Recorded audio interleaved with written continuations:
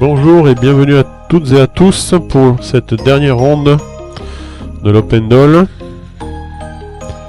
Voilà, merci de vous installer tranquillement. La ronde va débuter dans quelques minutes.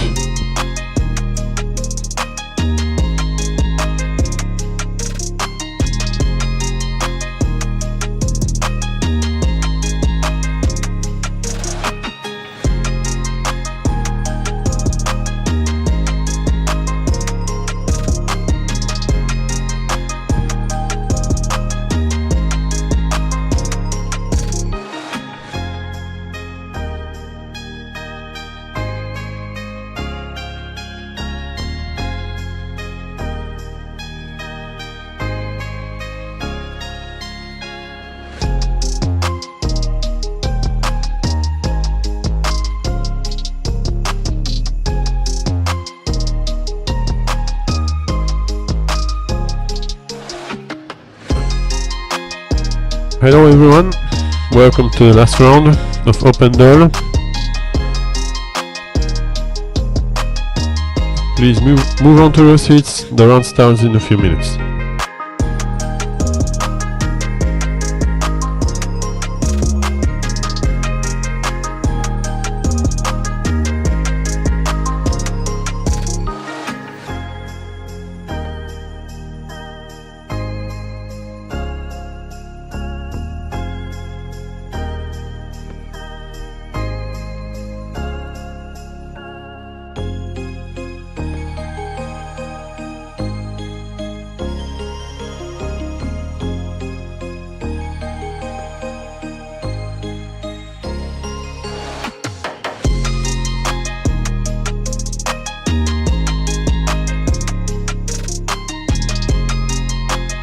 Voilà, merci de déposer tous les objets électroniques totalement éteints dans les boîtes prévues à cet effet.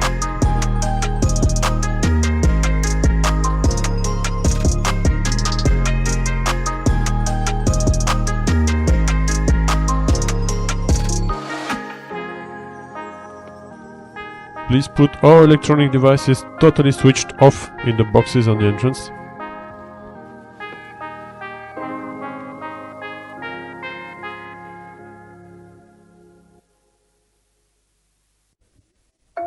Voilà, je vous rappelle également que les nuls par accord mutuel en dessous de 30 coups ne seront pas acceptés.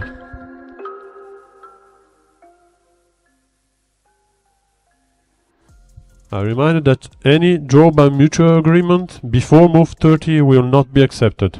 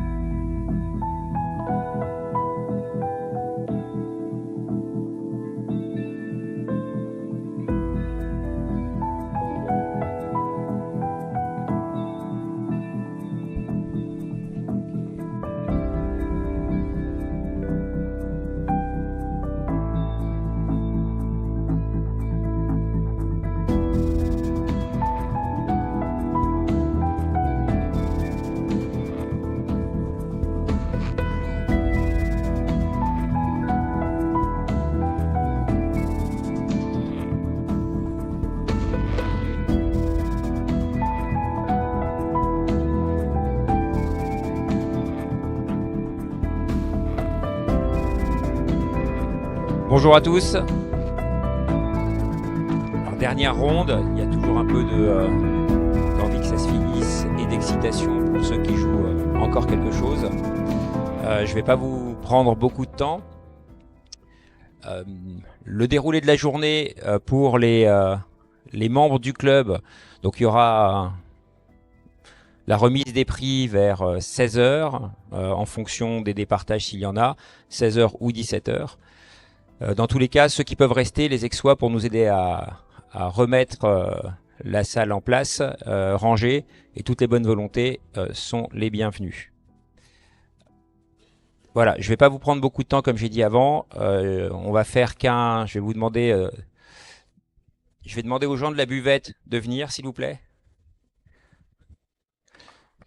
Et de les applaudir, tous ceux qui nous ont aidés toute la semaine. Just to clap and to applaud the people from the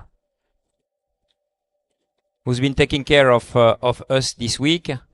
Same time for the referee, les arbitres. J'aimerais qu'on les applaudisse. On a passé une très bonne semaine.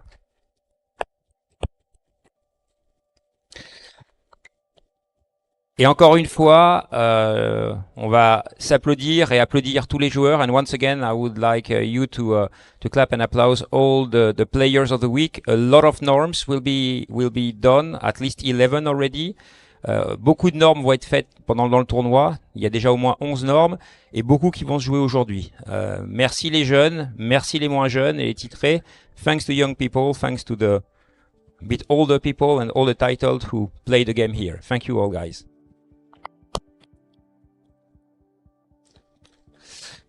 À l'année prochaine, pour tout le monde, ceux qui partiront. Pour les autres, on vous voit pendant la remise des prix. Les noirs appuient, les blancs jouent.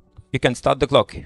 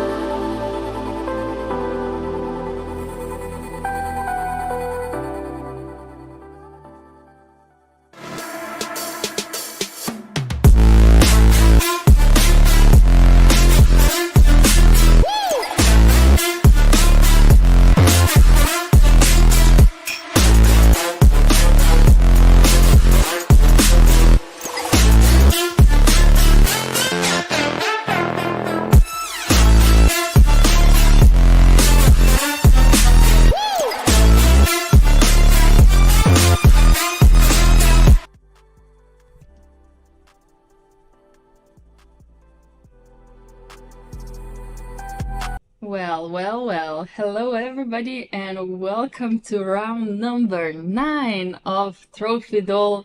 We came to an end of the tournament. However, of course, nothing has decided yet, Sergei. Welcome everybody. My name is Laura Unuk and I'm joined by Grandmaster Sergei Movsesian for one last time this tournament. And have a very nice morning, everybody who's watching us. We hope that you managed to wake up, grab your first cup of coffee of today, or maybe second. Yeah. And you are the last round is ahead of us, but still nothing is decided, and also we have to remind our viewers that in case of tie in this tournament, there will not be used any tiebreak criteria, but there will be a tiebreak between maximum of 4 players, and there are several possibilities how this tiebreak may occur. All of them, however, require way that Pavel Eljanov, who is leading the tournament by half of a point, doesn't win his game, which would decide the tournament in his favor. But of course, there are several other options, and we will see how this unfolds. The tiebreak would follow after the last round, obviously. Yeah, absolutely. And first of all, we see the results of last round, round number 8, which actually did secure Pavel a half a point lead by drawing Jakub Simon. Jakub made a GM norm, his last third norm, so both of players were kind of happy, especially because in other games, okay, there were some decisive results. However, just Malakian and Etienne trying to catch up to Pavel, and Pavel playing another youngster today, actually, Malakian. While Etienne is playing Simon Jakub, and you talked about tie breaks, we could predict maybe Eljanov with black pieces scores a draw, and Etienne with white pieces a win, and then we're here for a tie break. Or Jakub Simon does make a huge point in last round of his one of the best events, I would believe, in his life, and he may catch up with Pavel himself. Well, in all cases, we are still up. It's very good that the organizers, or for us, maybe not for players so much, but the organizers decided to have Sofia rules in this tournament, so there are no draws allowed till move 30, unless there is a repetition, which we had several times. For example, in yesterday's game of Pavel against Jakub Simon, when players repeated moves in a very unclear position, actually. But those of you who did watch our yesterday streams, they know all about the game, because both guys were kind enough to join us in the commentary room. You can also rewatch, of course, all the previous streams to see what they had to say about the games. But yeah, definitely an interesting day today. Do you want to make some bets anyway? I mean, we are in a Grand Pasino Casino, and it is a bit of an influence on me, to be honest. Do you think we're going to have a tiebreak or not? I do trust Pavel that he is not going to lose his game today. And of course, on board 2, everything can happen, or both players may go for a very sharp fight. But my prediction is that Pavel will win the tournament. Okay. After tiebreak or not, it's the second question. Yeah, it's about the second bet. So first one, I predicted like this. What do you think? I have to say Pavel does deserve to win a tournament, but sometimes, some luck can be in favor of others. However, I do also think that Pavel will win, but I think there's going to be a tiebreak. I don't know exactly with who. I would like to see it with both players, either Simon or Etienne. I don't mind. Etienne last year also competed for first place, but didn't get to tiebreaks as he lost the last round. But somehow I can feel some tiebreaks coming in. Well, it's good you are optimistic about the tiebreaks. Of course, that would require us and you guys to stay a little longer in today's stream, but we are not going to get ahead of ourselves this matter. And of course, it will all be decided by the players over the board. We can mention one more thing before going to the games, that as we did during this event, that this is one of the best events for international norms. Yes. And it indeed is, because we have, before the last round, already now 11 international norms scored by players. Of course, it's not. We did mostly talk about Grandmaster titles or Grandmaster norms, but of course there are also other international titles in play. And Grandmaster norms were scored already by Jakob Simon in this tournament, and there are several players in contention for a norm, and it's Lea Garifulina, if I'm not mistaken. She needs a draw in her last round. Then there were several more players. Yeah, Ilian Schneider, for example, needs a win in the last round. Remy de Graaf himself beat Max Warmedan, but he still needs a win today to score a norm, which will be kind of tough. And also Çamlar Arda from Turkey just needs the draw to score a norm, which is definitely very impressive result. But of course, we also have IM norms, WGM norms, and WIM norms in contention for other players. But of course, these are the players that we're focusing on because they are playing on top boards and we can actually see their games. One more addition I would make, because I think that it's an exceptional achievement. It's Bodana. We did mention her several times. She's just 10 years old, and she already scored. She scored a woman grandmaster norm without just by showing up today. Yes, just by showing up. And actually, she by the way, she still may score an IM norm if she wins her game today, but otherwise, says that WGM norm is already quite a big achievement. Also, her score is 4.5 out of 8, and it's amazing in such a tournament, being one of the bottom seeds of the tournament. Just fantastic. I have to say that we are impressed, and this is what's gonna happen next.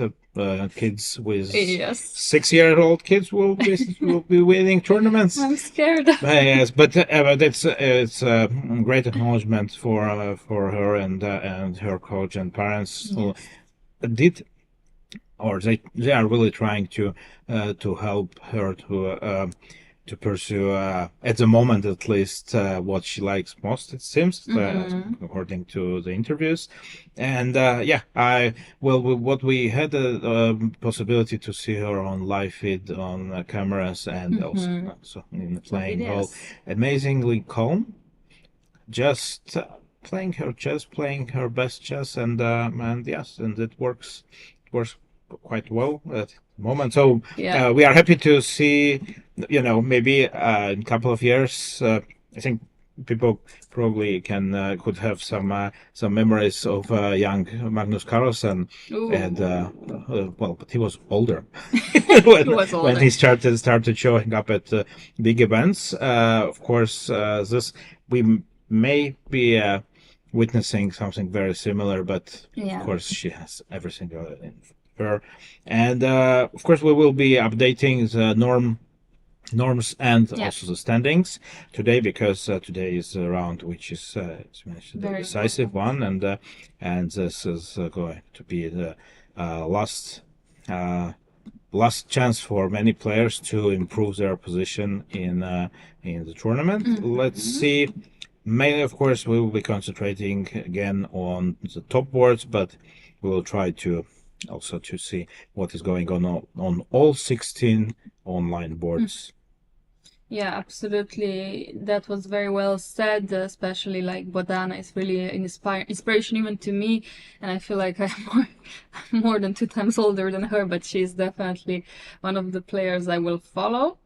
But okay, let's try to focus on maybe top boards at the beginning, and then we will try to find her later, maybe in the day, because Etienne is a magician and he can find everybody in the playing hall. Just want to maybe talk about the beautiful playing hall of Grand Pasino Casino right here. Really, we really do recommend to participate in this tournament if you're an amateur or just looking for some fun or even some vacation connected to chess. It's just really one of the best playing halls to play in my experience. Indeed, we can see still some players arriving to their boards. It's early morning, of course. It's obviously when you have some kind of schedule already set up for 8 days and suddenly you need to change it.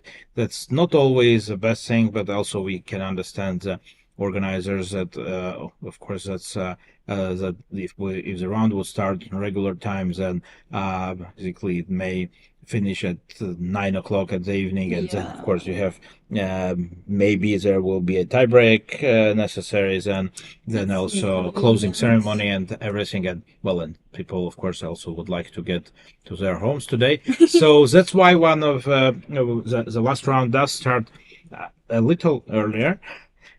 So we can see that that sometimes maybe also a factor influencing the game, because there is less time to prepare to the games. Maybe a little more improvisation over the board, but we shall see, of course. So Pavel Eljanov is taking on Jan Malek with black pieces, and we are back to e4 e5 in Pavel's games, because it was half of a tournament. He had e4 e5s, and then actually did switch to some different openings. And we can see that Jan Malek is also quite seriously dressed up for today's round.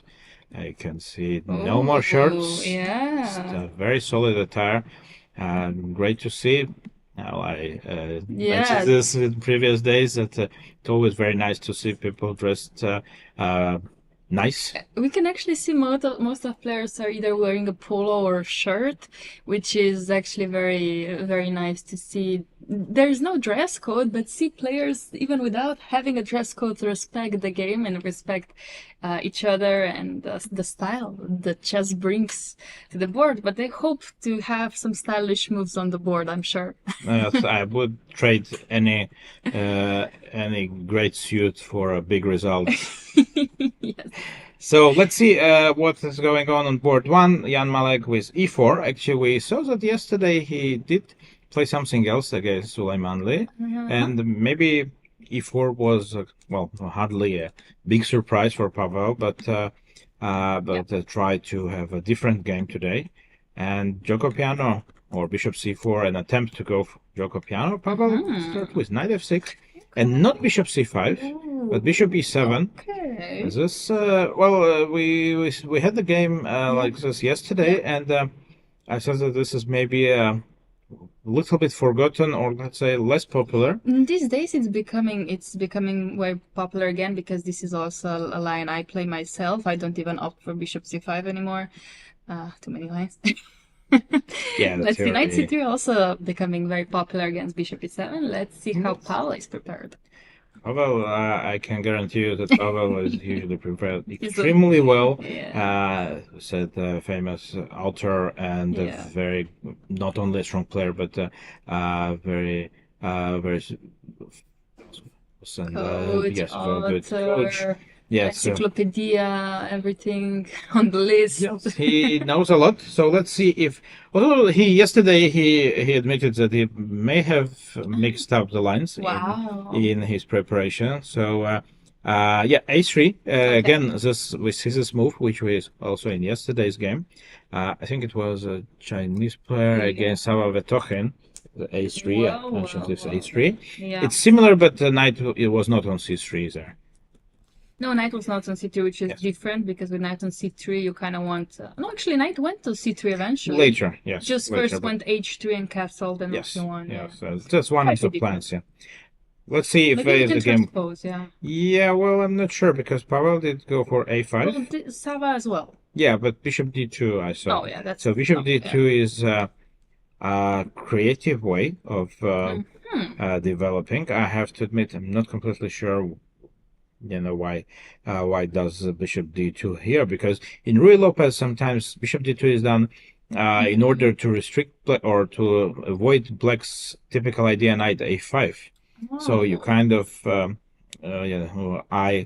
an a5 square just in case. But here is I would just say that he wanted to play something which is not theoretical, which I'm sure Bishop d2 is not. Or sure, you can never be sure nowadays, but I don't see a game in Bishop d2. There's h3, of course, it's logical, because Bishop g4, I think Black would want to play Bishop g4 here, right? I mean, knight d4 is a threat. True. Well, maybe he's trying to provoke White to play Bishop g4.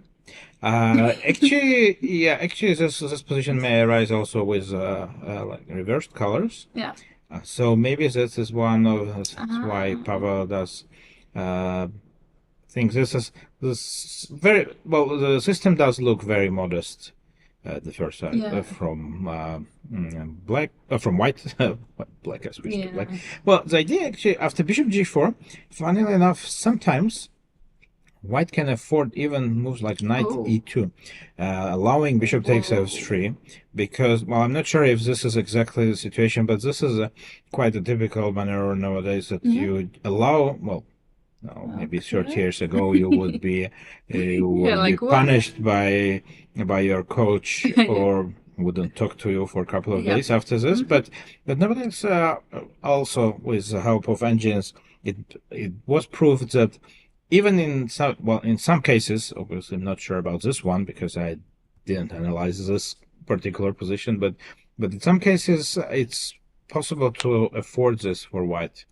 Also, another option would be H3, Bishop H5, and then maybe risking something like G4. But here, actually, of course, the typical sacrifice may be very dangerous. Maybe. Because with next King H8 F5 coming, I'm not sure if this is working. True, Black Bishop is on E7, so there is no immediate Queen F6 motive. In any case, Bishop D2 is a kind of invitation for Pavel to go for Bishop G4 and check White's idea, and that will be. I believe that Pavel is gonna spend some time here because it's definitely an unusual move and unusual idea. Is Bishop D2. Absolutely, yeah. Because usually with black pieces after H3, you would go Bishop E6, which is a typical move to then invite Knight D5 to happen. But now, when I have an option of Bishop G4, I would definitely check it out. Well, I generally in this position, so I did also like the plan of King H8 immediately and Knight G8 F5. Or, of course, there is an option for Black to go for just normal H6 and even this idea is possible Knight H7. Okay, a lot of options actually. Yeah. So Black now, Bishop D2 doesn't look very ambitious, so it allows Black to pick his plan, and that's exactly what Pavel is doing by my point of view at the moment. Let's check board 2. Also a very important game, maybe a potential contender for first place or for a tiebreak at least. Both players have equal chances, I would say. Etienne has white pieces exactly like last year, only he is half of a point behind the leader at the moment. Last year there was a group of players who had equal number of points, but of course different tie breaks. So Etienne was the one with the worst tie break, and so he was pushed a bit to take more risks, which he did, which didn't really work out so well for him. So today he is facing a young Polish player who has a tournament, one of the best tournaments of his life, and he did opt for funny move order A6. Not very common, I would say. It's okay. Yeah, it's not an illegal move. It's much better than to make it on move 1. Basically, we already got the proof of that in this tournament. But basically, I think that after D5, as they did transpose to Janowski, or what modernly called Magnus Queen's Gambit, with A6. But I think that more traditional name is Janowski. So CD5 and Queen C2. White suggests that he doesn't want to allow Bishop F5 to happen quickly. Bishop D6, using the fact that now Knight B5 is not possible to A6. And developing the pieces, Black is claiming that he doesn't want to go C6, or will not need to go C6 at all. So trying to save half of a tempo in there. And maybe planning c5. Eventually, yeah. And also I remember sometimes in these lines you would go h6 g5 yourself, and sometimes just queen e7 long castle with black pieces. Yes. It is in fact okay by the engine. I have to say, maybe I played this once or twice, maybe even the Olympiad against Dinara Wagner. It was something similar, not exactly the same. But I remember, yeah, you don't play c6, and then sometimes there's some sacrifices by white, rook c1, rook c6. Something like this can happen. Yeah, that queen e7 and long castle looks like you a It little. looks like me, maybe a bit less like Jakub. We will definitely see, but I know that that's definitely an option to keep in mind here for black pieces. For sure. So this is bishop d3 Normal. at the moment, restricting black for castling short immediately, but of course h6 would solve this problem, and maybe even g5. We will see. The board depends how aggressively white, both sides were approached to this. Now black has an option of h6 g5, as you said, but if not, of course h6 and castling short is also more or less normal. We can see that yes, that the players definitely had to adjust their today's schedule, Yeah. because some of them are still a bit in awakening mode. Not completely present yet, with all their 100%. And okay, by the way, Etienne has found Bodana. That's amazing work. She's actually playing next to Manon Shipke, if I can see correctly. She's also competing for an IM norm herself and WGM norm, but she also does need a win for an IM norm, just like Bodana. And we have a Sicilian, if I can predict the open part is, of course. Well, I would say that maybe today's start at 9:30 may favor her a bit. Yeah. Because I think kids are used to wake up earlier. She goes to school as of course not in summer, but now it may be a slight advantage for her because they are used to be awake early in the morning. And I also went to school for 15 plus years, and somehow I could not get used to having a morning shadow at all. So it does depend on a person, but yeah, she seems like a very disciplined girl, also definitely very focused and so calm and composed. Do you think her opponent, so cute. Do you think her opponent is a bit afraid to play her? I wouldn't say maybe afraid necessarily, but it's not maybe. Huh? Yeah, it's not the most comfortable opponent, because actually it's very hard because in this tournament she is playing her performance is around 2400s, so it's like you don't know what to expect. Actually. So it may be of course the very difficult game for black also. So let's see how this unfolds. But let's get back to our top boards, where some very interesting events, at least opening wise, do happen in the game of Mukhidin Madaminov against Jorden Van Foreest, where something which should make you happy was on the board. Well. To honor your compatriot, who is actually he did give a name to this opening. Pirc is, if you didn't know, that I think that he was one of the. I'm not sure that he was the first Slovenian grandmaster, but not sure that grandmaster titles went back in the.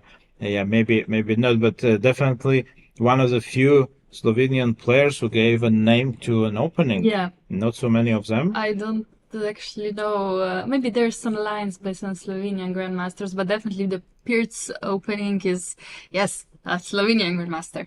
Yeah, so knight f6 and goes for, both players go for a very sharp line. f4 is one of the most aggressive ways to deal with Pirc.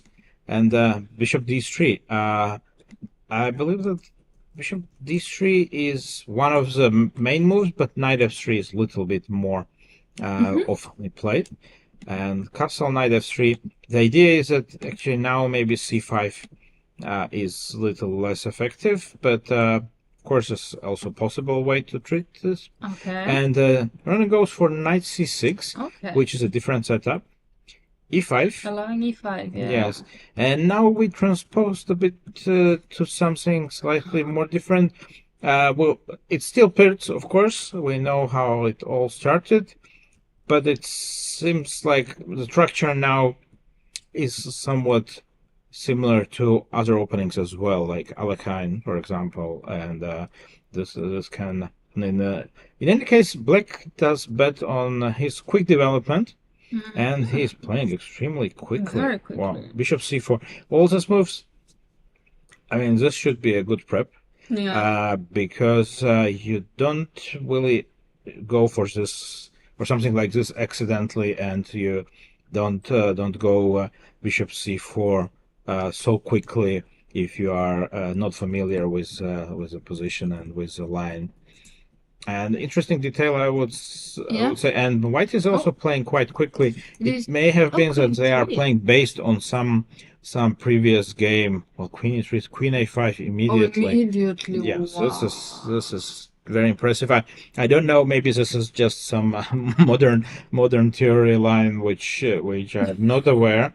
And maybe time to study Pirts again. Haven't done this. I haven't done this in a while, and now I feel a bit embarrassed because if this is coming back, I should definitely start playing it.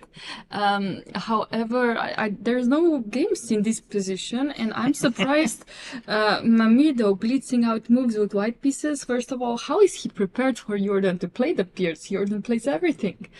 We mentioned Madamenov in previous streams that, as far as I know, that he is one of the young Uzbek players, and young Uzbek players, and one of this new generation of very strong guys from this country. And he is also a very capable online blitz player. Okay. So it may have been that they are now playing something which is based on not a main database, but something which it may have happened that they already played each other in online, for example. This, of course, not so easy to check. It's possible, but I'm not. Of course, it's not that important that point of the game, because it seems that Jorden is slightly ahead in his prep in this position, and I think that both guys are very seriously ready for this game. There is a small detail which we can see thanks to our perfect camera job, is that both guys, they are wearing a very nice light shirt, and both guys, they have unbuttoned their top button. So it's a funny detail, of course. Is it? I don't know. You should maybe know better if this means that they are seriously going for it. What does this mean? Yes, but yeah, you can see that both of them, they are kind of probably just like some. Enjoying the vibe on the stage, maybe. I don't know. That's actually a very interesting fashion choice, but definitely both. Maybe one unbuttoned first, and then the other player said, "Okay, probably I can do this too. Yeah, let's go for it." Yeah, so all right, we can. White is taking his time here because, of course, he also needs to address the situation when Black is blitzing his moves in such a position, which it's hard to believe that this is a very common theory. So let's move to another game, which is also very interesting. Bryce Tiglan, who had a very nice tournament here. I think that he did feature in many of our streams because he was playing on top boards mostly. Also managed to draw Jorden yesterday with black pieces, and today he is playing Leon-Luc Mendonça. And we have a line which we mentioned on the very first day. I think it was played by Bahadur Jobava in his first round game against Irene Lutzinger. And he managed to... Actually, I said that he published a course on this line, which we definitely have to show which one is that. Okay, It's in I Sicilian see. and bishop b4. It's so-called pin variation, Okay. which had a very well. To say that in my childhood, this line didn't have a very good reputation for black, but thanks okay. to efforts of some players, especially Arjun Erigaisi, who did employ this variation several times successfully, it's alive, and well, we can see it in one of the decisive games in such a strong open. So Yeah. Leon Duke, you can see that he is well prepared because he already has gained almost half an hour on the clock. So Wow. still to spend some time on his moves. So far, in the book. So h5, h4. I like this line, because it's very sharp. Yeah. It's very demanding from both sides. I would say that it's definitely positionally very risky for black as well. Yes. But it seems that this is that Mendonça did feel that this is the right moment to unleash such a variation in the last round of an open 9:30. Perfect time. Perfect time to Perfect time to try come it up with out. something a bit more risky. And we will see how It is. White gonna deal with this. I really like Mendonca's preparation here. Yeah, it's definitely very challenging for a morning round. I'm talking about the jet lag for USA players. Yeah, but he is already here for 10 days, and I Well, guess is that that enough he, time?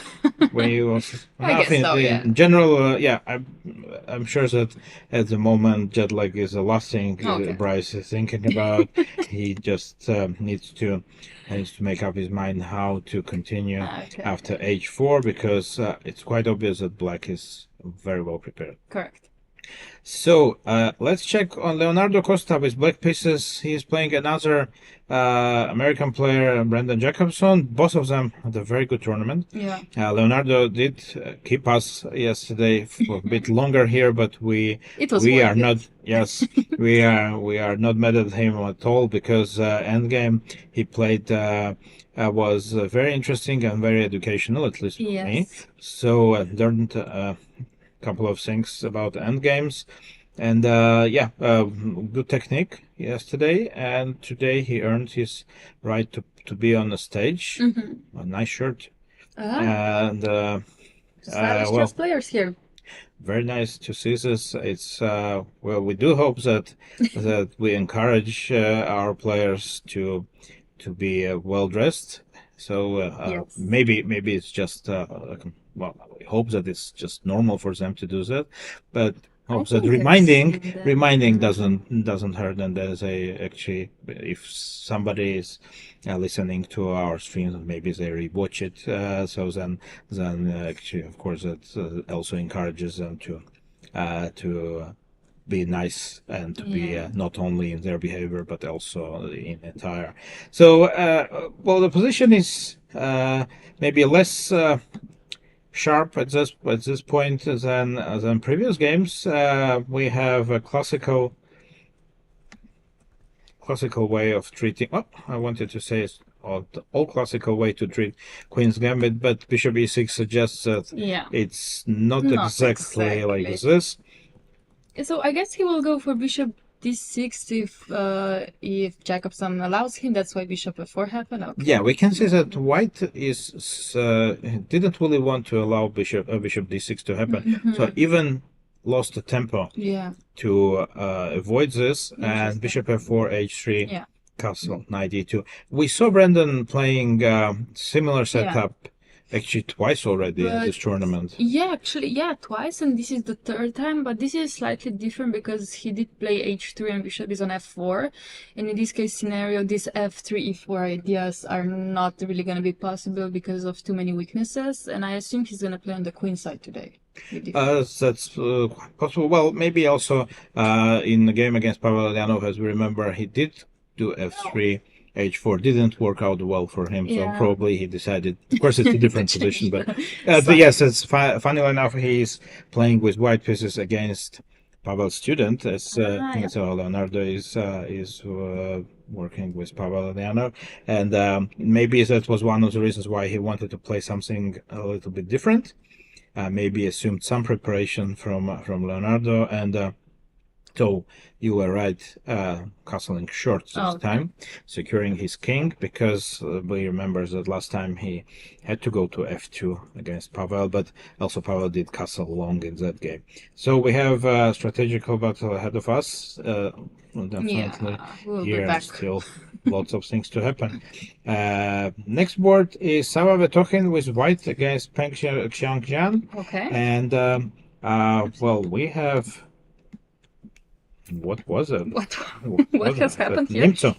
Nimzo with bishop Oh. d3 and rook e8. Okay.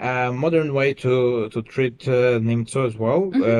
Black actually goes quickly for rook e8 because he wants to free up some space for his bishop to go to f8 eventually. Oh, correct. And we can see that this is happening. Even not waiting for a3, just goes for bishop f8, and the idea is to C5. go quickly c5. Well, nowadays everything is possible to play, I guess. And white does go for a typical Isolani structure, but there is a small difference that black managed to get rid of white squared bishop, of his opponent's white squared bishop, which is usually a good thing. In case white will not organize a quick play against the d5 pawn, which is one of the weaknesses in black's position. But bishop g4 is quite active. In case white kicks bishop, then bishop h5 and may aim for g6, even creating some unpleasant questions for white queen. So also a fresh position. It seems that I'm not sure that this would be also in theoretical books or somewhere we can find it. It's actually, this game has been played till rook d1. The other rook has moved to d1 just once. I see only one game in the database, but I myself am not really familiar with giving my d3 bishop so easily. Yeah, well, it's 9:30, so maybe you just at some point you decide to go for some creative stuff. And Sava is a creative player. I am curious how to continue here with white, because this bishop on g4 is extremely annoying. I don't want to go f3. There's just maybe f3 makes sense with bishop e1, bishop f3. Yeah, maybe start with bishop e1. Start with this, Bishop e1 I was considering, and then maybe keeping in mind ideas with f3, bishop f2 protecting the pawn on e3, and then maybe attacking the d5 pawn. And now black has to stop f3. Somehow it's a threat, kind of, because then d5 will be hanging eventually. F3 he plays. He doesn't agree with you. He goes f3 right away. No, it's definitely an interesting move to go for. I really thought that I would start with bishop e1. Okay, but maybe it's not a big problem if he wants to go bishop e1 later, but I'm slightly worried about queen b6. No? Yes, that's exactly, because black will maybe he just doesn't have to defend on d5 and would just go for counterplay immediately. Another option, of course, which after bishop h5 is possible, is knight f4. And maybe this. But I would be, as you said, I would be a little worried about the e3 pawn in principle, because you want to have like free roll on attacking the d5 pawn, and instead you created a counter weakness in your camp. So well, definitely both of them are in creative mood. And quickly goes bishop e6. Oh, into defensive mode, which is fine. Just goes for bishop e6, and after knight f4, queen b6, most likely again try to also to annoy a bishop e1. I really want my bishop on f2 to be safe. Maybe you can go bishop e1 now.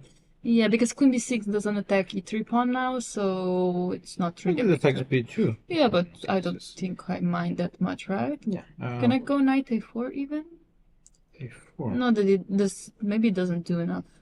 Queen c6 or what? Yeah, queen c6. Maybe queen c6. Oh, b3. Okay, I do make some weaknesses, but then knight d4. Yeah, maybe queen b6 is premature a bit. what Okay. can black do? Maybe some rooks here, but yeah, interesting. No, actually, queen b6 apparently it's a good move after C6. bishop e1. Well, white is in a slight advantage, just 0-30 classic opening advantage, but apparently knight a4 is not a good move after queen b6. Well, it's an okay move actually. Queen d6 apparently being the response. Okay, so knight a4 is not really so challenging No. for black. All right, so we can take a look at Lea Garifulina, one of the players who fight for her GM norm. She needs a draw at least. Well, even if she wins, of course, it's also a GM norm. And she's playing Igor Sambunenkov of Ukraine, who had an impressive game yesterday. It was a very nice game. He beat another youngster, Krzysztof Racek.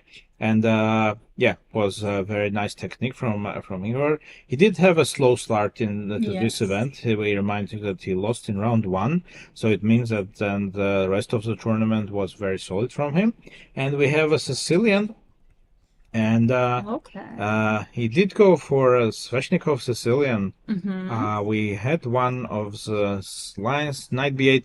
Lea didn't go for g4. We remember Patryk Cieślak of Poland doing something like g4, maybe straight away here in earlier game, but Lea did go for more typical player. Yes, she played a4 and just grabbing some space on queen side, and then going for bishop d2 and a5. We can see that she delays castle, because, well, there's always time for that, but a4, a5 is kind of a thing which you want to do in principle to block the structure. And bishop b4, she is, again, very well prepared, as usual in this tournament. We can see her, she, well, more or less blitzing out the moves. She's still 137 on her clock, which is, we have already almost 20 moves made, and well, Sambunenkov is, well, it's not like that he's heading for a time trouble, but at least he did spend more time on his moves compared to Lea. Okay. Queen d3, rook c7. Interesting. I would say that white is doing very good here. I mean, even given the opening preparation, I think she was prepared all the way to queen d3, and apparently one of the best moves to play here was actually knight h5. I don't know if she's prepared on rook c7 or this is where she stopped her preparation, but definitely knight h5 would sacrifice a pawn. Yes, but you don't do this unless you know for sure. And, well, it seems that Sambunenkov was not completely convinced by this knight h5 idea, so he played more modest move. He wants to go maybe queen a8 in order to concentrate on the d5 pawn. The Garifulina did slow down a bit at the moment, because that's true. Usually that if that will will be a sign that she is okay. It didn't slow down too much. Take on a6, exchanging. Well, the thing is, this was my question I wanted to ask you, because like here bishop d5 will happen, and we can also see arbiters working hard, especially giving us norm information on the spot. Here, do you think these two pawns a5 does b5 run quickly enough or not? Yeah, they look dangerous enough actually. This is something which I would be worried black. It's maybe one of the reasons why I never played Sveshnikov in the first place. But this looks quite impressive from white. And b4. b4 apparently being actually one of the clearly best moves in the position. But after queen a8, of course, you need to know how to deal with your g2 threat. Yes, pawn on g2. I forgot that this is not a bishop on f1. I kind of imagined bishop on f1, but it would be, of course, very good for white. Bishop. So probably f3 or probably f3, but that again allows some e4, right? Yes. So some interesting stuff may unfold here. We definitely will be keeping our eye on this, and she is ready to play. I don't know if Maybe. either her prep is really impressive. At some point also you want to cash in on your psychological Yeah. advantage. You don't do this usually in such a situation, and No need to Yeah. rush into things, especially you are playing for a GM, or maybe she has put this out of her mind. Actually, that's a better way to play chess, to be honest, not to be. So also one of the important thing is what is the drink next to her.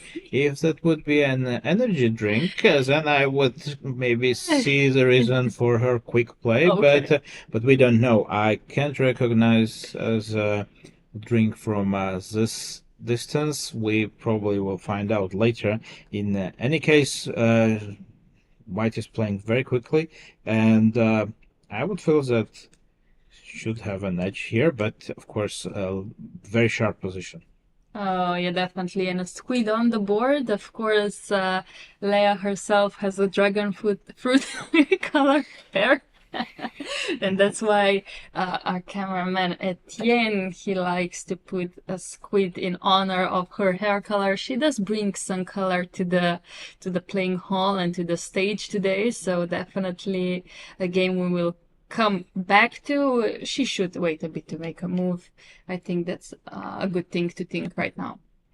Exactly. And Nils Grandelius on the next board is playing Hassan Chalik, who is also one of the contenders I thought for GM Norm. I'm not sure we have it on our list of players who need to score something in this game. We will check. Well, we had an impression that he is on the way to his GM Norm yesterday, but I think that he still needs to score a draw today to in order to get his GM Norm. In any case, we have slower start here. Knight f3, d5, b3. Wow. Yeah, a modest system. And e3, We said that this is a setup which was very much pretty much popularized by Vincent Keimer in last several years. a6. It's just that black is not interested in bishop b5 appearing on the board after knight c6, which is one of the ideas of this line for white. And we do transpose to some kind of reversed colored Queen's Indian defense. There is a system. If we imagine this with reversed colors after Queen c7. I mean, Queen c2. It's one of the lines, or cd4, knight d4, Queen c7 would be a transposition to a so-called Petrosian system of Queen's Indian defense. And white does go for dc5 and a3. Black regains the pawn and c4. So now we suddenly transpose to some Queen's Gambit-ish positions, also can arise from other openings, but this is, I would believe, that's relatively common. Again, we have some transposition again, which now it's kind of a reversed Slav. Yeah, exactly, like reverse Slav, or some reversed Queen's Gambit accepted. Yes, we had similar position with in one of the games with opposite colors, where we I apologize, we did use this team a lot during our streams. It's been happening a lot this tournament, so I guess in modern chess today we are playing reversed openings with white. So I guess going for Nimsa with white, going for Queen's Indian with white, going for Sicilian with white. It's not a bad thing. Well, there are not so many openings left to be interesting, and so people try to play them with opposite colors, opposite or reversed colors. So, in any case, the game is developing a little slower, and after Queen c2, black has to consider. Well, you mentioned that e5 is one of the ideas sometimes, but here maybe b5 would be unpleasant. So maybe rook d8 and developing our bishop somehow. I'm considering if I can take on c4 and play b5, bishop b7. But again, I would need some calculation. Yeah, because the knight on d2 is maybe a little bit better placed for white. So that's dc4 is definitely one of the options, but But not sure I you think are in with a time. bishop d3, I think it's very dangerous, soon followed by knight g5 somehow, no? And this?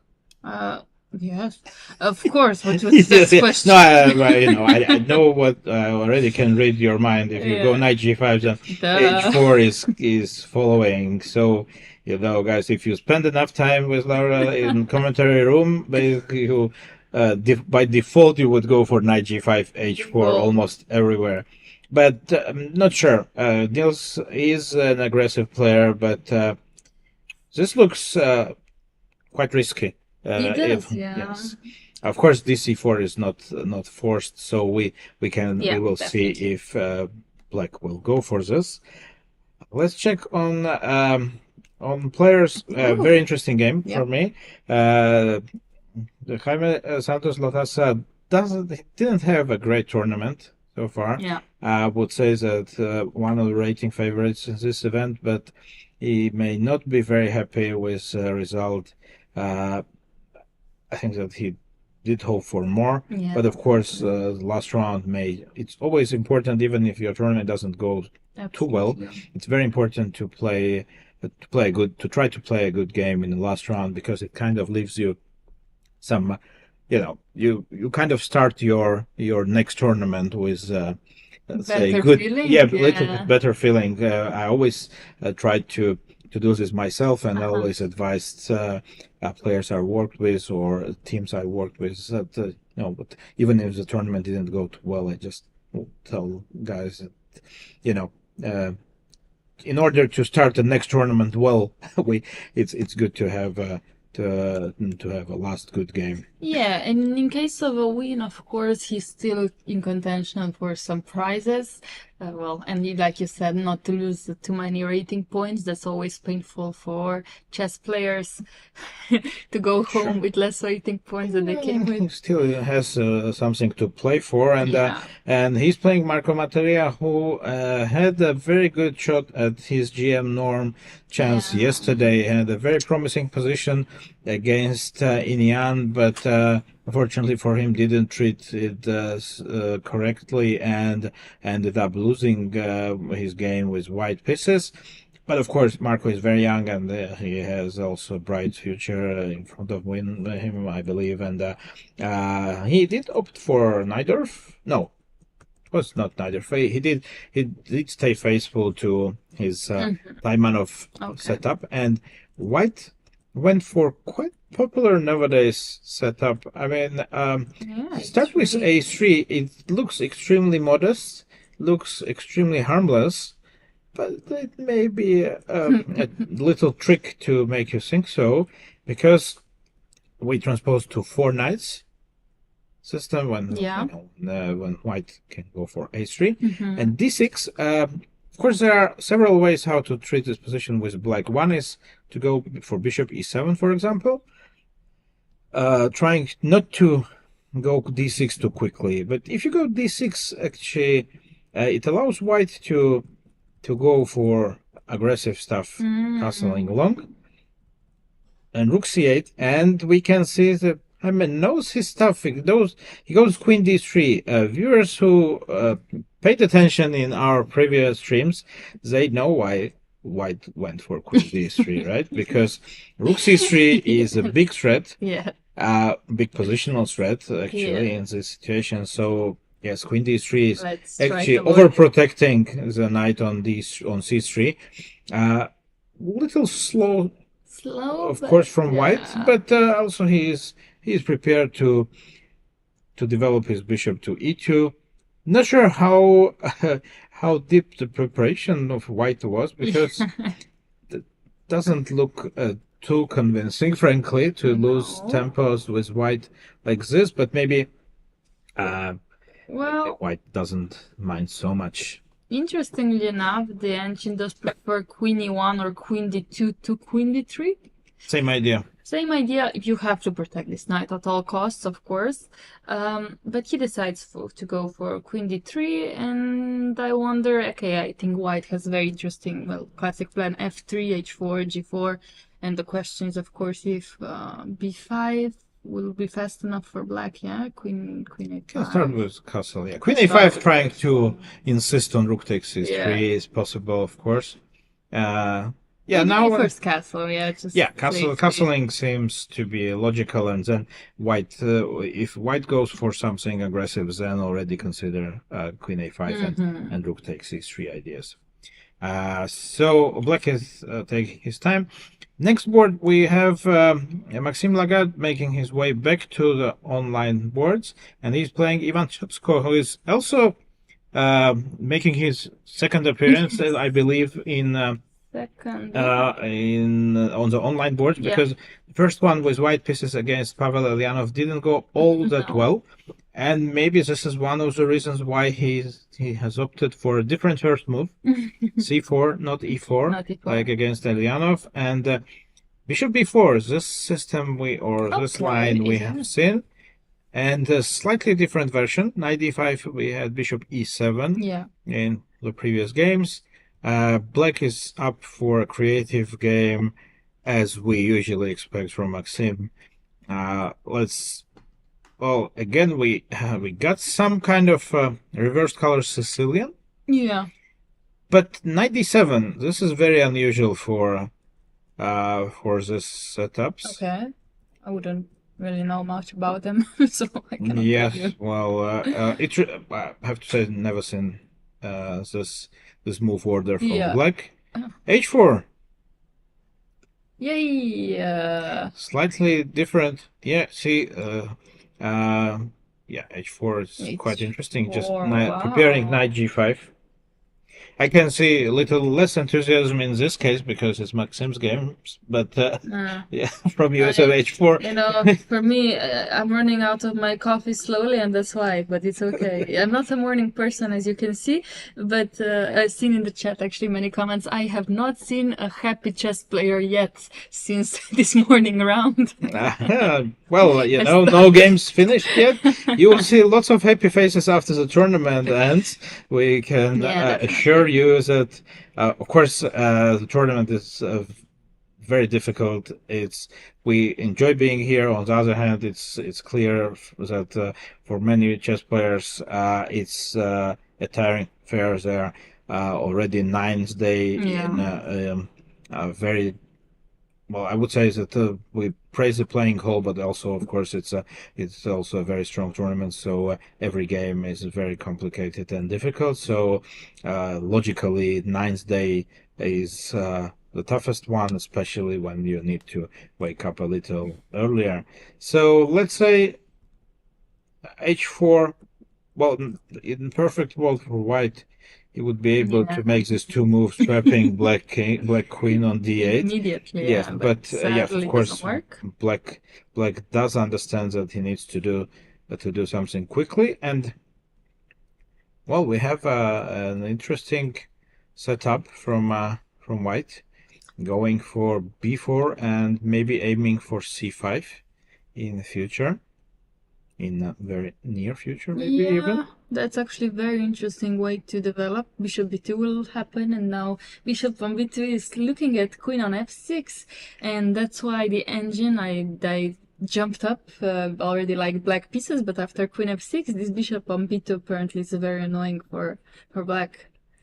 Yeah, I have to say that I would be happier with white here. Yeah. It looks positionally more promising for white at this point. Absolutely. And I would say that this of course Maxime is a very creative player, and he has an idea how to deal with this, but I would be very comfortable with white as well here. And also time difference. I feel like Maxime has spent much more time to try to find these creative ideas, and now he's gonna need to spend more time after b4. Maybe an idea he missed with bishop b2 actually. We'll Goes see. for knight e7, bishop b2 most likely is gonna appear the board very quickly, and we can mention also that white is not in a rush to castle at all, so he will probably put his bishop to b2 first, and then go maybe queen d2, or maybe keep the square on d2, the d2 square for eventual e4 push from black. But Yeah, but definitely a very interesting and dynamic position Yeah. where the structure is not defined yet. So the pawn structure may, a couple of moves later, we can see something completely different on the board. Let's move also to next one. It's Aydin Suleymanli with white against Humanbek Muratov of Uzbekistan, another Uzbek player with relatively high rating, already 2470, very solid. And he is playing Rui Lopez, the slightly different variation of where we have seen some idea with bishop g4 and h5 Yeah. quickly, some reminiscence of exchange Yeah. Rui Lopez, but slightly different one. And queen f6. I believe we had a game like this yesterday, Yes, Madaminov very against similar. Cheslak. Very similar. It can be a hint. It's also an Uzbek player, so yeah. it may be a line which they worked at some of the training camps. So that's why it appeared on the board. But white reacted differently. I think that Cheslak played something like queen d3, Yeah. like a softer move, and knight d2. And it seems that white is well prepared. You see the time management, and Suleymanli has spent only 5 minutes, and Bekmuratov was supposed to surprise his opponent with this line. It seems that didn't really succeed in this. Also, the position looks very good for white here. Yeah. Just d5. Up d5 and then knight g5. Yeah, g5, yes. Or we can also start with a move like knight g5, and after something like queen f6, apparently just queen d3 is black has no way to develop actually. Yeah, very, very good preparation for white. Maybe he expected this line. Maybe he just knew this. Yeah. But in any case, he seems to be on top after the opening. Wow. Edwin Trost is playing Kacper Piorun, who also most likely is not very happy with his tournament so far, because had the painful defeat against Garifulina. Actually started off a little slow, but at least survived with a draw in the first round when things looked very, very dangerous for him. And today he is playing a Swedish player who also played several times on online boards. And we see a modest approach by white. Exchange Slav. Exchange Slav, which is okay. He did start with knight f3, which is fine. Knight c3, bishop f4 could also be a challenging way, but I play something like this myself because it does avoid a lot of theory again and some specific positions. I think black most of the time, is struggling, and white is the one trying to push, if you know your theory. But a6, so... Yeah, it's possible to do this. I mean, black does... shows that he doesn't want to copy white's moves and just goes for a6. Well, it happened to me several times that players would go for this after you can transfer. But from Chabanenko Slav, of course, you can transpose like this with CD5. So in any case, a6 is an okay move here. Knight e5, immediately trying to put the knight on e5, and he played interestingly bishop b5, bishop d7, and exchanging everything. I would suggest that it was an opening prep, but it doesn't look so. Yeah. His time management, because Kacper has hardly spent any time till now, and white has already 40 minutes, almost, more than 40 minutes gone already on his clock. Still nothing much going on here. Exchange Slav, it's usually not very eventful. Very eventful thing, but I see something more eventful. We will get to that very quickly. Okay. Let's check on Ido Gorstein. Okay. This is another reversed Sicilian. Well, yeah. Definitely. The English opening, but the reverse Sicilian, yeah. Well, the position on the board does look, this is exactly reverse Sicilian with tempo up. Very interesting. Played this line with white, like the opposite colors, where ideas like rook e1 and knight d5 there are very dangerous, but of course it's white has an extra tempo, so he did use his extra tempo in order to gain a pawn. But usually Even that.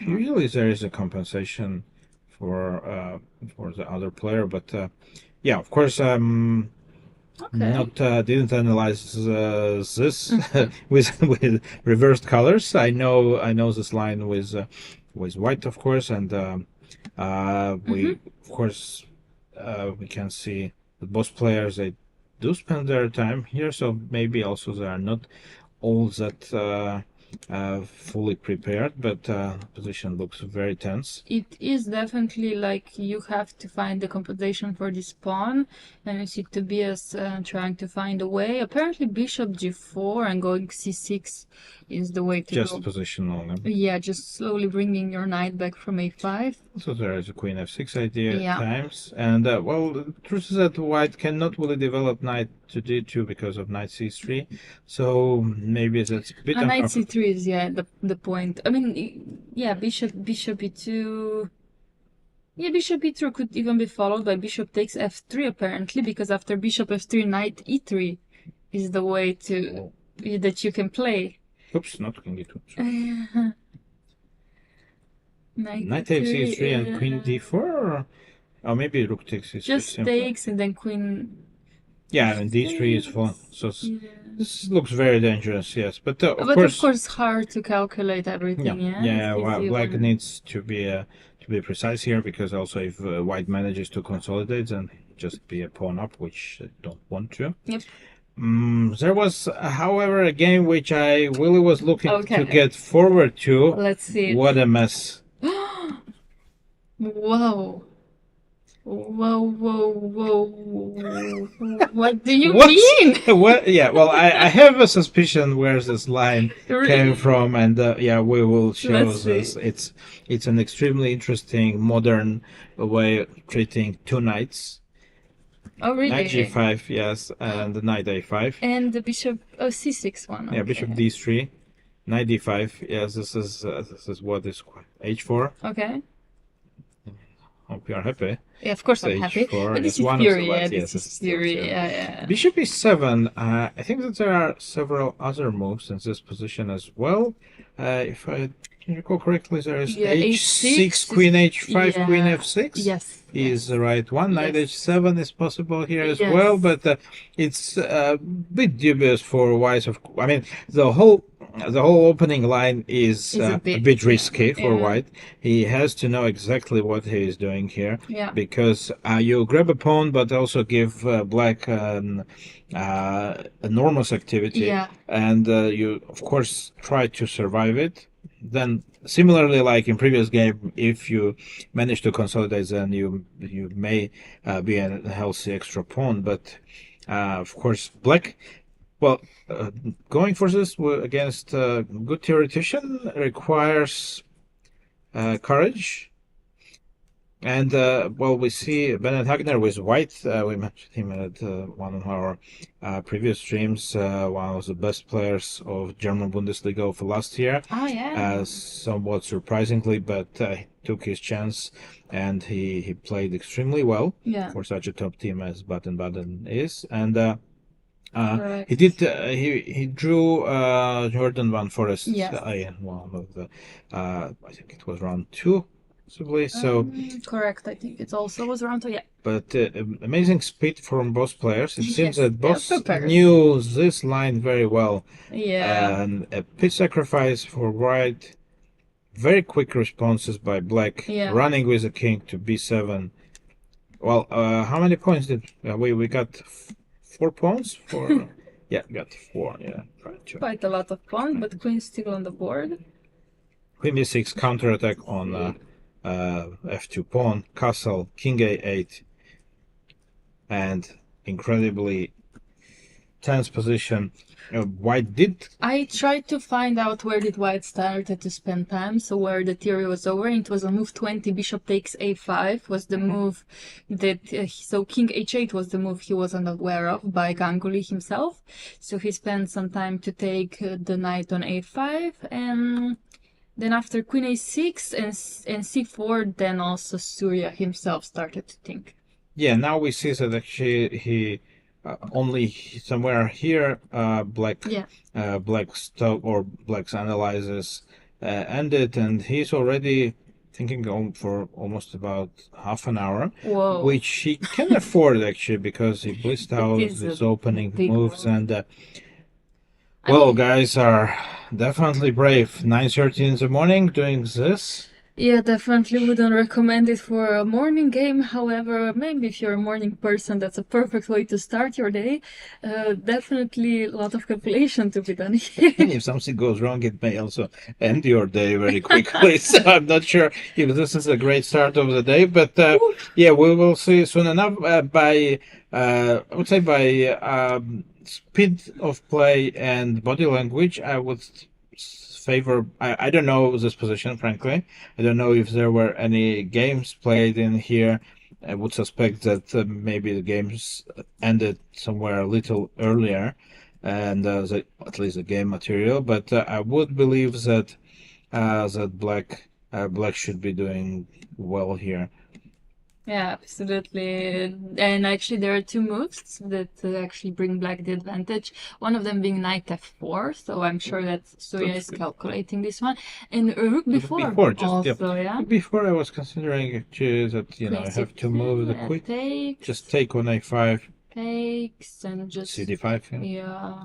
And then bishop comes to b7. King on a8 is very safe. Yeah. It did have to run a little bit, but on the other hand, maybe in a safer spot now than white king. And yeah, I want to mention this is a great prep by Surya because king a8 is not the main move in the line.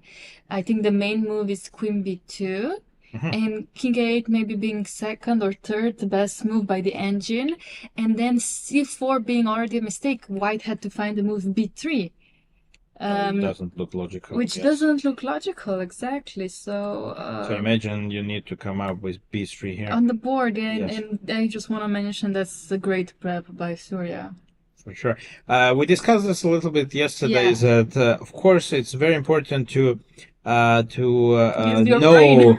use your brain. Yes, guys. Still, engine prep is very good, but if you don't know the subtitles of the position, it very often may end up. Well, it didn't end up yet, but we can see that only one independent move by white, and suddenly the position is already extremely dangerous.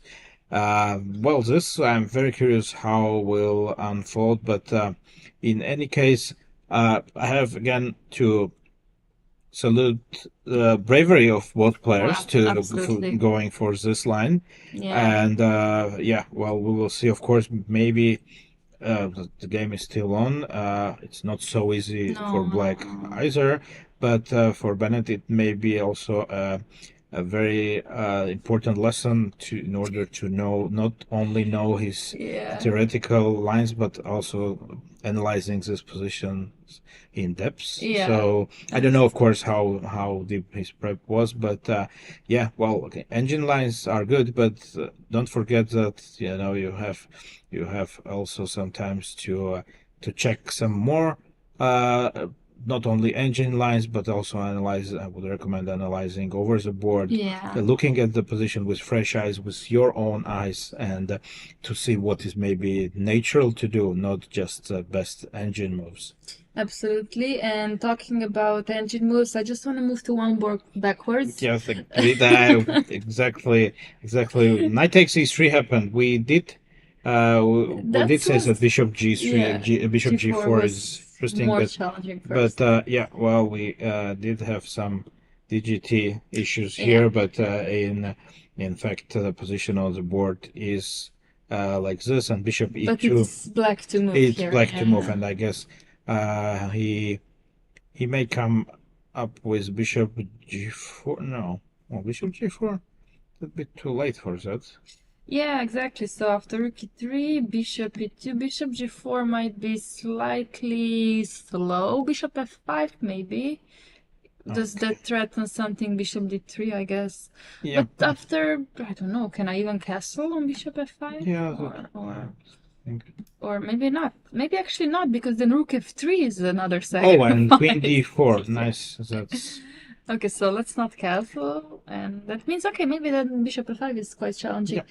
Challenging of a move, but again, Tobias himself found this knight e3. It's not the best, but interesting. challenging. Definitely interesting, and white is a piece up, not the pawn up anymore. But now, of course, black has some threats, and we will see how he will be able to develop his compensation.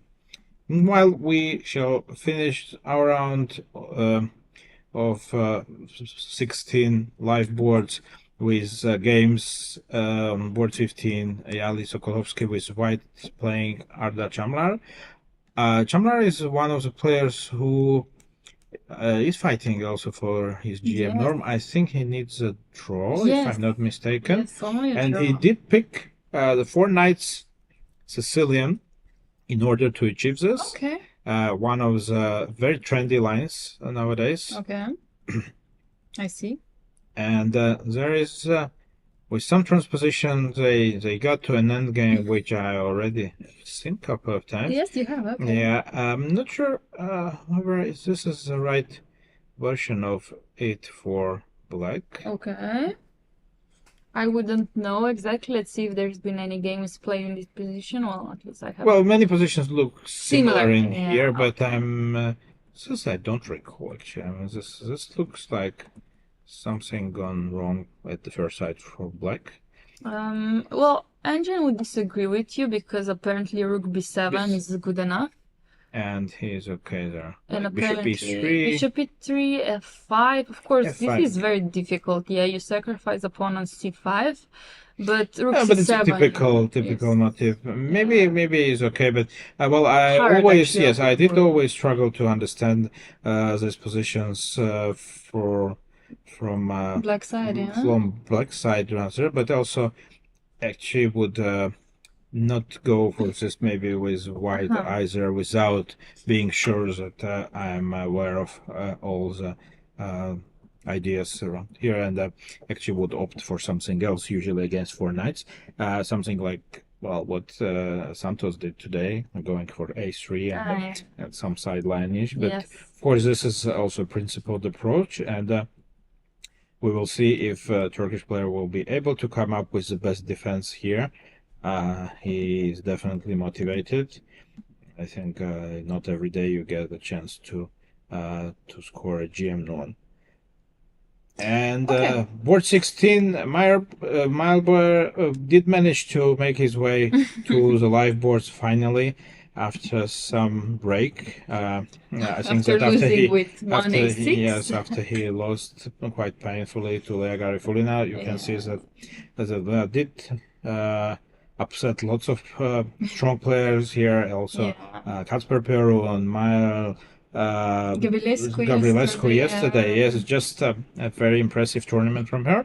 In any case, he is playing somewhat more classical openings this time, and that's actually we mentioned this. It's this modern way of treating. How you call it, Queen's Gambit, or in any case, a very modern way. You said yourself with G5. Yeah. Slightly different line, but G5, early G5, knight H5, going for the bishop, developing the bishop to G7, and then knight B6. And just think that black is going to castle long as well here. Well, definitely this is one of the possibilities here, especially because white has castled long. And I don't think I feel the need to castle short with black pieces here. No, white would unleash some attack with f4, and I don't think that you want this. I would rather go for long castles and king b8, and preparing. Well, generally, of course, we would like to open the center afterwards with c5. White may be also preparing for this and would go for knight b3, and still this is a tough positional battle ahead of us. Seems that black is a little bit more confident in here because Mal already is under 1 hour on his clock. Maybe he didn't expect this line, or just was trying to remember how is this played. In any case, we got some normal position, more or less, I would say, for this line, and they still, of course, have lots of play ahead of them. Let's take a quick glance on the other boards to see if something really interesting going on top boards, or maybe even have some results, but I don't. Yeah, I wouldn't think so. I mean, board number 1 and board number 2 today, of course, are the most important ones. In the meantime, I would like to mention that Leia did take the pawn on a6 and went f3. So exactly how we expected the game to continue, but we will come to this game later. Later. Yes. Yeah. What would you say about Bodana's game? Actually, yeah, we have an extra today. We have Bodana's game.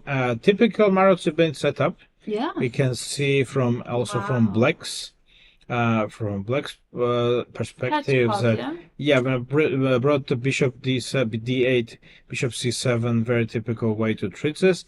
But white goes for knight a4 directly. The queen is on f2, so bishop is on e3. Everything is quite typical.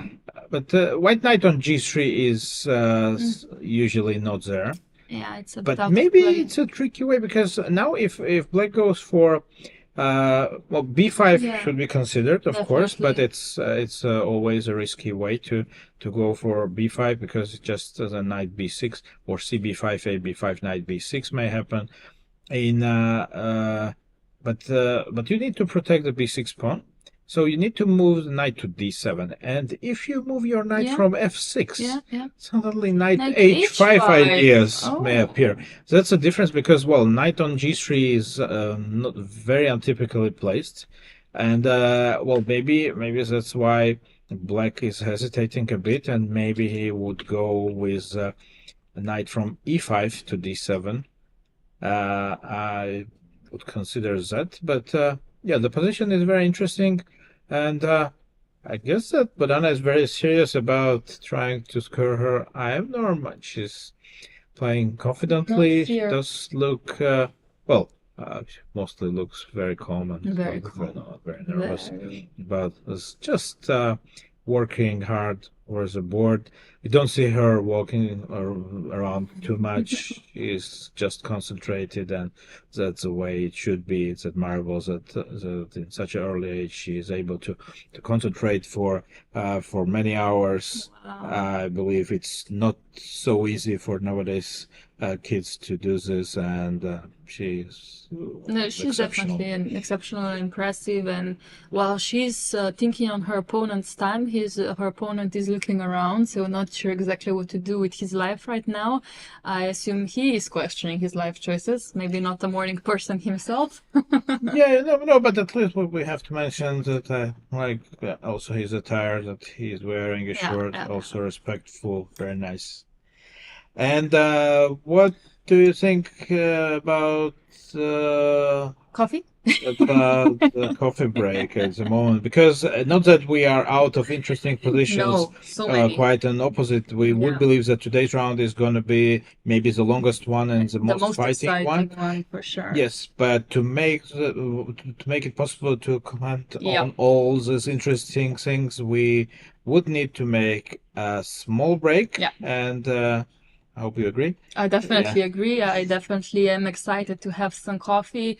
First break of the day. I think it's time for one, and we'll definitely be back with very, very, very exciting games. Stay with us and see you soon.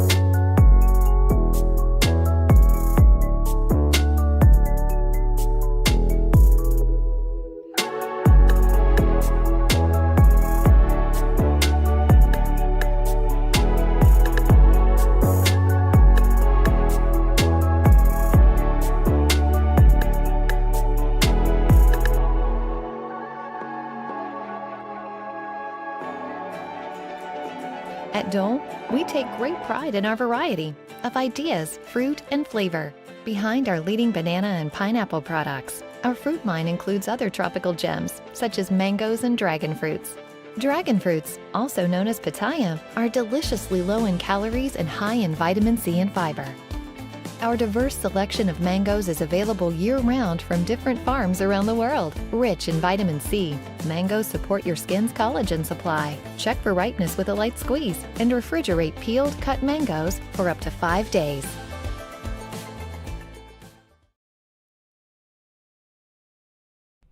And welcome back to round number 9 of Trophy Dole. Hope you had some mangoes, some dragon fruit in the break, or just some coffee. And when we left it, well, there's so many exciting games going on, but I would like to point out one that is almost finished already. And it's the one between Aydin Süleymanli and Uzbekistan youngster Begmurato, actually, which I don't think, have we seen him on live board before? I think it's the first time making his appearance, but definitely a struggle for him.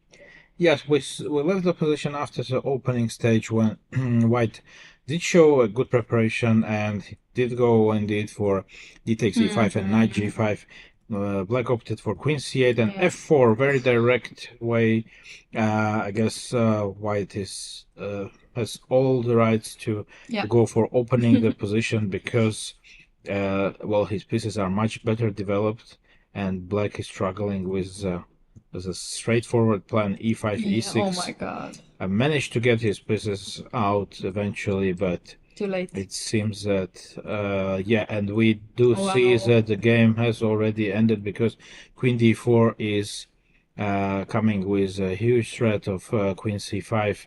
I guess that Black was aware that there is absolutely no way he can survive in this position, and he did resign his game. It's after yesterday's defeat for Süleymanli, this is at least a nice way to finish the tournament. He may, of course, actually get to the prizes as well, but in any case, a quick win in the last round is always welcome, and you actually, of course, want to finish your tournament on a positive note, which Aydin did. Extremely positive one, to win one, to be one of the first players to finish and to win that quickly in a perfect game after perfect opening preparation.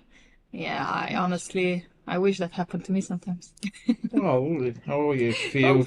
If you prepare your openings well, this might once also happen to you, and of course also by this you avoid the time trouble if you do this more frequently. In any case, jokes aside, of course, Begmuratov would definitely be much less happy with such an outcome, and his opening surprise, or most likely he intended this as an opening surprise, didn't really work well, to say at least. And so this is the first game which we have, which ended actually quite quickly after our first break.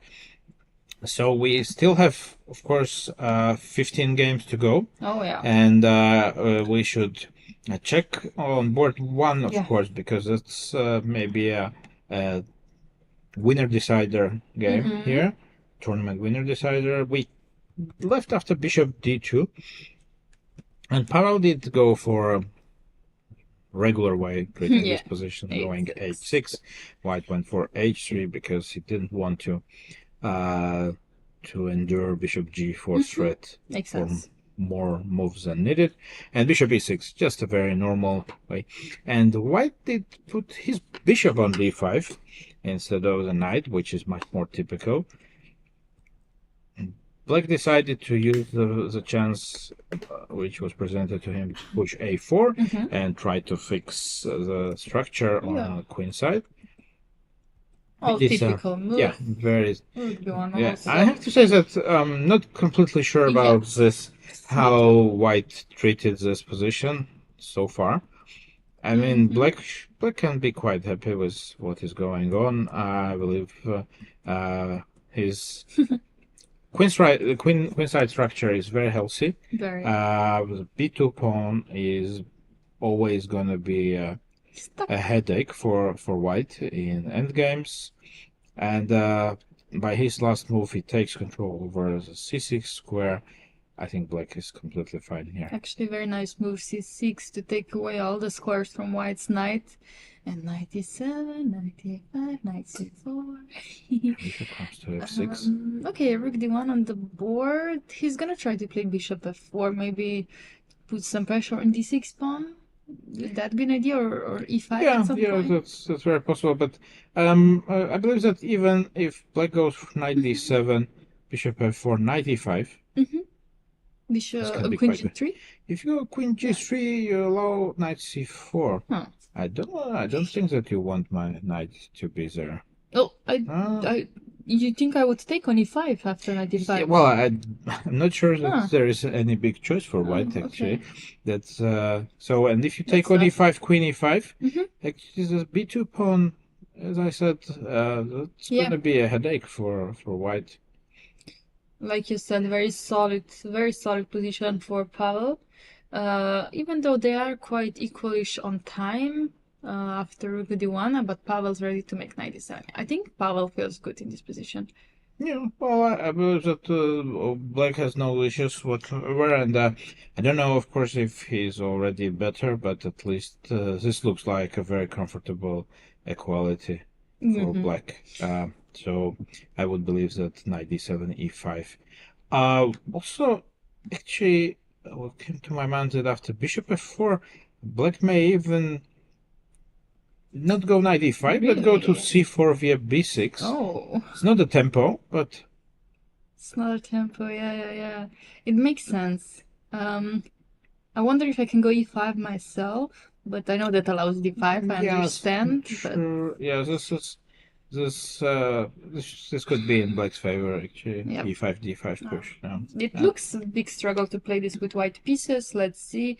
After knight d7, yeah, it's very hard actually how to continue. Knight e2, bishop c1, even engine would play bishop c1. A passive way. Very passive way, bishop f6. And like you said, very comfortable for black. And of course, no winning advantage yet, but I think that strategical advantage is good enough. Yeah, now. For sure. Pavel is a patient player, so he would be very confident, and I think that he's in control in any case. Absolutely. Let's check on board 2. Etienne against Simon, and we had a position after bishop d3, and black did decide at the end to go c6. Not going for your plan with queen e7. Okay, sure. What to do? Yeah. It's okay, we have one long castle in the other game, so we will leave this one to short castle. Queen e7, however, was happened. played Okay. afterwards, and white did go for knight h4. Quite a creative way, actually. I'm not aware of knight h4 Me neither. ideas to happen too often. Yeah. Well, generally, I think that his point was to go quickly for f4. Okay. And black, also here, I would say that black can feel comfortable. I believe that he did go for c5. He eventually can decide at which moment to take on d4 if he wants to, then maybe adjust to prepare it somehow. Well, white also has, of course, some ideas when manages to bring his knight to e5, and then to concentrate on if the center eventually will close, and maybe even launching an attack. Like I like it, king, g5. But it will require the center to be closed first, exactly, I guess. Yeah, I would love if black would go c4. That would help me with my attack, actually, somehow. But I am slightly worried about this open center. If we take immediately on d4, I don't think we achieve anything much yet, right? Yeah, I think that we'll take back with the knight, of course, because also after ed4, the f4 hangs. I was hoping something like knight c4 could be played, but again, so b5 is an idea after that. Can I go b5? Yeah, queen e2, b5. Yeah, no, it's not threatening so much No, yet. yeah. I mean, black can make his mind if he wants to take on d4 immediately. For example, another idea what I have in mind is this, and just to double and then take That's on nice, d4, yeah. and just to be a little more Careful. patient. Yes, but yeah, cd4 definitely also one of the options here. Yeah, And Jakub has time. He is 50, more than 50 minutes on the clock. Of course, he doesn't want to rush things no, here. no need to rush it. It's only move 17, but I would like to say that I feel like Etienne is really pushing again. Yeah, this F4 maneuver. Usually not exactly how you want to play with white pieces, especially if black does have c5 response, I think. But they had a very good run in last couple of rounds, Yeah. and things worked well for him. True. So He's keeping his it experience that way. says that he needs to, he wants to try to. Well, it's not like that he's taking a big positional risks at the moment, not quite yet. So I would say that he still keeps the position more or less balanced and under control. Well, and of course, also it depends how the first board will unfold. So maybe that's the reason why he is not, they are a little bit not waiting, but generally not really going for any sudden movements yet. Absolutely, yeah, definitely. We'll come back to this game, but we can move on to board number 3. Oh yeah, I was very curious what happened so far here because We left it after Queen A5. Yeah, did show some impressive prep in such a sideline, and white didn't panic. However, No. just went for knight d2 and short castle, queen b6, exchanging the queens. Yeah, interesting because Jorden had a chance to exchange the queens, Yeah, but he played before. Queen A5. Yeah, well, I'm not. Of course, it can also be a psychological game a little, And also knight b3 was a threat in general, so he already moved his queen to b6 and was prepared for knight b3 probably. And we can see that after knight c5, the bishop returned to c4. At knight d7, a counter. Whoa. Now he's forced to going to the endgame. And we got an endgame here. Well, Okay. yeah, he took on e5 with a pawn. Okay. He had an option, I believe, that if he wanted to Take with the knight? Or? Bishop equalize c6. things, so he could go for bishop takes c6. And then just knight e5 and saying that the bishop on g4. e4 can be working. Mm, And maybe, actually, you think it works? like this. This is interesting, of course. That is. I mean, the knight is misplaced, risky. I wouldn't be sure if this is somehow what black can afford, but because another idea for black, if you take on c6, simply knight takes e5, it's pretty drawish. Maybe it's okay for black. I mean, but it's no more than a draw. But also, it can well be that white is confident. I mean, Yeah, definitely. I mean, I would feel that white is better here, but of course, also, you are playing a strong player.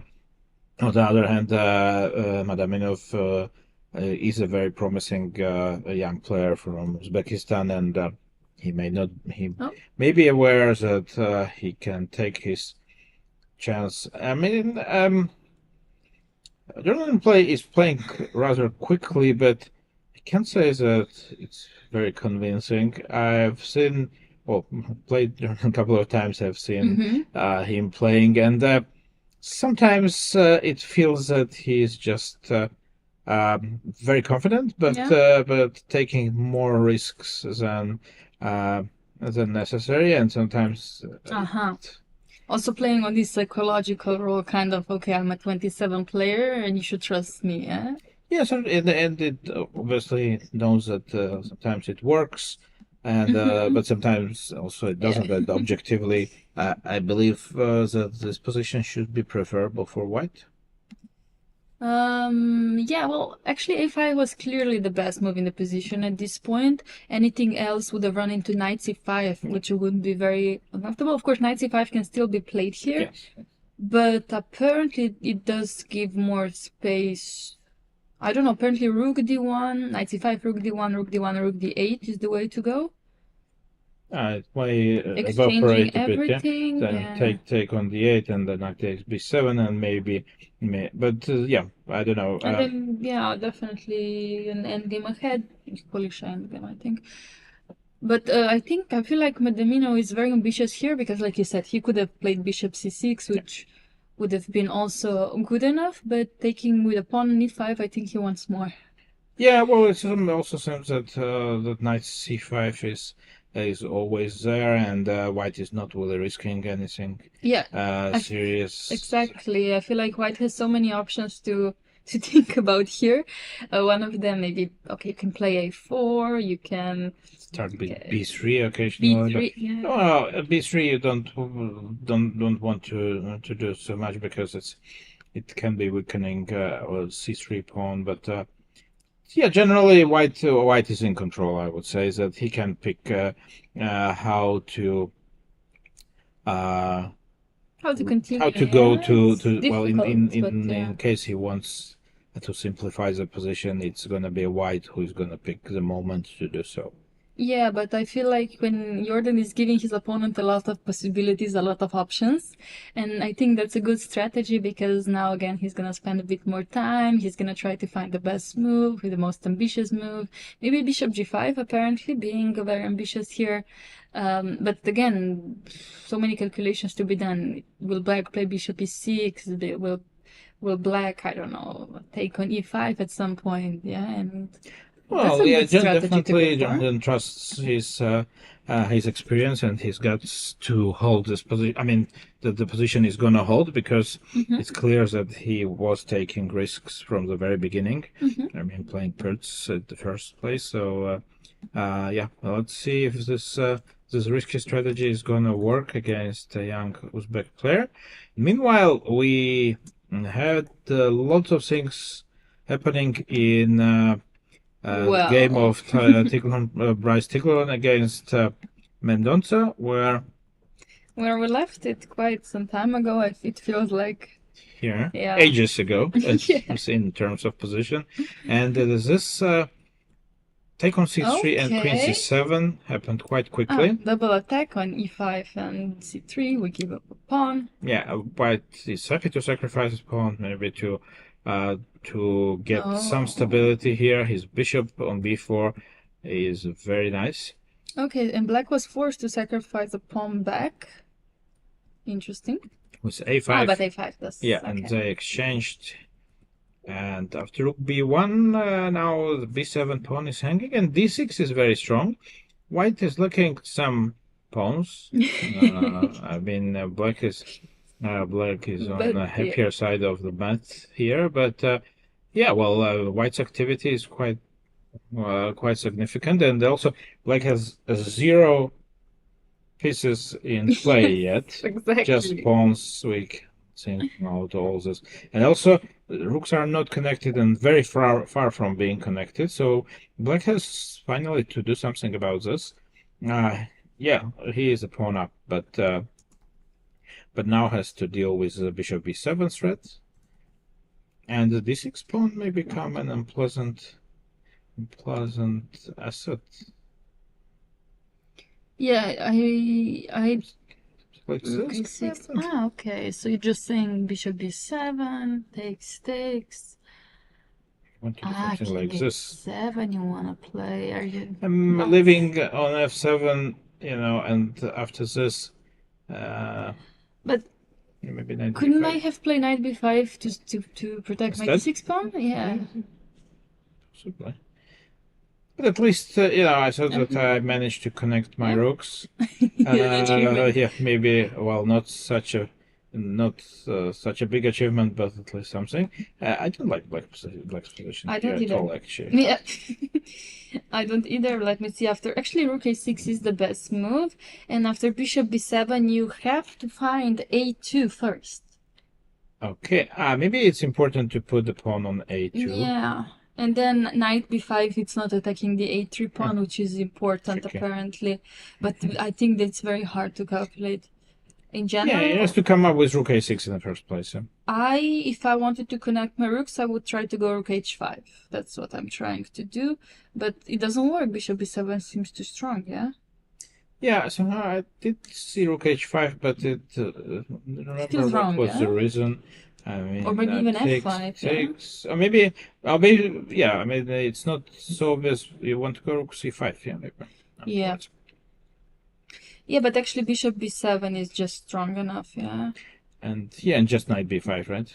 Like after rook d5. Even c4 apparently. Okay, first of all, sorry, yeah, rook d5, knight b5, yeah. King h7 was the engine suggestion after rook b7, but that's too tough.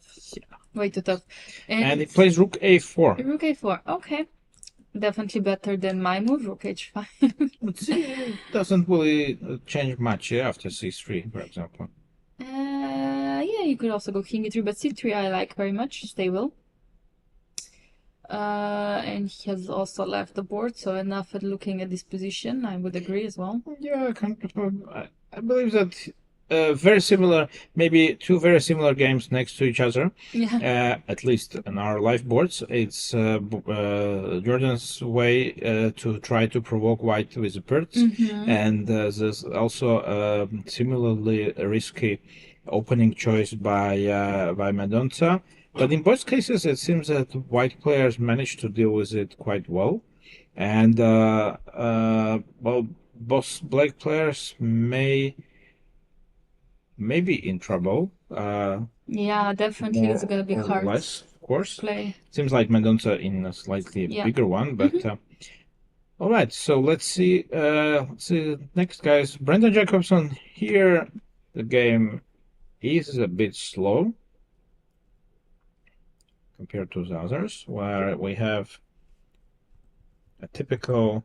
Yeah, definitely one of the slower ones of the day. Yes, and knight a4, a5. Black did try to expand on queenside, and he actually managed to do so. That's funny. I feel like black has made all the moves here. g6, knight h5. Then he went through the queenside. I don't know what white did in this game. White is going to e5 at least. Okay, of course he but has. Yeah, but I believe that black has equalized and should be doing fine completely, because I believe that c6 may look like a weakness, but easily solvable by going rook c8. After knight f3, black most likely have to go knight d7 and not to let white to jump to e5 for free. Absolutely. But yeah, well, some weaknesses being made here by black, of course, expanding on the queen side, like you said, c5 square, c6 pawn, and Brandon will try to cash in on that. I wonder if some idea could be, f3 on the board. I think we just play b3, right? Yeah, it creates some kind of well, the pawn on a3 may be annoying at some point, at end game, and maybe creating some four-posts, maybe knight e4, maybe after knight f3, some pawn sacrifice in order to get to the a2. Yeah, but I guess b3 is gonna happen. Well, can't imagine white ignoring this or taking on a3, so b3 is... I don't think so either. I think that if we open up the a file, black is definitely doing great here. Yeah. My question was that Brandon did already play f4, f5 at some point in this tournament, and I wonder if this is also his plan here. Bishop g3 maybe, f4. But positionally quite risky, because also you are weakening lots of squares. But yeah, it depends how much does he feel lucky today and to go for a very risky approach. But yeah, we'll still have, both players still have lots of time, approximately 45 minutes, both of them. So still up for a long game. Sama Betochen, we left them after the opening when f3, bishop e6 happened, and he also goes for a slow play, b3. not going to rush any decision here, because queen b6 most likely was something he didn't like. Yes. So he decided to transfer his knight to Yeah, d4. bishop here, okay. I would feel that the position is quite balanced. Black did suggest that he is not against the repetition. Yeah. White, yesterday also we had the situation when he could repeat, when Matokin could repeat moves, and he's not interested in that quite yet. So he goes h3, just slowly preparing some prophylactical moves, maybe king h1 next. Not that I see anything particular here from white side as a plan, but But h5, just play h6. waiting game. Sorry, it was not h2, but h4 has h4. happened. Yeah, that's why. So the waiting game is off. h4, all for it. Yeah, that's why I was like, okay. Yeah, I saw just h3 okay. actually. Sorry, I saw. Again, we had some small issue with DGT board. When sometimes this happens, of course, when the sensor sees in a way the pieces somewhere else than they are, because sometimes this happens on the way to h4. So it does go for some improvement. h4, h5, yes, that can be a little annoying for. Also, it secures a knight for eventual endgame. In case there will be exchanges on d4, for example. Mm-hmm. Well, let's imagine that black decides to exchange everything here, which it can do at the moment, forcing white to take here. So he maybe wanted to have his knight on f4 secured. Mm-hmm. We had such an endgame actually. It was opposite colors. Somebody defend a similar endgame with queens against Jan Malek. Yeah. Successfully defended. But maybe he realized that it's not such a pleasant endgame to go for. And of course, for black also, it's a decision time to decide if he wants to take on d4 and get somewhere here, which most likely will result in a very long fight for a draw, or he wants to keep the pieces on the board, but then also he has to come up with some plan. White by h4. Well, I mean, black pieces are placed very well. Okay. Or let's say, considering his possibilities, I think they are placed almost ideally. So now the question is if he can go for something else. Well, can he go knight b4? What do you want to do with knight b4? Just attacking my pawn, just simple and effective. I want to provoke the a pawn.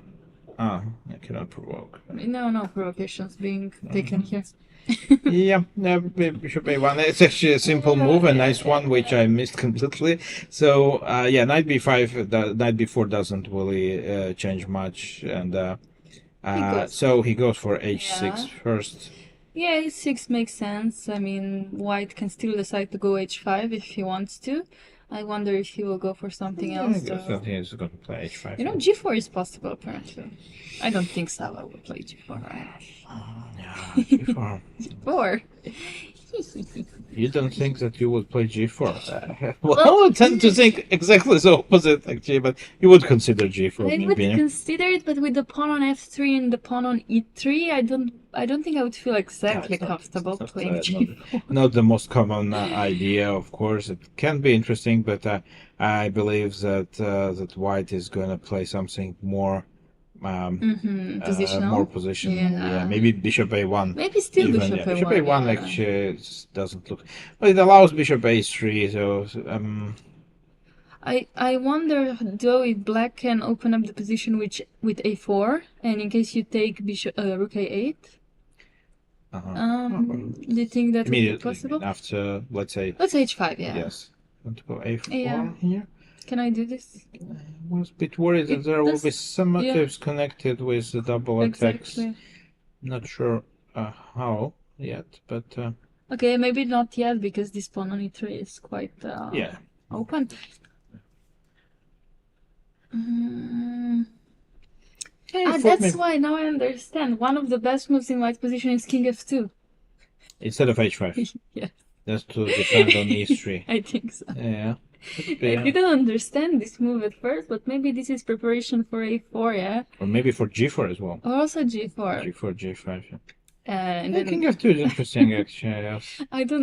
going king f2 is like, I would prefer to go to h1 if I could, but now with h4 that doesn't Yeah, no, make once you much did sense. h4, yes, and king f2 makes Oh some my. sense as well. That's nice. And a small surprise, the board of Brandon Jacobson, I claim that I can't imagine white to not to play b3, but he actually took on a3. Whoa. And, well, that's an interesting decision.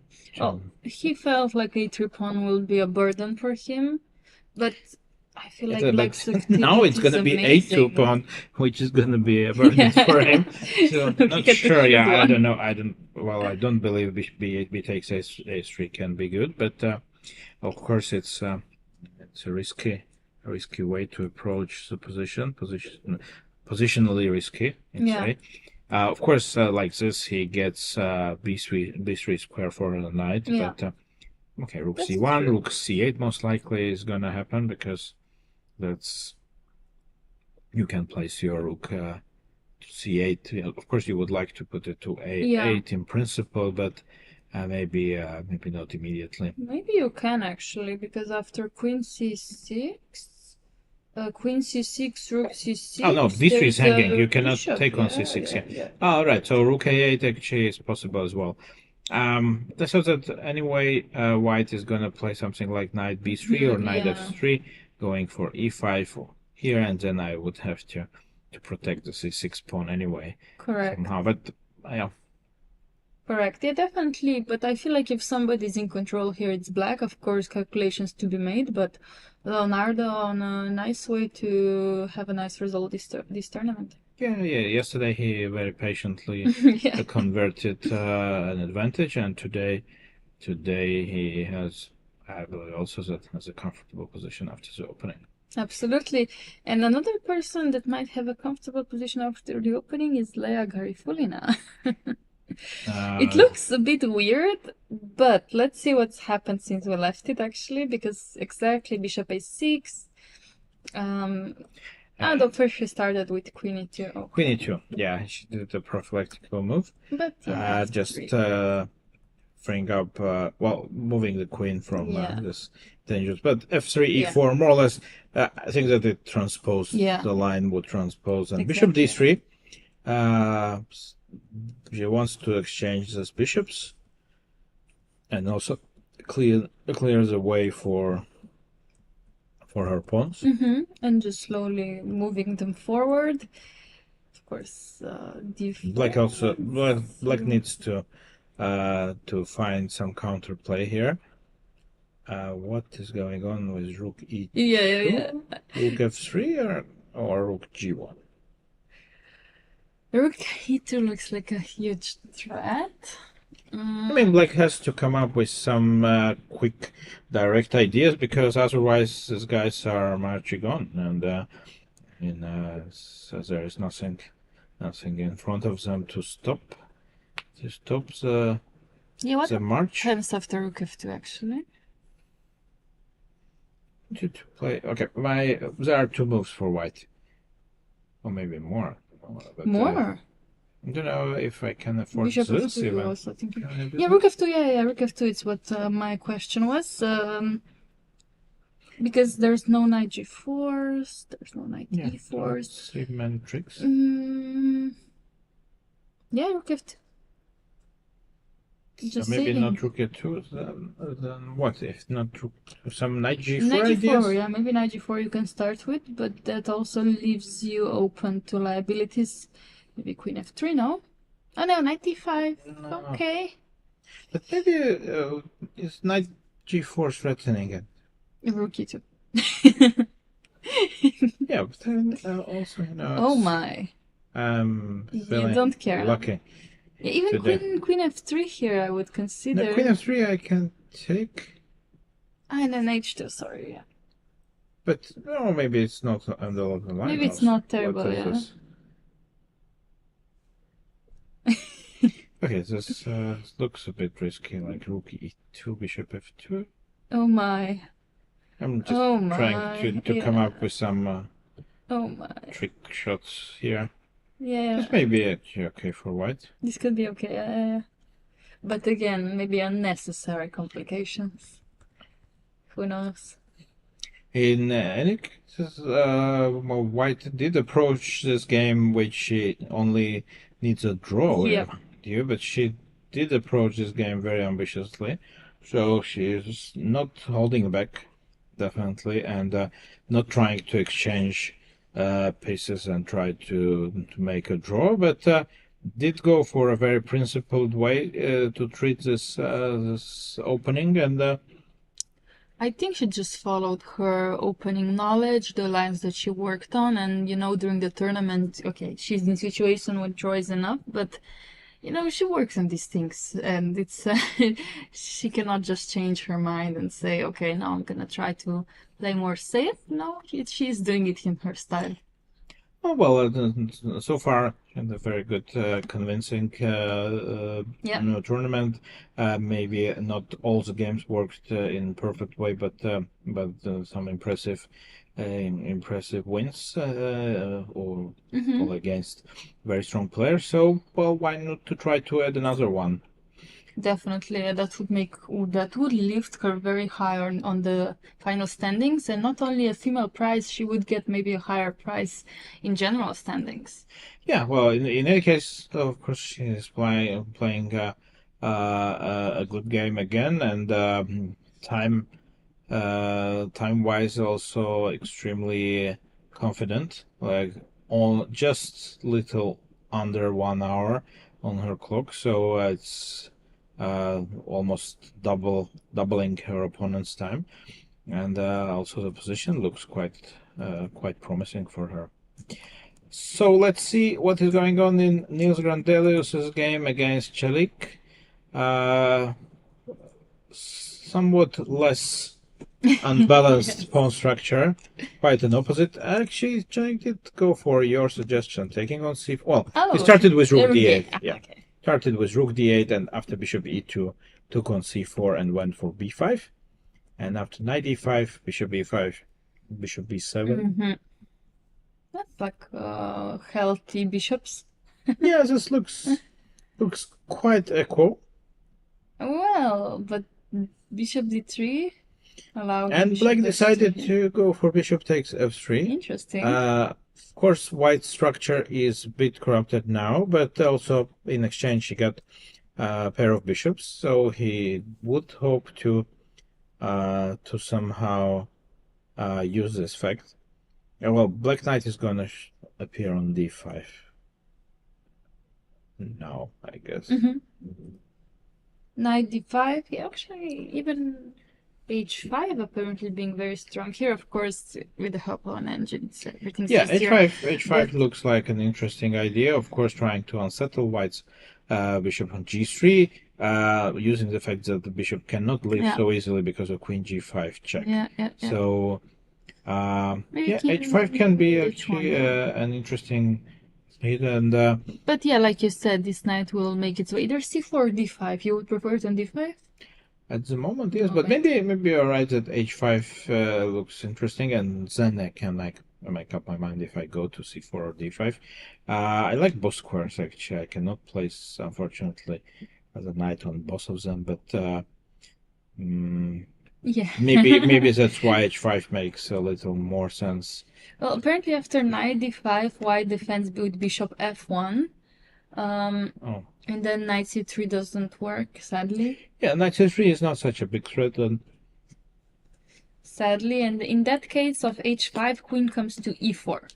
So white is apparently in time to defend all the threats from h4, and this is why h5 in the immediate scenario is better, but of course Celik has to calculate here to find it.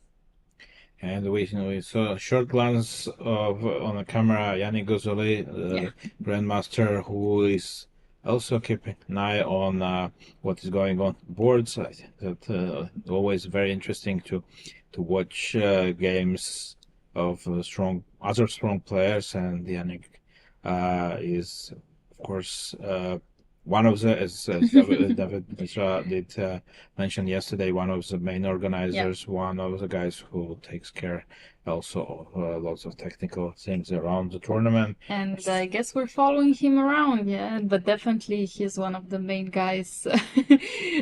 He's also a reason Responsible for us for also all being of this. here. Yes, he is very responsible for all of this, and we can see that not only players who are actively playing, but also organizers are followed carefully by our camera. So now we let Yannick be, and let's go check on the game of Santos against Materia. And after Queen D3, Marco did go for Queen A5, increasing some pressure on C3 knight. Bishop D2, white overprotects his knight again on C3, and Queen C7. Now Bishop E2. Well, I have to admit that this is a very modest approach by white, but maybe one of the reasons was that he didn't want to engage with some complications immediately from the start, and just decided to play a slow positional game, trying to use his bigger experience in these positions. Because also we can see that time-wise, there are only 22 moves made, and Marco is down to 16 minutes and 23 seconds, which is not that much. Well, the position is not very complicated, but still 16 minutes. Quite a slow play from Black. And we can see actually players. We saw some players trying to look at not this game, but one of the other games taking place. I think either Tobias Quayle or Surya Ganguly. So both of these games we will definitely come to. Just wanted to mention that yes, the players are stopping by the top boards to try to see what's Shall happening. we jump there? We will probably, because I would go to Bennett Hagner's game. Oh, because actually Surya actually just won. There was a resignation. That's maybe the reason why people start around. Down. Yeah, there was. Let's see what happened. Let's see, because I'm very curious what happened there. It was we saw the opening part when it's after c4. It's very critical, and rook b4, queen c2. Queen takes a5 happens. He takes d5. And just taking on h4. He didn't even want to take on d5 because this is a huge threat. Well, and the attack did unleash very quickly, and white king was taken for a walk. The short one, where he unfortunately got in trouble. We did mention that white king is in bigger danger than the black one on a8. And I have an idea. Maybe we could try to ask if we are quick enough. We try maybe Surya to join us, and we will go for a very, very quick break and try to get Surya to join us if possible. Yeah, we will try to catch him, and see you soon.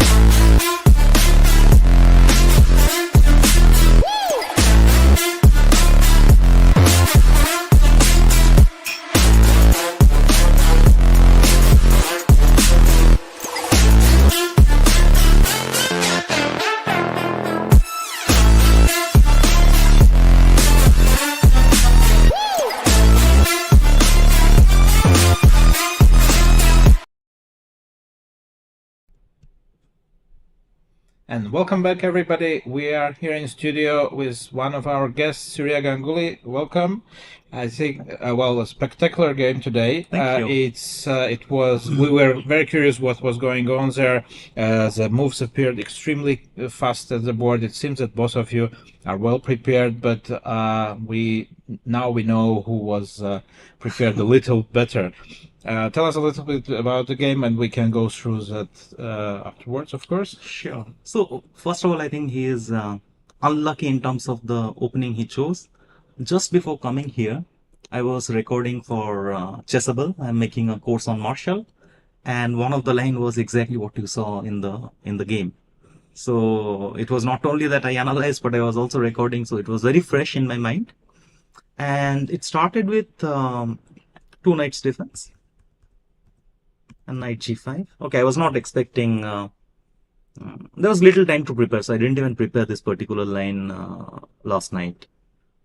He was playing Rai Lopez, where I was planning to play Berlin, but he was playing Italian, he was playing Scotch. Difficult to guess. Here, again, I was unsure if he was aiming for queen f3 or bishop d3, but okay, bishop d3 happened. Knight d5. Now, one of the main moves is to come back with the knight, but okay, he goes h4. Many options. If black wants to keep it complicated, queen c7 is also a move where you have had a lot of theory. But when I was making this particular course, I fell for this aesthetic beauty. Like how many times, you get to play something like this and your king runs in the following way. This is like so pretty. So bishop e7, queen f3, pretty much forced because I am going for his knight. So he has to do something very concrete. And if queen goes to h5, I will always have g6. So queen f3, f5, now he has to take, otherwise e4 is coming. So all of this, he was also blitzing out. Rook f8, now this one is gone. So he has to sacrifice. And when we prepare with the engines on, we don't get certain questions. But during the game, I'm thinking, yes, I know he has to go for exactly this plan because this is what computer says. But why not knight e6? And I'm not even sure what is wrong with knight e6. But I thought, okay, let him play, then I'll figure it out. Maybe it will be just something like knight f4. So he goes d3. So he knew all of this. And first, when I was making this course, I thought this would be most attractive line to give. But then I also realized it's not only attractive, it's also very practical. Okay, he has to go for my knight. And now this beautiful moment. One thing is very important. I should not play king a8 first. I should first gain the tempo. It's very important to gain this particular tempo. The reason is, now I stop queen a5 because I can take. Although during the game I was unsure, like should I play queen d4 and try to trap his queen with rook b5, or do I want to take and then simply take here? And again, if bishop e5, maybe some bishop b4 will happen, and otherwise there is always rook b5. But once again, since I knew bishop a5 is the move, my attitude was, okay, let him play something new, then I will think. So he takes bishop a5, queen a6. Here, I knew the absolute only move is b3 to protect this queen because I'm threatening rook b4. Now after b3, rook f4, knight e4. I wouldn't say I was regretting, but I was thinking while making the course, I saw there are many moves which are drawing, bishop f5, bishop h3, different moves. But I realized maybe for this game, if I would have prepared particularly for this line, I would have paid attention where white's moves are even more difficult. So my preparation goes bishop f5, and I know there are different moves. So I felt if somebody is not prepared after bishop f5, the most logical move would be to play bishop d2 because you want to trade queens. Yep. So we go queen c8, takes, this I remembered. And the variation, I'm not 100% sure about the move order exactly, but I think it is this. Queen moves, and you sort of take everything. It's pity that after playing, in a such spectacular way, all you get is some sort of a draw. But okay, that is how it is. But during the game, while he was thinking, I was wondering why he cannot play, like knight c3 is a draw, but what happens for knight g3? I was unsure. First, I thought maybe something like rook b4, queen a5, try to get some form of bishop h3. But where is this going? No, that's a good question. But I just wanted to ask if you remember, because of course when you are making course as well, you check lots of lines with engine. But where is the official theory stopping actually in this line? I have no idea. You don't remember? I have no idea. Because I don't think that we found many games actually on this particular line. I'm not sure that even King B7 is already somewhere in the books. I don't know for sure, because I would need to check the main database. But yeah, I mean, on the other hand, from practical point of view, even if you knew a couple of first move of the line, you knew 10. Sure. Yeah. Sure. So it's interesting that even though I made the video just before coming here, I remember the moves, and I'm sure in the video I must have said, this is the novelty, this is the new move, but that memory doesn't exist anymore. So here I was thinking maybe to play bishop h3 with the queen on a4. This I thought was smart, because if you take, I will not take, because then you have queen e4, but now I deflect or sort of block it. And even if you take it, then at the end you are unable to stop. Knight on f4 is just a monster. Yeah, I was still continuing this variation. To be honest, I did not have a very concrete answer here, how exactly I'm playing, but I thought again, it should work in my favor. I don't know how, though. I thought maybe I can take some point, or maybe just protect this guy. Maybe there could be some queen g4 ideas. The queen g4 looks good, no? Yeah. Queen g4 looks solid. Yeah. So while all of this was happening, and I'm expecting, okay, I can still blitz at least two more moves. He'll play b3 eventually. I'll play rook f4 and bishop f5. And he went c4. Now I have the following information. I know this position is great for black, but I do not know how exactly. We can rule out knight b6 because queen c6 check, bishop b7 and queen b5. So this is gone. What was knight f4? I have no idea. I was very tempted to play this, but I could not close this line. Knight f4, he has to play knight c3, protecting the queen so that I don't have rook b4. And now I wanted to take. I was thinking about some form of c5, but it felt a bit vague. Like, if it doesn't work out, then I don't know. I stopped counting how many pawns I gave. 4. He cannot move the bishop because then, okay, there is this checkmate. But can't you do something like rook b2 simply here? Yeah, this was also possible. Just that, I like seeing from a distance, I don't see a concrete threat. So I'm also wondering what happens for g3, for example. Maybe knight h3, yeah? Knight f2. Yeah? Well, I have a hint actually. Here, this was bothering me. This is what was bothering me. I remember. The funny thing is that computer actually, after bishop takes g5, doesn't even collect the back, but goes some very strange move like queen a3. Wow. And so it most likely has a very strong reason to do so.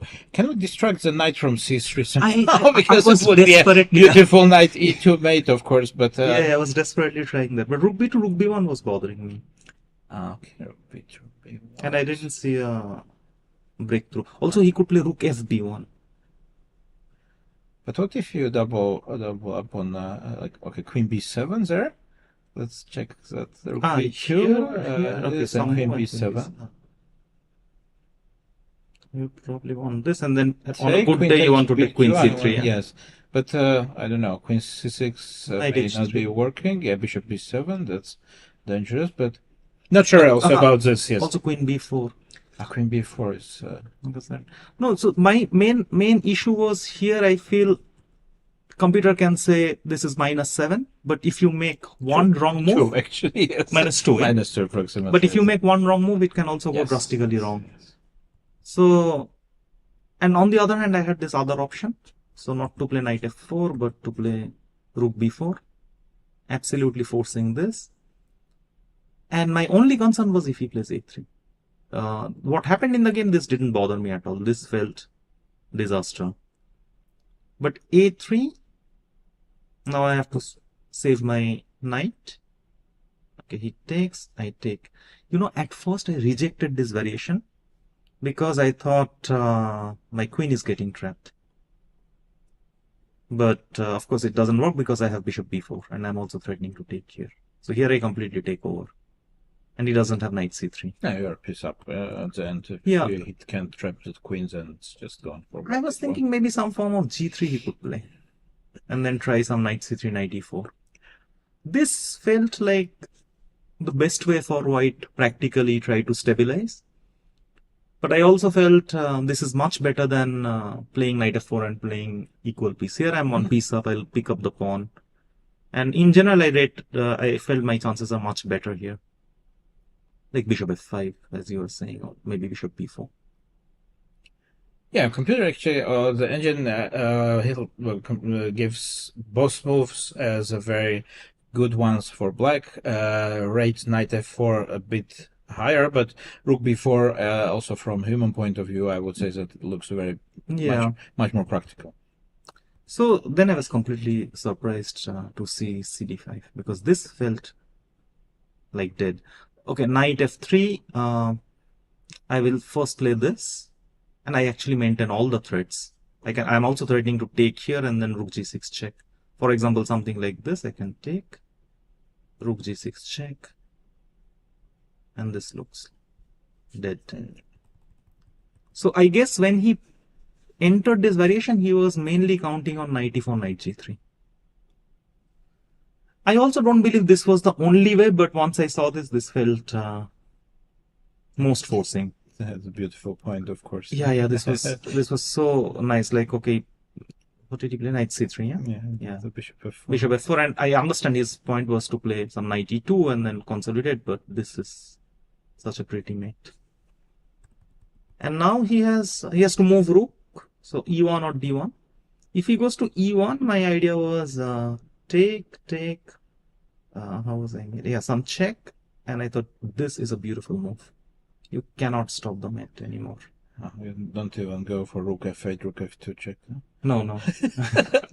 Yes, like quite a luxury to have such a position, but yeah, you're right. Of course, mate is mate. Yeah. So rook d1, and then everything is forced. Takes, check. Rook f8. King e2 is bishop g4, so he has to go here. And yeah, the queen c5 is important because I need rook e2, so I need the queen on c5. Yeah, much. Well, I didn't have to play much, to be honest. Okay, but it requires hard work before. That's how you do it. When you know it yourselves that it's quite often the main job was done at home. It's of course very very nice to have your work rewarded immediately. Actually, even before publishing the course itself, it's a good advertisement. Because maybe if the game would be played a couple of months later, that maybe the course would be already out, and your opponent would have a chance to prepare against this. But in any case, of course, a very nice game. I think very educational. Also, your explanations are very nice. I guess that we can feel, of course, that you are not only a very strong player, but also an experienced coach already. So basically is a way of explaining what everything about the game is also a very educational for our viewers. So we are very thankful for that. Thank you. Yesterday I was on the other side of this. My opponent was fully prepared. And exactly the opposite scenario. Shall we take a quick look there, maybe? There was I one think particular moment. You should click on a different round, I think. You just go in the menu round 8, yes. Yeah. If you see the games from yesterday's rounds, and I guess, again, you just need to find yourself. You should go further. What was your board? Remember? There it is. Yeah. Okay. Yeah. So just go to the So key point. I have hardly played Rosolimo, maybe 2 or 3 games. So there was no chance my opponent would know exactly what is my direction. But he also comes up with this move. Do you know this move? No. I did say it yesterday, and I can repeat it today. I know Bishop D6, but I never seen Bishop E7. Yes. There are some games. There are actually some games. Yeah. Well, Laura told me actually that she checked with the database, and there are some games. I had no clue. So I thought, okay, let's play C3 and let's see what he wants. He goes Knight F6. I'm like Rook E1. I still did not understand what he wants because D6 I'll play D4 and the pawn is attacked. He says what he wants. And now if I don't take on C6, why did I play all of this? So I have to take. And this is the moment. The thing is, with engine on, sometimes we miss the perspective entirely. Now, I am thinking in this position, I have basically 3 options. One is to go D4. One is to play Knight F3. Okay, I say nothing has happened. But Knight F3 I felt is the main move he would have analyzed. Because this is very human nature. Yeah, you want to just try to consolidate something like this. Okay, he'll play this. Some such positions. And I felt he would be better prepared here. Bishop E3, maybe C4. And his moves are also flowing. Although this was definitely an option. Another option was to play F4. And then, okay, Rook D8, D3. And just give this. But this also feels like more I'm bailing out. But however, when I'm playing, how can I take a decision without calculating D4? So I have to calculate D4, right? It's the most principle. So D4, he would play Rook D8 as it happened in the game, Bishop F4. Now, I don't know what is his preparation. So I have to calculate pretty much every possibility. Queen B6 or CD4. If direct Queen B6, I was kind of counting on such ideas. And some form of E5. But main was, of course, he'll take CD4. Now, if I take, he goes Queen B6. Now, this is what engine will not show. And after the game, when I was showing him the variation, he was like, I had no clue. So I play Knight G6. Now, without preparation, without engine, for me, both moves are logical. But with the engine on, DC3 is not an option. But DC3, and during the game, I'm thinking, I very rarely recalculate a variation, but this one, I think I was checking it maybe 3 times or 4 times even. I take, you take here, I take, and I take here, and you take. And now, initially I felt this is his preparation, but then I saw I have Knight C8. If you take, this is mate. And if you first take there, I can play Bishop E5, Bishop E1, or I can just give some check and just and take. So DC3 did not work. So he has to play Bishop D6. Now, if I take and go E5, he will go back. I take, he takes. Whichever pawn I take, I felt my pieces are not ready to create anything there.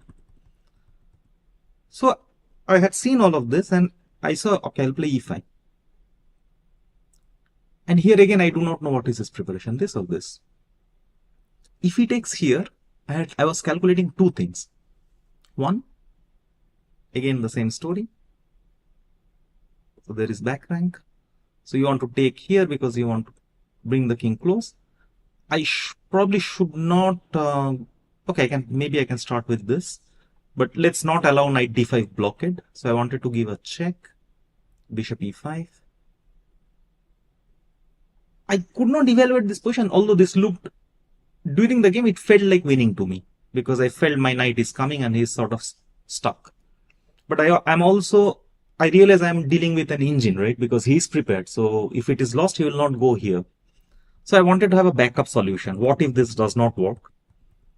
So I thought if he takes dc3, I'll again give it a thought before committing.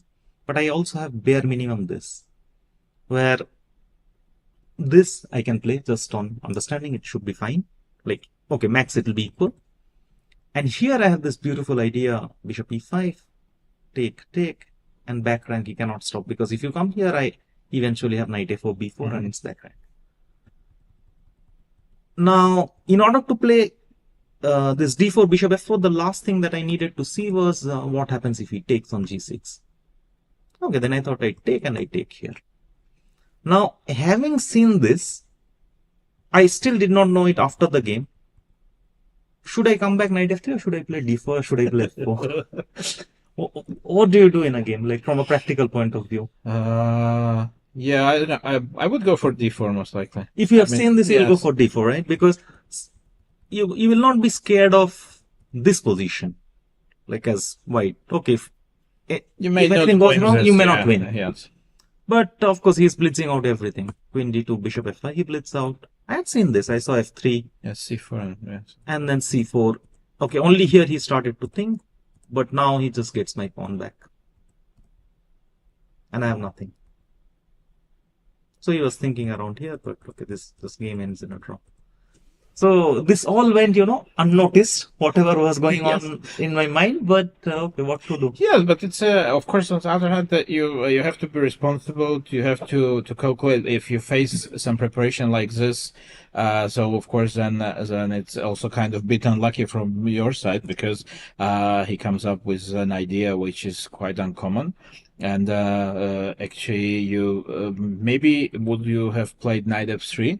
Objectively, you would have bigger chances to win the game, but also you could also regret afterwards because you could face something similar like this. You ran into it's very difficult to guess what your opponent's preparation will be, and of course this happened to your opponent today because he barely he did admit that he barely expected something like this from you.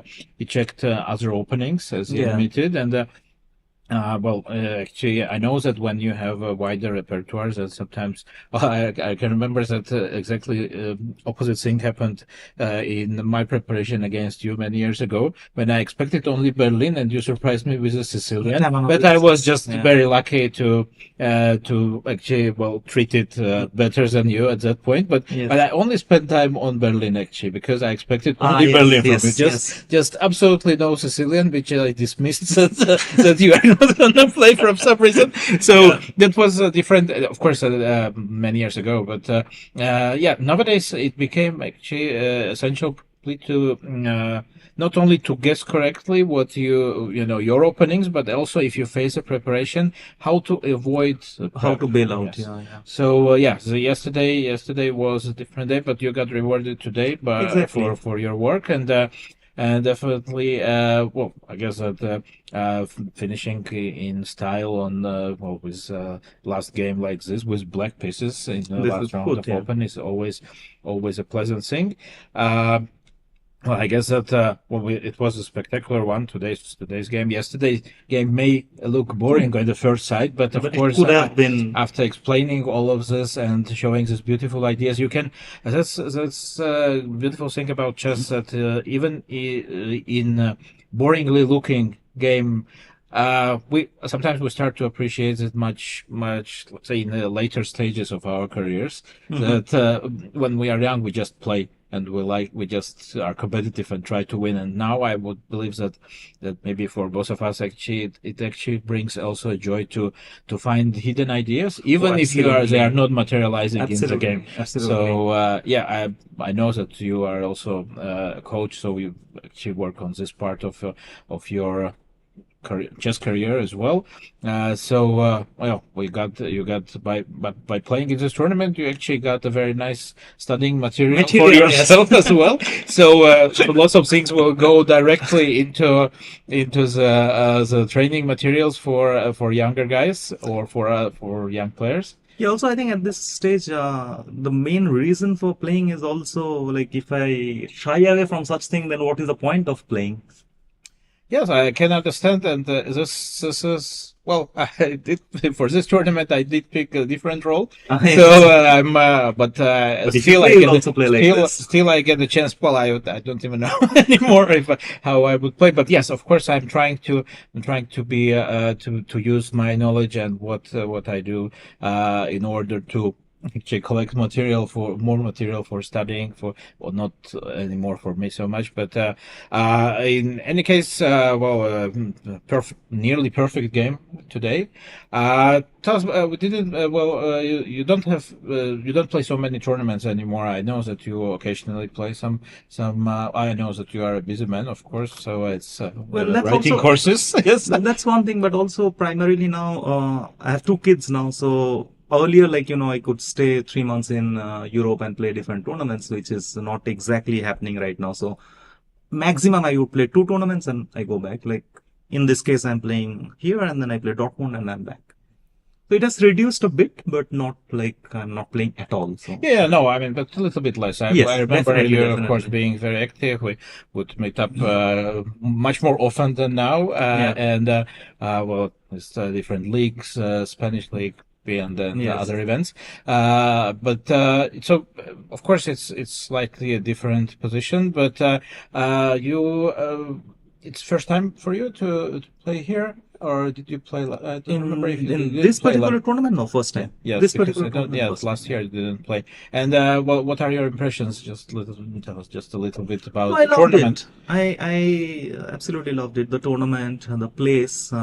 Although where we are staying, it's far from the city, but I enjoyed the city a lot, and also the tournament condition in general. So enjoyed it quite a lot. And winning is very difficult these days. Earlier it was much easier. It seems to us maybe, but I'm with you on this because I would believe that lots of players improved. We see it. Well, it's also your fault because you are writing very good opening courses. After which it becomes extremely difficult for people to avoid good theoretical knowledge. So, but that's how life goes. Yeah. So in any case, thank you very much for coming. It was a great pleasure. I believe that for our viewers, it was extremely educational also to see these 2 games actually with the insight of a very strong player and a very good coach and a very good author as well. So good luck with your future tournaments and with your course on Marshall.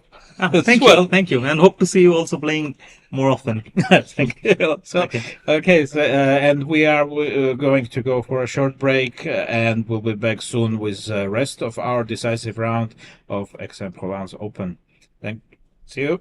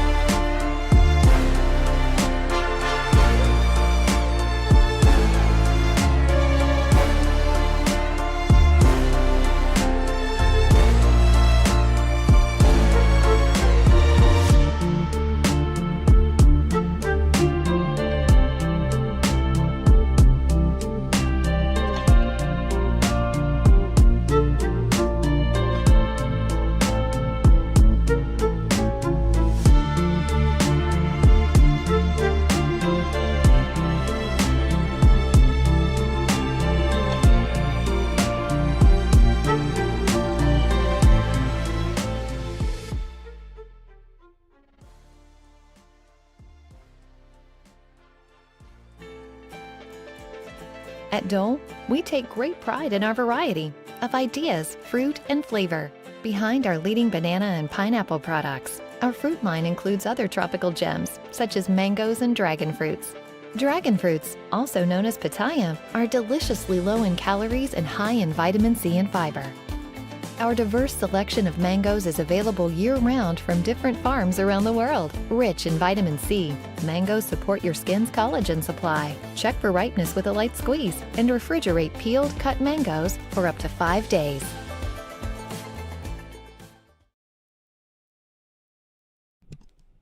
And welcome back, everybody. After having one exciting guest, now we are on to another exciting guest. Hello, Leia. Hello. You just won. Yeah, you just won your game. I am so happy for you. We were cheering for you the whole tournament, especially when you came on stage.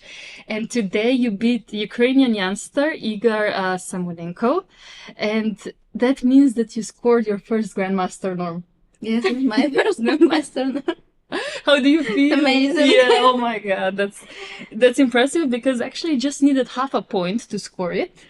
But with white pieces you didn't hold back, yeah? You wanted to Yes, fight. I love. Yeah, you love your white pieces, yeah? Yes, I play 4 and Yeah. I have good game and good position. Yeah, you can tell us a bit about the opening preparation, because I think you were much better prepared than your opponent.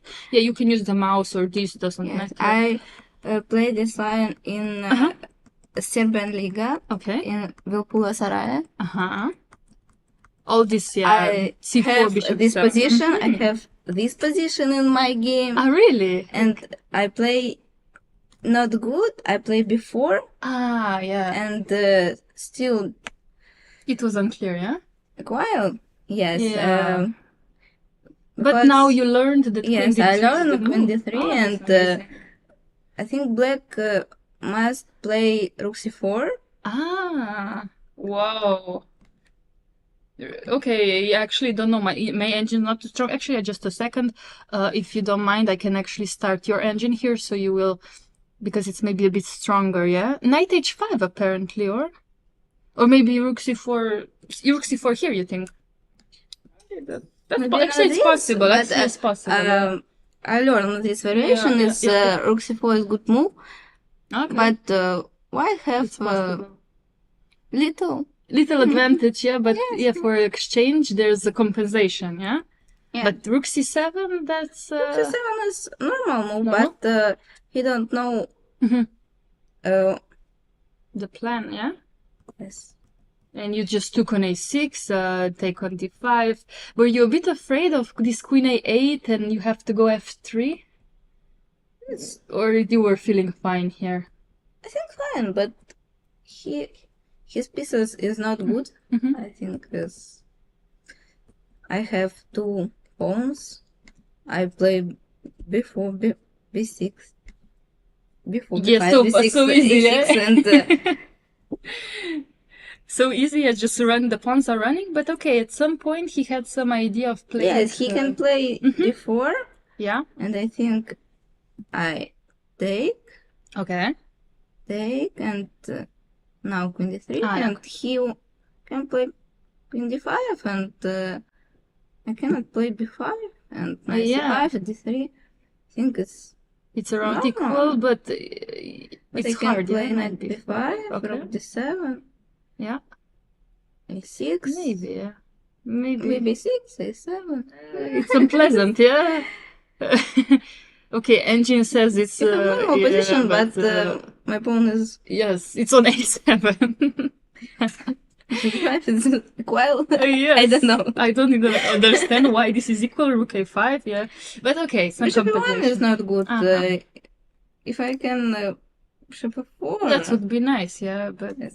okay, but after rook a5, he has to go queen a8, yeah, which is very One not difficult. good move and Yeah. white win.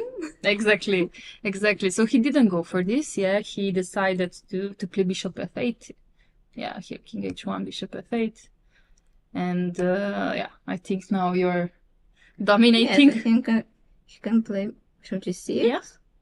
Queen d2. Bishop b4. Ah. Queen b4, bishop d3. Okay. But I still, have The running pawn This still. is win position, but d4. Always d4, and if you go Yes, why? b6, I can you can take. take. I think. Okay, Ah, this is. it's, I don't understand why this is. He would. You don't play this with I black. think rook This is e2 too and bishop difficult. e4 and pawn g2 is not good. Wow, and the bishop activity, yeah, bishop e4 is Yes. very strong. Okay, but this is hard to spot. But he goes, okay, rook e7, which is logical. Finally d4. Yeah, and here we were looking at the position. What would you play after rook e2? Just rook f2, yeah? You were not afraid of rook e2. Yes, I think rook e2, rook f2, Just rook f2, yeah. rook Yeah. For example, e6 and knight e4. it's I okay. think good, but I don't know how I How you can, push, yeah? push my pawn. Yeah, b6 doesn't work, yeah, something Yes, is knight wrong. e4, knight c5, and a6, bishop c5. Uh-huh. Bishop c5, yeah, okay. So, but okay, he didn't go for this. Knight g4 is also a good move. But, and this is where I saw the position actually, and I couldn't evaluate it without the engine. But how did you feel here? You were already Yes, winning? I think this win has little time. Ah, yeah, you had so much more time. More Yeah, time than him, yeah. I have 50 minutes. Oh my god, I see. And, He had 5 minutes already. Yeah. Okay, so you just went queen e2 to stop e2, which is logical. Yes, and bishop e4, b6. Running. I think You're just you can play bishop f5, but I Okay. play rook f1 okay. and b7. I win rook. So easy. Okay, and okay, he tries one more thing, but oh my god, a6 and Yes, I can play b7, b7, but I don't know. a7. A7 both good you, too. you can choose your win, yeah, and you go for a7. Okay. Yes, I think h6 and queen f3. Oh my god. And that's how you win, yeah? And then another queen. And then you make another queen. And another queen. Oh my god.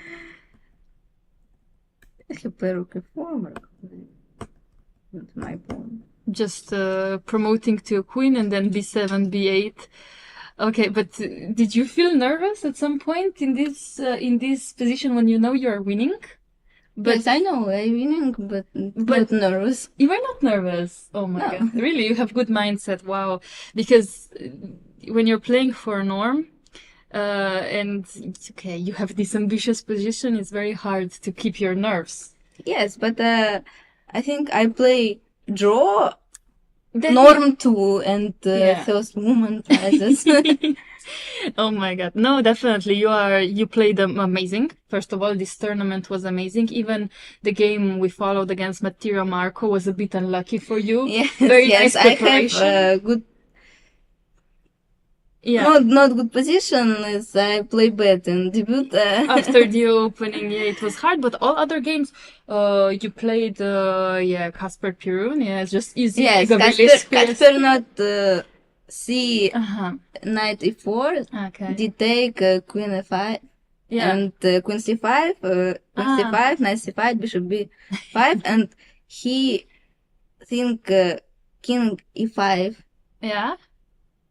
but he play king f8, king f2, king e7, king e3, king d6, king d4, and I can't You play can't win. king e5, Uh-huh. He missed. and he take queen e6 and he lose. Oh my god. Yeah, okay. No. Just beautiful games in general. That means you are on. You have 7 points? Yes, I have You have 7 points out of 9 games. Your performance is 2700, out of this world. Definitely amazing first norm. How did you enjoy playing in this tournament, in this playing hall? Did you like it? Yes, I very like it. Playing hall, it's It's very one of the- comfortable. Yeah. Also air conditioned. And Yes, you have enough yes. space, yeah, to play.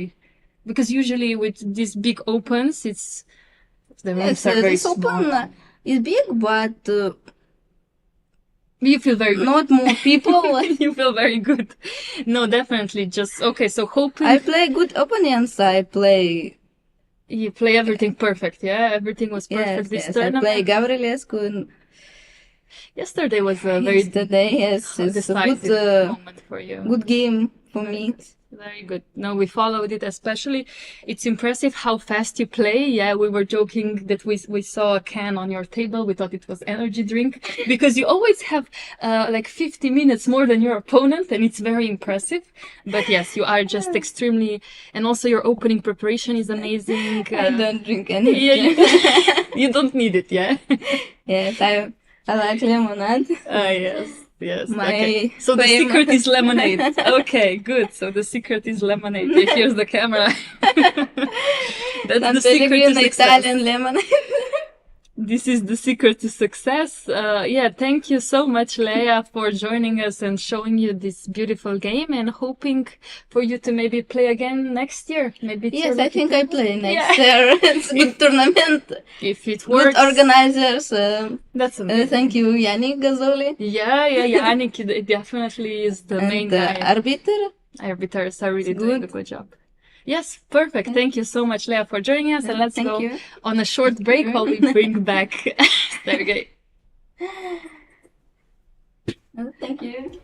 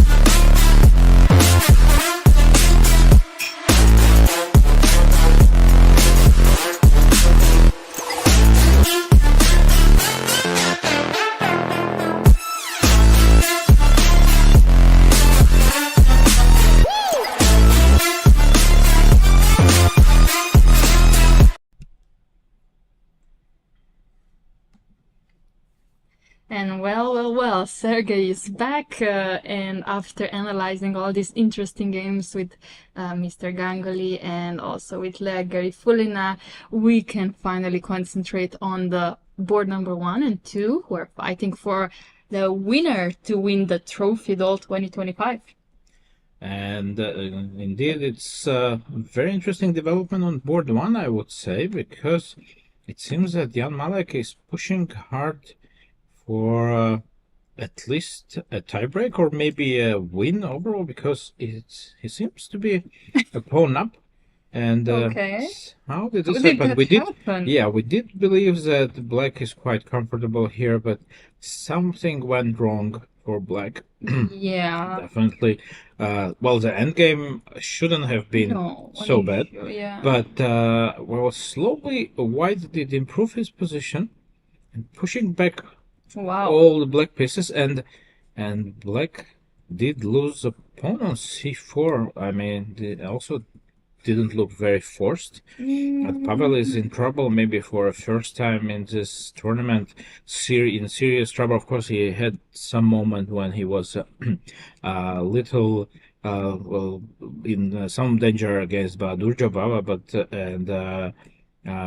but in other games, there was one particular moment also in his game against Bryce Tiglon, I think, which ended in a draw. But overall, he did a very good job, and he had a big control in the tournament. But now he is in deep trouble. He is pawned down, 30 seconds on, less than 30 seconds on the clock. 30 seconds. And also, Rook B. He played Rook B5, but what does he do after Knight C4? Doesn't this D6 pawn also fall? Knight B7. Knight B7? You go Knight B7. That looks ugly. Exactly, but maybe it's better than to lose it. I don't think that was needed for Pavel. There are mating threats. Probably White can try to double on H file with the rooks. Maybe just, let's say, starting with something like Rook D2. The position looks actually lost for Black, frankly speaking. I mean, it will be now Pavel will need a miracle to survive this. I think this is an extremely hard spot to be in. Like you said, Pavel playing amazingly. And if he loses the first place 100%. At least, that means that Malakian could be the winner of the tournament. True, of course, it will depend also on the result on the second board. But Jan Malek would make a very strong bid to win this tournament. Of course, still some moves to make. He's comfortable 17 minutes till the end of the time control. There are only 3 moves to make. That's only good news for Pavel that his time trouble is not gonna last very long. Oh, yeah, okay, that's true. But still, after Knight B7, can I go Rook D2, Rook D1? Yeah. No, well, that's what I assumed that will be a biggest problem for Black. That not only time-wise his situation is critical, but also the position is extremely dangerous. And I would believe that this is just he went for Rook E2. Okay, same plan. Yeah, a very, very similar plan. I think he was also I would also consider doubling on H file, because that's also kind of a mating threat. Whoa, I didn't even consider it, but now that you mention it. Rook E2 is a multifunctional move, which Pavel has 10 seconds. You can see he resigned. Oh my god. He resigned. That this is a huge blow, of course, for his chances. It's just wow. I have to say that Jan Malek, you can see that he is in disbelief. Pavel could see that he's not very happy, of course, and he leaves. Then you can see now on our camera feed that Jan Malek cannot really believe in what just happened. Not only he did manage to beat a fantastic player, but in a decisive game on board 1, he is on the verge of his maybe biggest success of his life. And well, we have to say that it's not for me at least, it's not such a big shock, because he was the one who scored the GM norm last year in this tournament, so it takes it step by step. But yeah, well, that's a huge result for him, and definitely biggest result of his career so far. I mean, he did well last year as well, scoring his last GM norm, so maybe this is his lucky tournament in general, or lucky place to play in. Well, after this win, we can assure that he's going to be back next year. He will want to play, but he is extremely happy. Yeah, just probably he's so shocked by this result. He didn't expect maybe to even try to push for a win. I think he would have been happy with drawing Pavel in general, but but the tournament situation was like this, that he actually he didn't have so much to. I mean, of course, there's always something to lose, but I would say that with white, you in the last round, you give it a try and you just see what happens. He quickly checked. You can see also Christoph Racek congratulating him, and yes, and one of the main. There's also Yannick. So there is still to be decided if Malek is going to be a sole leader or sole winner of the tournament or not, or he would have to still fight for first prize. Let's check on board number 2 to see if he's going to be the sole winner. In that case, again, it would be nice to get him in the studio, but maybe we slightly missed the chance already. Probably we should wait a bit, because it's kind of important right now. Yes, of course, that would be. We are closing on time trouble situations, so we promise you to try to arrange an interview, or well, at the moment we will know. Try. we will know for sure who is going to be the winner of the tournament. At the moment, there are still 2 guys in contention. It's Etienne against Jakub Seemann. Both of them still can catch up with Jan Malek. Yeah, exactly. But we did leave this game off quite late, some time ago. But okay, it's not. We can take a quick look. CD4 actually happened. Oh yeah. At this position, and Bishop D7. White was not really trying to force things. No, not yet. He's prepared with his F4 to do something. It was Black who actually started to some action on Queen's side, and now we can see some exchanges. Rook C1, Knight A6, changed on A6 and B5. Pushed B5. B5 is a good move. Yeah, I mean, especially with this knight on D4. Actually, one of the advantages of this move is that White Queen may appear on B4. This is a good square. And after Queen B6, it will. Yeah, I guess that Queen B4 is gonna happen now. I'm trying to see if there's no, there's no way. What do we do with a rook? A5? Well, I can go maybe to A2, I mean, it's not like that Queen B4 is immediately threatening something serious, but it's quite annoying when you have to watch out for Queen E7 times, which is not threatening. Oh, maybe Knight D6 already is. Knight D6. So... Yeah, I was trying to find a way how to continue with white pieces. Well, maybe he has to go Rook A8. Well, Rook A8. Apparently, Queen D6 and going to the endgame for white is brutal. This looks good indeed, because actually Rook is coming to C7. Yeah. B7 is hanging. The bishop on D7 is very bad. Knights are dominating, and very difficult situation. Suddenly, actually after it was Black himself who started the trouble on Queen's side, but he may be punished for this. Now both players are under 5 minutes. Jakub Seemann on 3.5, and Etienne now is something around 4 minutes on his clock. So we should please stay here, because this is a game which may be a decider for the overall win in the tournament. We remind you that whoever wins this game will catch up Jan Malek Is the challenger, yeah? On the top. So then they will have a playoff for first place, because those are the rules of competition.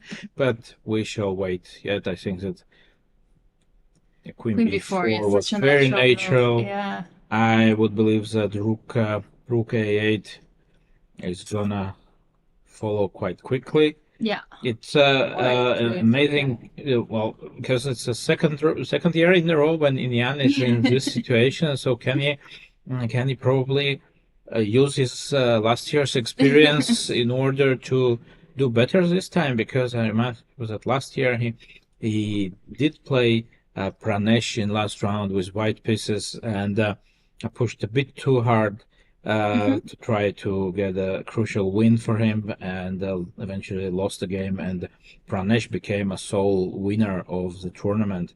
And this is that may be a decisive advantage for white after Queen D6. Yeah, but first of all, Queen E7 looks so pretty that I don't know if he's thinking about Queen D6 yet. I, of course, don't know what is happening in his head.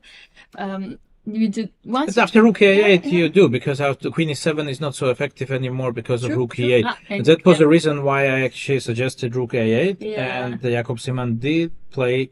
And now we shall see, this may be also one of the decisive moments of the tournament. And Queen D6 very quickly.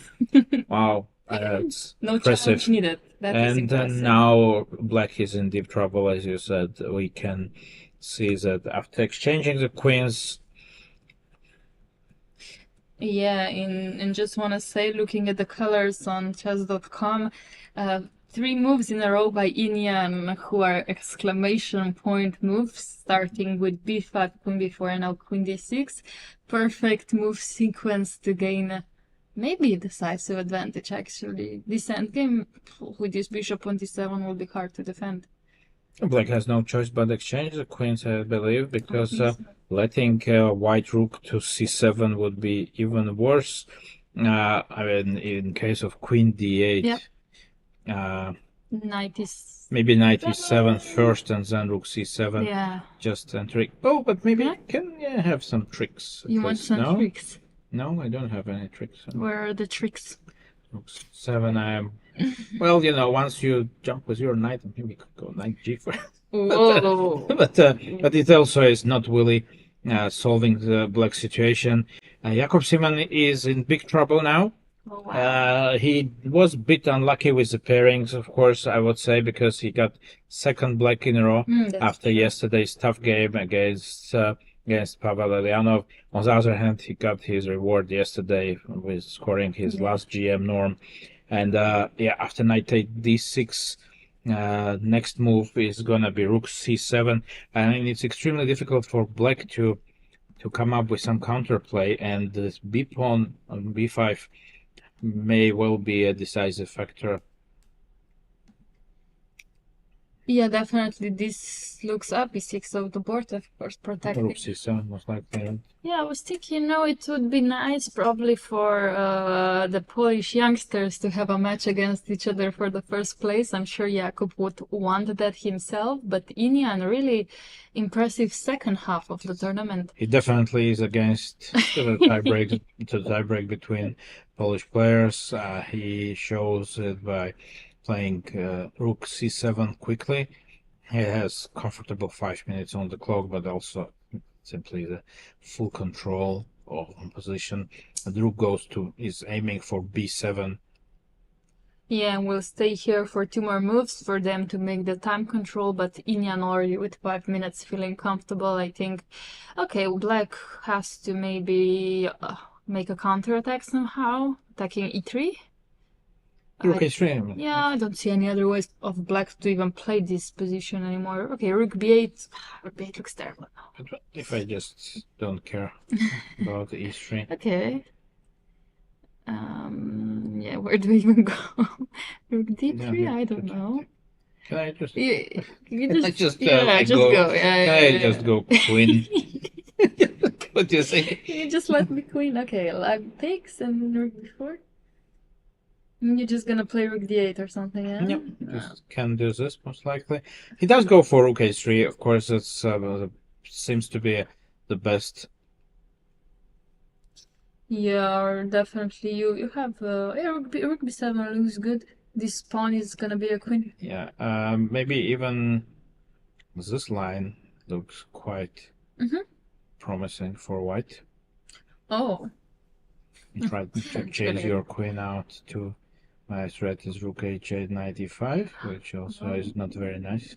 And then most likely some finishing off with g4. Actually, Yeah, that's nice. yeah, also quite good. Black can try to defend with some new knight e8 there, but yeah, this looks very ugly. Yeah. Of course, now Rook b7. rook b7. It seems that Etienne is quite sure Yeah. in what he's doing, and in this case, of course, also in order not to let any nervous activity get to you, you just make your moves, and Yeah, don't need to definitely. spend more time than necessary for this. I think that rook takes e3 is gonna happen, and rook b8 check, almost sure, will appear at the board. And it's like this. Yeah, rook b8 or rook b6. Now there's a question to make. Wait, okay, he was, Etienne was looking at the clock a bit, so not sure what happened there. But yeah, okay, rook b8. You think knight e8 is the way to go? Well, can't say that I'm quite happy about that, but rook d8 there as well. Rook Should be d8. also winning. Ugh. Maybe rook b6 is good enough actually, and in here, Let's see but we will see. He just takes, He took it? Okay. and there is a last move before the time control, and Jakub knows that he is in big trouble here. Interesting. After rook b8, king h7 was actually the best move because of after knight f7, rook e8 defends everything. Okay. Yeah, but that takes You still b6 take on is b6, just... but then apparently rook e4. rook e4, you draw. have some Somehow. counterplay. Don't know Maybe how, rook but b6 somehow. is just a safe way to do this. Rook d3 most likely. I would assume that the rook d3 is gonna happen now. Yeah, I also. There's think also so. a problem that white can consider inserting something like f5 here. Yeah, exactly. No, that sorry, doesn't not work. here. No, There's it's not a mating threat. So I just maybe move the knight. Knight c6? Or do you want to? Yeah, well, no, well, the line we saw We just actually went is for also b6. winning. Yeah. Maybe knight f3 simply at some point. So we made the time control, or the players did. Yeah. So now let's probably check on the remaining games because, Well, currently only Brandon Jacobson is on his way to make 40th move right now. we have a result in the game between Yeah, we have some Jaime results, Santos actually. and Marco Materia. It was a draw. Yeah, it was a draw at the end. Okay, don't know how exactly, but it seems like a fairly equal game. Well, at some point, white went maybe too far with trying to grab a pawn and getting a little bit tricked into this f5 after this f5 move and getting an exchange. Well, having to sacrifice an exchange, and yeah, well, the material did reduce, and it was a drawish end game at the end. Okay. So quite at least well, after yesterday's loss, Marco did recover a bit and the valuable draw against a very strong player. And yeah, absolutely. And there's also been result number 16 where Mahel Boer did draw Nitish Belurkar actually, so that game ended in a draw. And Arda Kamlar actually drew against Yachli Sokolowski. However, there was a mistake in our form. A draw, in fact, did not secure him a GM. No, he needed had to to win. Yeah, there was some mistake actually, because it said he needs 6.5 points, and then it said draw is enough. Oh, right. So it was a small our mistake. Sorry, he needed to win, but that was not didn't happen. There is a game which is also close to its end. Tobias Köhler did sacrifice a piece in the opening, but it seems that he didn't manage to get enough compensation, and now he is a piece down, which is gonna be enough for his opponent to secure a win in this situation. So of course there are still some technical problems for White, but I guess that he should be solving them comfortably. And talking about being a piece up, Lermendonk-Luke against Bryce Tiglon. I don't know how that happened, but somehow here's the knight up. Well, we left the position somewhere around after Rook A4. King E3, Knight D7, and he managed to finally bring his rook to life. Maybe E5 was missed by White. Still shouldn't be a decisive problem. No. But slowly, well, he was a piece up for a second, but after Rook D6, of course, Black did recover. Okay. But Rook E8, some activity by Black, but should that be something which brings you an extra knight? This is how you lose your knight. I'm still not sure, but then G5 mating net.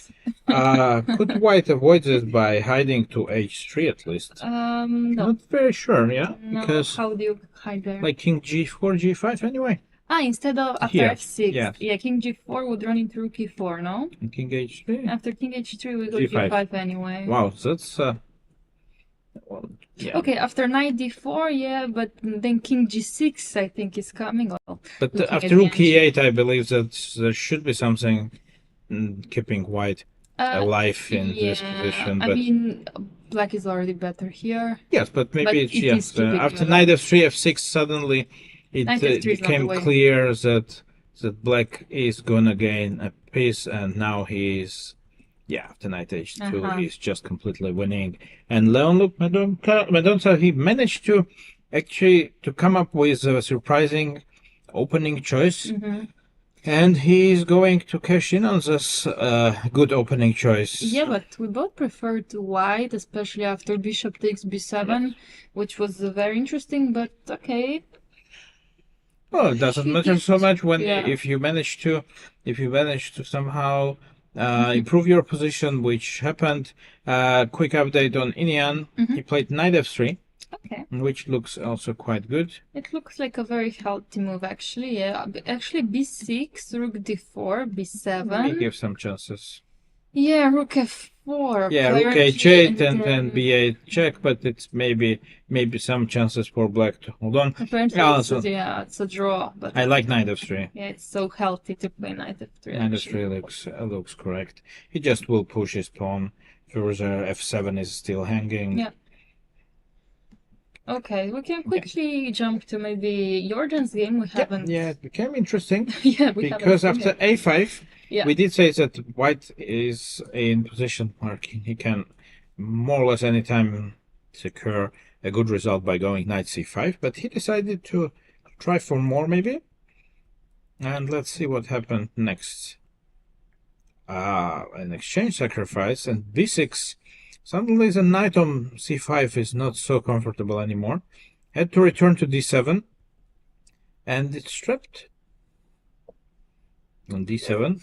White just had to go all the way B4, B5 in order to save the knight. But he couldn't save, well, he could save the knight, but couldn't save the rook, because after Bishop G4, unsettling the rook and not letting White to take deep breaths here. Yeah. And suddenly, he ended up pawn down. Well. That activity is there, not gonna lie, especially rook coming to A6, C6. Still, funny that his bishop is hanging on E7, but he does go King D3 first. I think the bishop first. Well, The idea is most likely that he, after bishop b6, he can I go for rook's endgame? I mean, maybe he has to.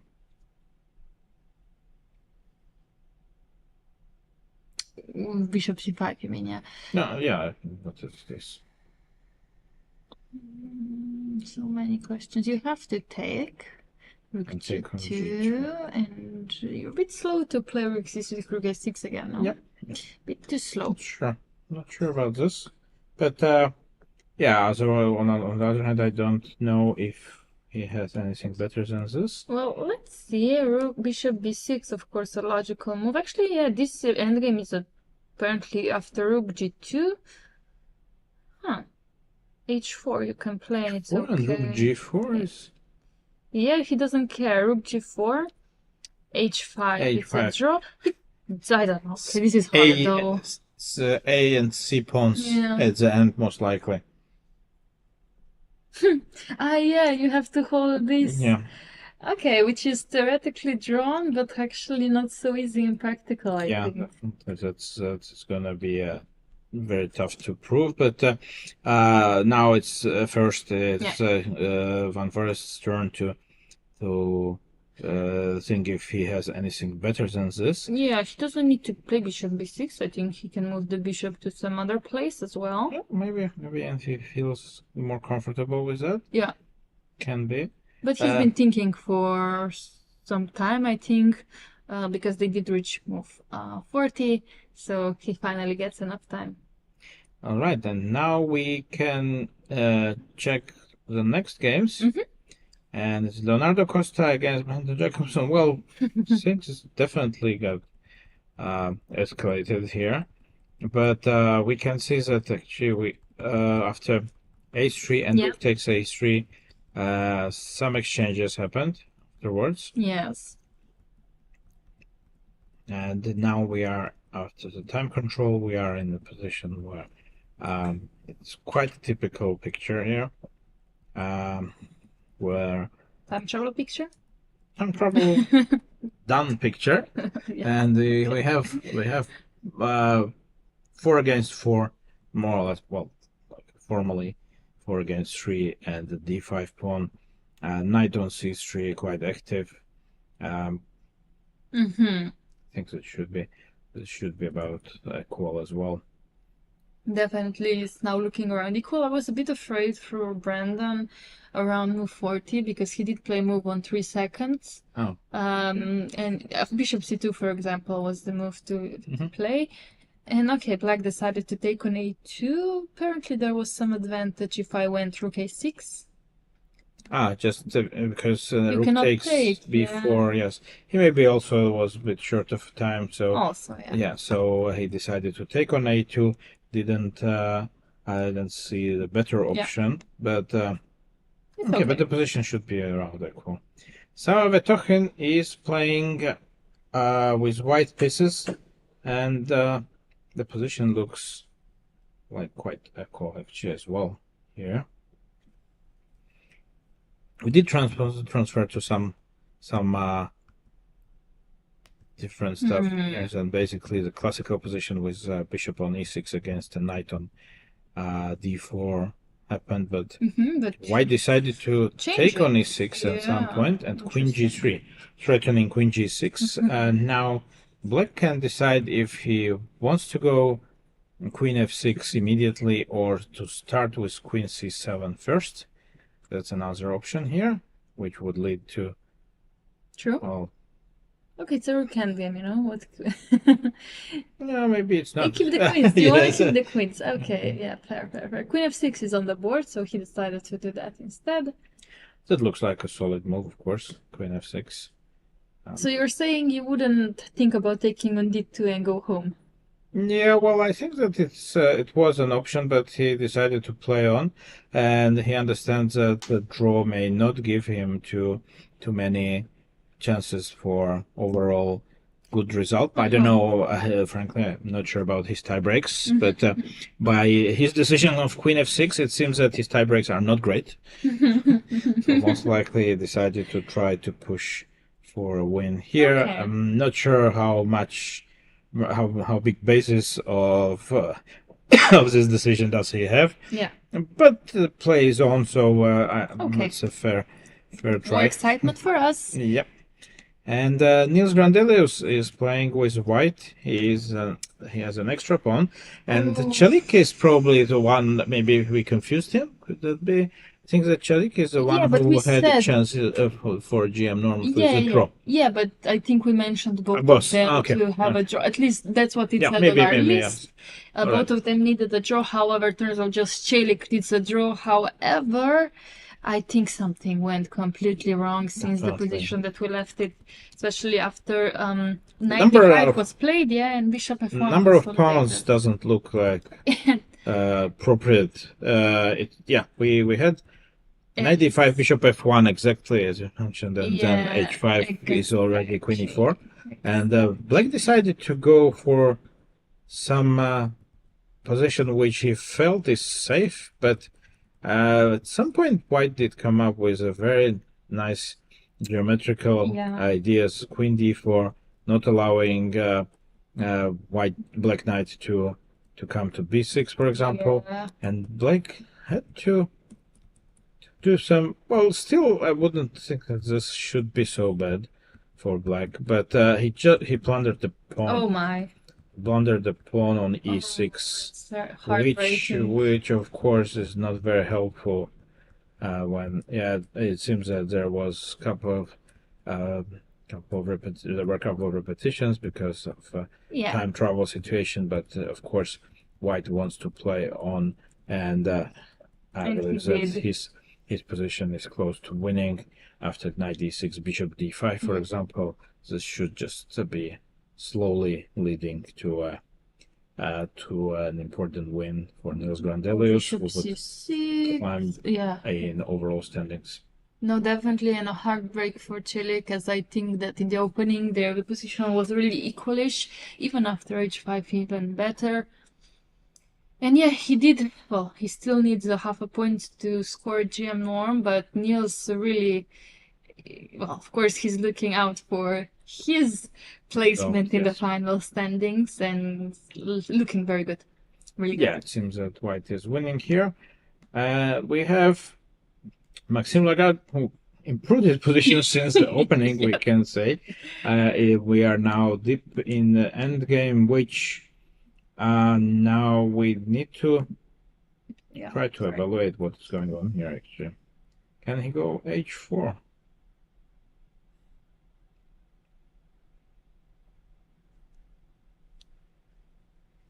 He should go h4. Well, because otherwise I'm not completely sure. Well, maybe he can do king f7, but I believe that he has to calculate h4 first. Yeah, okay, so in this final position, yeah, you would have to calculate h4 first, maybe. You would want to go king f7? I was considering, but I can say that h4 is the right Both of way these to go, yeah. moves are winning, Yeah. even king f8 you can play, apparently. Okay, so the position seems to be comfortable for Black. Yeah, I think that Maxime knows that he's actually winning in this endgame, but he's trying to be precise. Yeah, Just like, still I think enough. yesterday also. Yeah, exactly. So, but Okay. he has enough time, and he will just calculate till the end and basically decide if to go h4 or not. Yeah. Kasper Peron is playing Edwin Trost, and we have. Well, we had an exchange Slav, so what could we expect from that? I guess that an equal position, and that indeed is an equal endgame, or not endgame, but queen and queens and rooks are the board. So Looks like a draw. it's like very drawish. We have One more. one more interesting game. Well, I know that was. sorry, that one was I'm the saying. game that will probably end quite quickly between Ido Gorstein and Tobias Scale. Yeah, that seems so that White will slowly improve his position and just bring the king back, bring the king to g3 and then slowly push out the Black king. It should be winning like this. Let's check quickly on board 1. After knight f3, Jakub Seeman is taking his time because doesn't seem he sees any idea He's how gonna to try. survive here. But yeah, it seems that Etienne is gonna bring this one home. Yeah, in the meantime, on the third board, Jordan has decided to play bishop e5 and not bishop b6. And he just took the h2 pawn. That's Just free pawn, you know? That's a pawn, yes. And then, well, white can go for a5 pawn. Yeah, white is gonna try to go for the a5 pawn. How do you want to approach it though? Bishop c3? Yeah, rook c1 I want. Oh, sorry, Bishop c3, yes. after? Just here, okay. You go rook c1. Go rook c1, yeah. I'm trying to see if I can be even greedy and take on g2 anyway. Okay, but then my a pawn will at least be It running. could be slightly dangerous, but I'm not sure. But maybe you can go rook c1 actually. It's rook c4. No, I think I take on g2 Take it. and I let you. And can I go h5? Mhm. Okay, go to to do e1, this. yeah. Just stop here for a second and then try to run with my Yeah, but guys. I can always play bishop g1 if I want to. How can I get you here? g5? Do you think I could... Oh, I also wanted to see if I can go rook b2, but I think you can go a6 actually. I would, yeah. Really. Just want to use the Okay. same motives like Leonardo Costa Yeah, yeah. yesterday with the sand game. No, okay, it could still... Yeah, maybe you are quite fast, to be honest. Yeah, bishop g1, a6... Meanwhile, Jordan decided for rook b1. Yeah, so by the way, after bishop h2, bishop c3 was not played, but it was rook c2 that was played. Yes, he started with rook c2, Yeah. protected the pawn. So rook b1, probably expecting bishop c3 to happen. Yes. And the idea is to go rook b3, Yeah, I guess. Exactly. Yeah. And if you go for something like king c4, there's rook a3, of course. Yeah. That's exactly the plan by Jordan, so he's still a pawn up for some time. Or for a few Jakub months. Seeman, meanwhile, played the move Okay. rook b3. b6, most likely. Yes, just why not? Why? What's wrong with b6? Yeah, I think that's what. b6. Yeah. Just let's go for b6, and if you let me, then I either go b7 immediately, or maybe I'm threatening knight f7 also. Threat, yeah. b6 looks hopeless, no? How do you even try to make a counterplay? No counterplay. I think it's resignation. No, well, it's very difficult to resign in such a situation, but No. I think that couple of more moves will happen, but it doesn't change the evaluation of the position. No, definitely b6, b7, and then also I can have an idea of playing knight d4, knight b5, you know, if I want to. I like knight e5 also. With knight takes e5 f7 and some mating threats. Oh yeah, also. Even, yeah. Yeah, it looks over. Very hopeless, yes. Which is good for us, because that means that Tie tie breaks. break. Well, I'm not sure everyone will share this excitement, especially not Jakub Seeman at the moment, and partly I think Jan Malek is maybe also not too happy to see someone joining him on the top, but well, those are the rules. Let's check if something is happening elsewhere. Yeah, Not too much, frankly. trying to figure out, do you think... Oh, there's been a queen exchange, yeah, in this Yeah, game. some of it talking after queen f6 went for rook d4, Sacrificing a pawn. sacrificing a pawn and going for an endgame. Well, interesting. So maybe Well, black did have a point after all by declining a repetition or not taking the rook on d2. So I mean, was that necessary, Or do you think For that white. Sava is... No, I also. Do you think Sava is Impressed. confident in drawing this? I don't think that's a confident draw, no? Here, maybe, okay, couldn't we go queen g4 or something instead of rook d4? Maybe not. Queen e5 was a threat.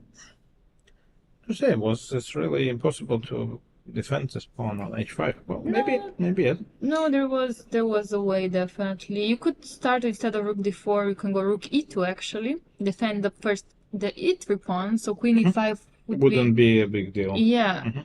So instead of after rook e2, queen f5, for example, queen h4, you know, and Yeah, that after makes queen sense. e5, okay, you can play some f4s. Well, Not so White easy, has solid drawing chances, but it's far from easy yet. So yeah, well, he would have to earn this draw, Yeah, and this definitely. applies to several players here. And a very interesting play by Madaminov. Rook a2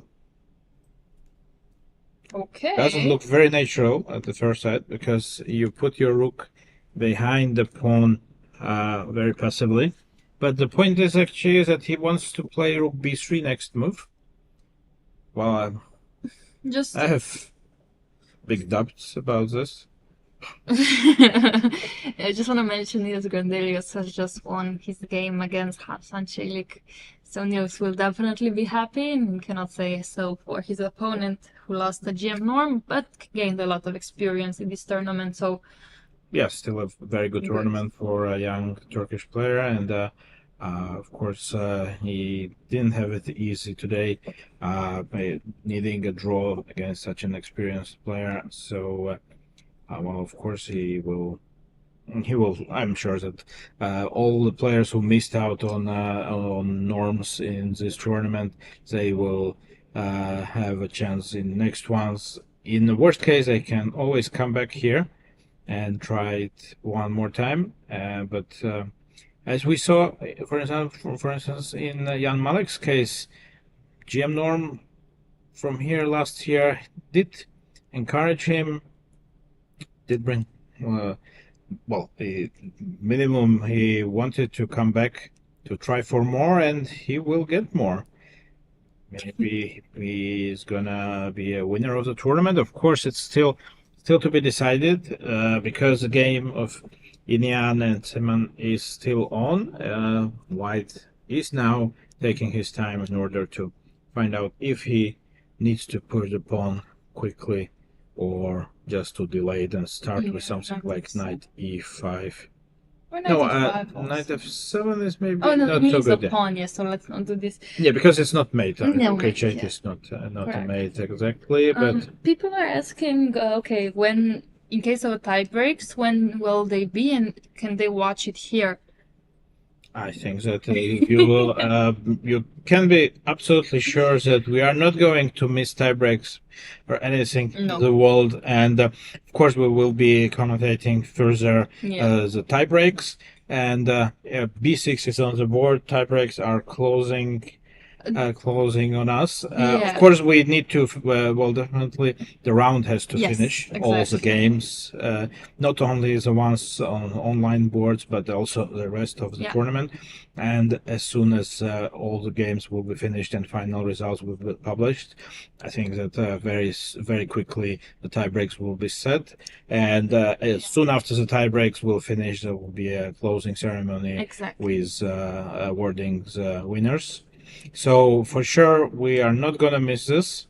No, definitely. You should stay here. We might take a break when we know that tie breaks are going to happen, but we will be here for the main event, definitely. Of course, after b6, it really looks like we're close. Yes, we are on tie breaks. We may have taken a break even now for because there is still, of course, there are still many games going on, but no big events yet. So in order to be with you for the final moments of most of the games, we would go to a short break now, and then we'll be back to you.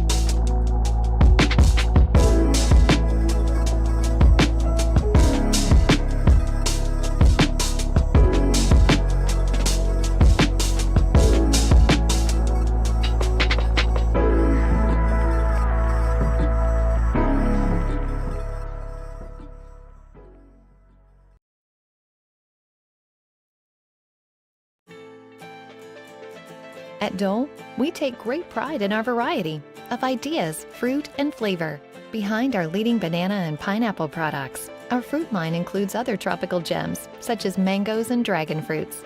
Dragon fruits, also known as pitaya, are deliciously low in calories and high in vitamin C and fiber.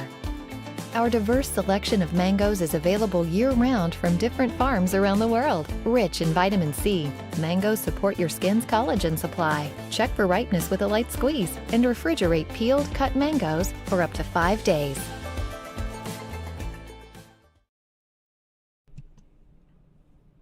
And welcome back to round number 9 of Trophy Dole. We have only 7 games left remaining to finish at least the live boards of the tournament. Of course, after we finish these games, I think our cameraman Etienne already has his camera ready to show us the Bodana's position. However, let's maybe check on our final important boards today.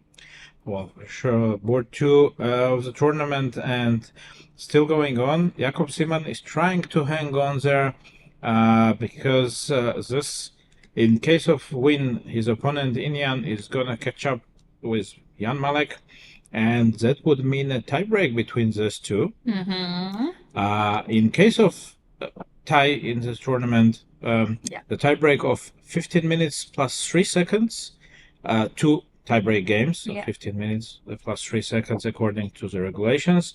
And in case of tie in these 2 games, there will be an additional Armageddon game, 5 against 4? Yes, exactly. So 5 minutes for white pieces, 4 minutes for the player with black pieces, and that would black would just need a draw in order to win the tournament.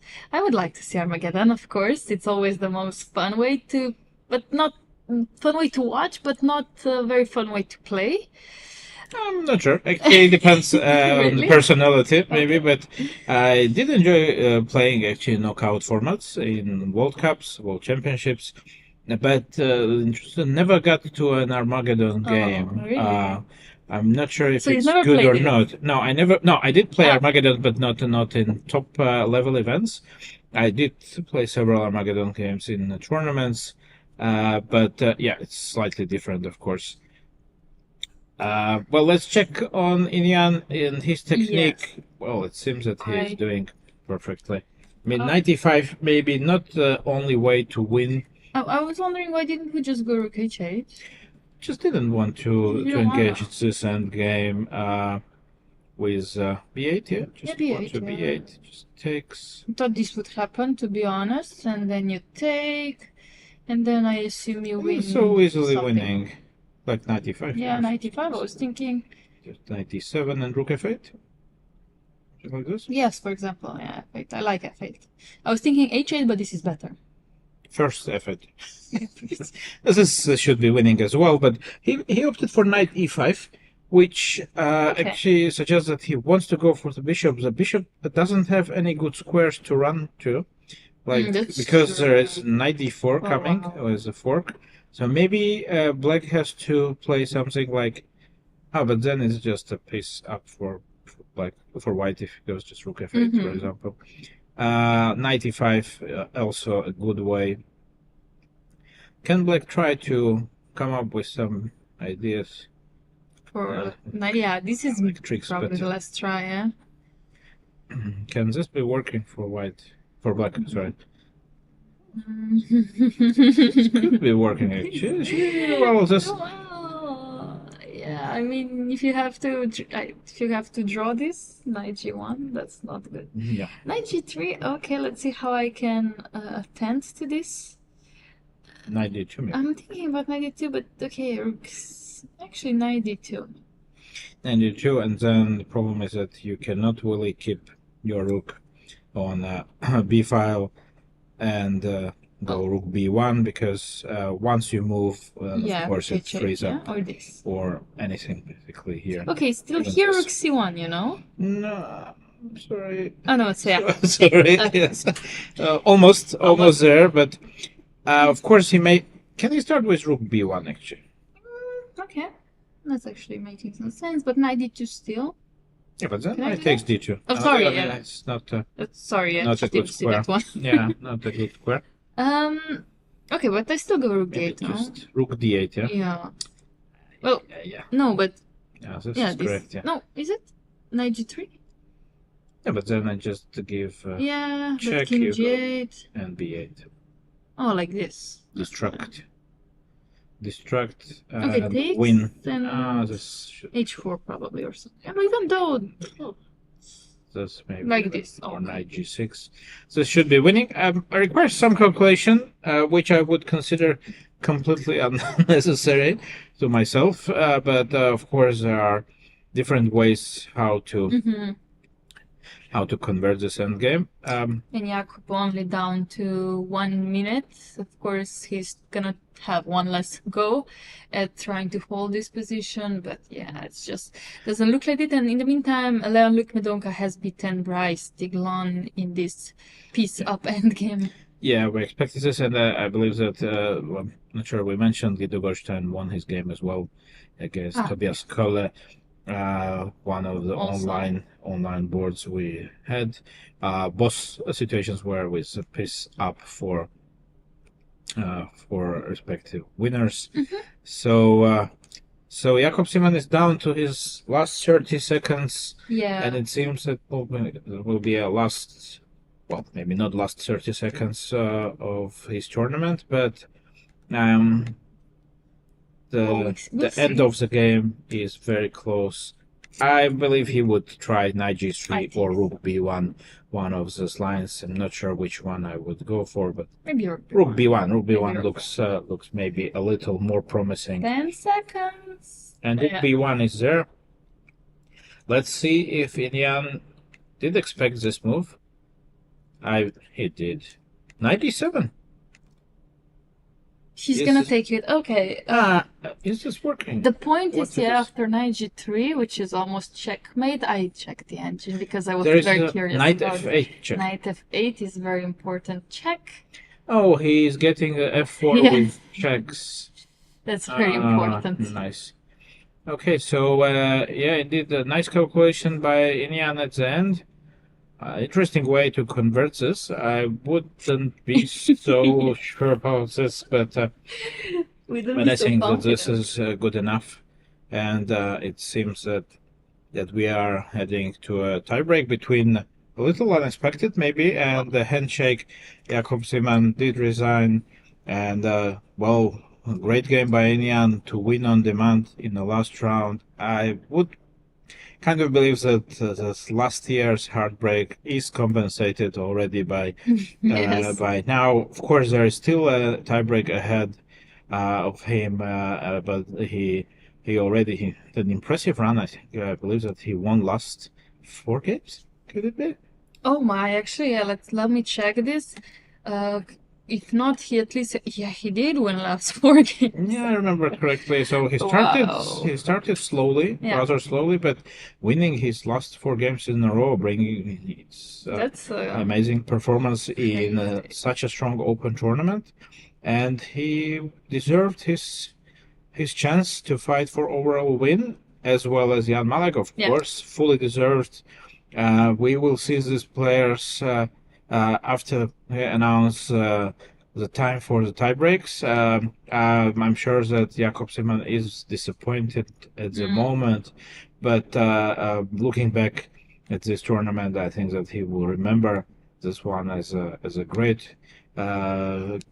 great achievement of not only a GM norm, but still a very good result. Maybe a part of his disappointment could be also that he had a chance to achieve 2,500 ratings by a good result today. I'm not sure if a draw was enough, but in any case, we believe that it's just a matter of time. Yeah. If he didn't cross 2,500s yet on live ratings, he will soon achieve that, and he will become a grandmaster. Eventually, and very, very soon. With such performances, I think it's gonna happen very soon, and it's definitely not a coincidence that he's playing so well. He's been working on chess for a long time. He was under 16 world champion or something, or European, but definitely one of the top in his age category. Yes, I would recommend the viral video, which was YouTube, where they welcomed him in his school. It's a very nice one, actually, very nice from his schoolmates and Whole in general. school, actually. And actually, it's a very nice motivation for you to be a good player and to try to win major events, because maybe then not only your school but lots of other people will greet you, which is always a pleasant thing to achieve. Luckily, I had this experience in my life as well, a couple of times by because you winning world championships and the Olympiad. Exactly. So it was something a little bit similar, but not in my school. So of course we are still several games. We have several games running, exactly 5, if I'm not mistaken. Exactly 5. And the top game at the moment is Jorden Van Foreest with black, trying to beat Mukhidin Madaminov, who was doing very well in the opening, but the tables turned a bit, and now White is stuck to a defense in an endgame, which may also be losing. Of course, he found some setup, actually, not a bad one, I believe, where his pawns are protected, and at the same time, the bishop on e1 is attacking on a5, which is making the black bishop on b6 very passive. At the first sight, it may be very promising for White to hold on here, but of course, still he is a pawn down. Yeah, definitely being a pawn down is a bit of suffering. I wonder Jorden wants to play a move now, g5 or h4. Looks healthy. Yeah, he's going to push his pawns, because also there's not so many. But there are not so many other options he could come up with, because well, the bishop is not moving. So h4 is there. h4, yeah, also. White's another slight problem is also on the clock. So 1 minute now, around 2 minutes he has. Okay. He plays his stays with bishop c3, and black is going to try to push him on the clock as well. Definitely. Yeah, let's check on other games as well. Well, there's one game that actually is probably already finished, and it's between Edwin Trost and Kasper Pirun. I just don't think the result was on the board already, because this game obviously is not going to be continued. Very equal again. Definitely. Very equal, and yeah, it's like so only 4 games. Yeah. So let's take a look at Maxime Lagarde, who is trying to convert his endgame, and this seems to be an easily winning endgame for black, because after h3, after you push for the pawn on h3 is doomed, because you can never protect it in this. This is what you always loses, because this can be very educational. You just can even push the pawn here, and basically what's happening next is king c2, pushing your bishop out, then king b2, collecting an h3 pawn, and then marching towards the final destination, which is a1. Yeah, this endgame, I'm sure that there were various ways to win it, but this one is quite an easy one. White's pawn on c5, of course, is a way of is in the way of bishop on e7, which would protect it. But of course, if you take off these 2 pawns, I'll still maybe lose it, because there is a b5, b6 is maybe fine. But it's just a very theoretical. Yeah. So in any case, White cannot hold his pawn on a3, and he knows this, I'm sure. But just, of course, it's always difficult to accept a defeat when you are so close to a solid result. Yeah, definitely no need to resign yet. Well, okay, maybe at this point after king b3, it's the way to resign, or no, of course he sees it. Here, unfortunately for you, it's basically for White, can pick his moment to resign this game, but nothing is going to change otherwise. So let's take a look at Sava Vetokhin, and well, he lost another pawn. Well, how did that happen? Yeah, curious actually. And yes, and Maxime Lagarde did finish his tournament in a nice style, winning his last 3 games. He is not in Yan with 4, but still quite a good finish. We said that when you are not doing that great, which Maxime was having a slow, maybe not start, but basically the It's a tough fourth, tournament, fifth yeah. rounds were not so great, and I think the game between him and Jakob Simon was one of the breaking ones for him because he was doing well. Well, one before was against Tobias Quelle, if you remember, where he was worse with white pieces, then he had white pieces again and lost with white pieces. So I think these 2 games were very critical, but making 3 out of 3 in the last 3 games, definitely encouraging result. that usually helps a lot when you win 3 games in a row. Yeah, I wish. And and of course he will make his way up to the final standings, and it would be at least a little bit happier, I guess. And we have some of talking. We wanted to find out how did he lose all his pawns. That's actually very cute the way that he lost it. He couldn't defend it really. Yeah. Okay. Interesting. It's a great fighting spirit from the Chinese player. We had a situation where he could repeat moves or accept the repetition, but Sava is trying to stay in the game, but well, if I'm not mistaken, this should be just lost. No, and just you push your pawn with king cut on f5. Extremely difficult to play. Well, king g5 to go h3. Yeah. No. I just no, I don't want to go in. I just bring the king to c8. Okay. Not risking anything. No need to risk. I guess the problem is that the pawns are too far from each other. So basically, once you try to chase, he's trying king to f6, king f6 gives a try, but king e8. The black king is simply gonna walk away from this mating threads. He will be trying king e6. Yeah. And king d5. Gonna do. Okay. Do we go rook g5 here? Probably. Maybe. You would want to start with rook c8. Yeah. Probably. Yeah. Okay, we're gonna see this actually. Okay. Exactly the position on the board. Yeah, no, okay. Rook c8. King c8 I like. I also like rook g4. But maybe rook g4 as well. Yeah, there's no need. You can go with rook g4. Exactly, because after king d6, then king c8, so that's what king c5 tries. Which is okay. Not really forcing anything, yeah, yes. How do we win now, though? King c8? King c8, yeah, okay. Yeah. And after rook b6, then king c7, yeah? Or what do you want to do? Yeah, king c7. And yeah, rook h6, then we go b3. You go b3, we have to be careful to go b3. Yeah, I know. That's why I'm asking you. Once I got to maybe go the opposite direction now. What, king b7? Yeah, and can it do this maybe? King d7, sorry. Yeah, wait, what is there much wrong with b3? Yeah, I know. I don't know.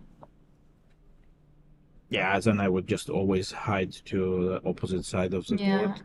This should be just... And he played king c8. Okay. Starts with king c8. Okay, doesn't really make such a big difference now. No, it's okay. It's just gonna... And yeah, if the rook moves, I hope I can play b3. Together. Yeah, I mean, rook b6 is the only move which keeps white still in the game. But let's check on other games. Meanwhile, there are 2 more games. One we didn't really see. Well, some interesting stages of this game. Some exchanges happened here, and we ended up in typical 3 against 3. But there is a small problem with black pawn on h4 is quite good. So I would definitely be worried with white, because the knight is coming to e2 with a tempo, and after rook d2, knight g3, a nice trick. something which Jakob Simon was trying to achieve to this mate threat, but actually this is a rook sacrifice, because after rook f2, rook e1, Oh my. actually you are helpless against That's a nice rook h1 story. mate. So after knight g3, white was forced to move back to d1, and black now collected on f4, just improving king g7 and bishop f3, trying to hold on there, but it feels Yeah, like... but sorry, I have to go back to the moment of knight g3, because there was a way to continue here, and you could go rook d8, king g7, and rook f2 now, because the rook d1 defends everything. Whoops. And here you have to go rook b3, and this is a draw. Oh, this was a blunder, actually. Yeah. So he couldn't... Well, it's- that was a... Well, was this a bluff? What do you say? I think this was some geometry trick that both of them missed, because You know, it was definitely, a because I hard mean, one. they're risking this and going for this endgame, like saying, "Oh well, I will hold this." It's no winning attempts. I mean, of course, because otherwise Black could go for at least this endgame. Yeah, exactly. I mean, you don't go. So they blundered. We blundered as well, obviously, of because course. you can see that blundering is very It's easy. We are very good. Usually, chess players are extremely good in this Mm-hmm. blundering stuff. But yeah, well, that's a huge. Yeah, huge definitely. difference, yeah. And now black is a pawn up with knights and bishops still on the board, which does make some chances possible for Leonardo. Yeah, but actually, since that from practical point of view, this is lost. I think so too. Yeah, I mean, it may not be, may not be lost theoretically. Maybe an engine would calmly defend this endgame, but yeah, well, from human point of view, after suffering such a shock, I'm sure that he is not aware No. of rook d8. I don't think Yes, so. and you can see that playing chess early in the morning is never easy. Leonardo, I think that they both will be shocked afterwards to find out what occurred there. And also both players are quite low on time, so of course it was they didn't want to spend too much time to look into. But you see, always look at your checks first. Just Checks, definitely the basis of calculation. Checks, captures, and threats. The three important things which you. Well, sometimes it's very important to go to basics, because we keep repeating this as coaches, but still, of course, ourselves we do blunders a lot as well. Of course, this is gonna take some time.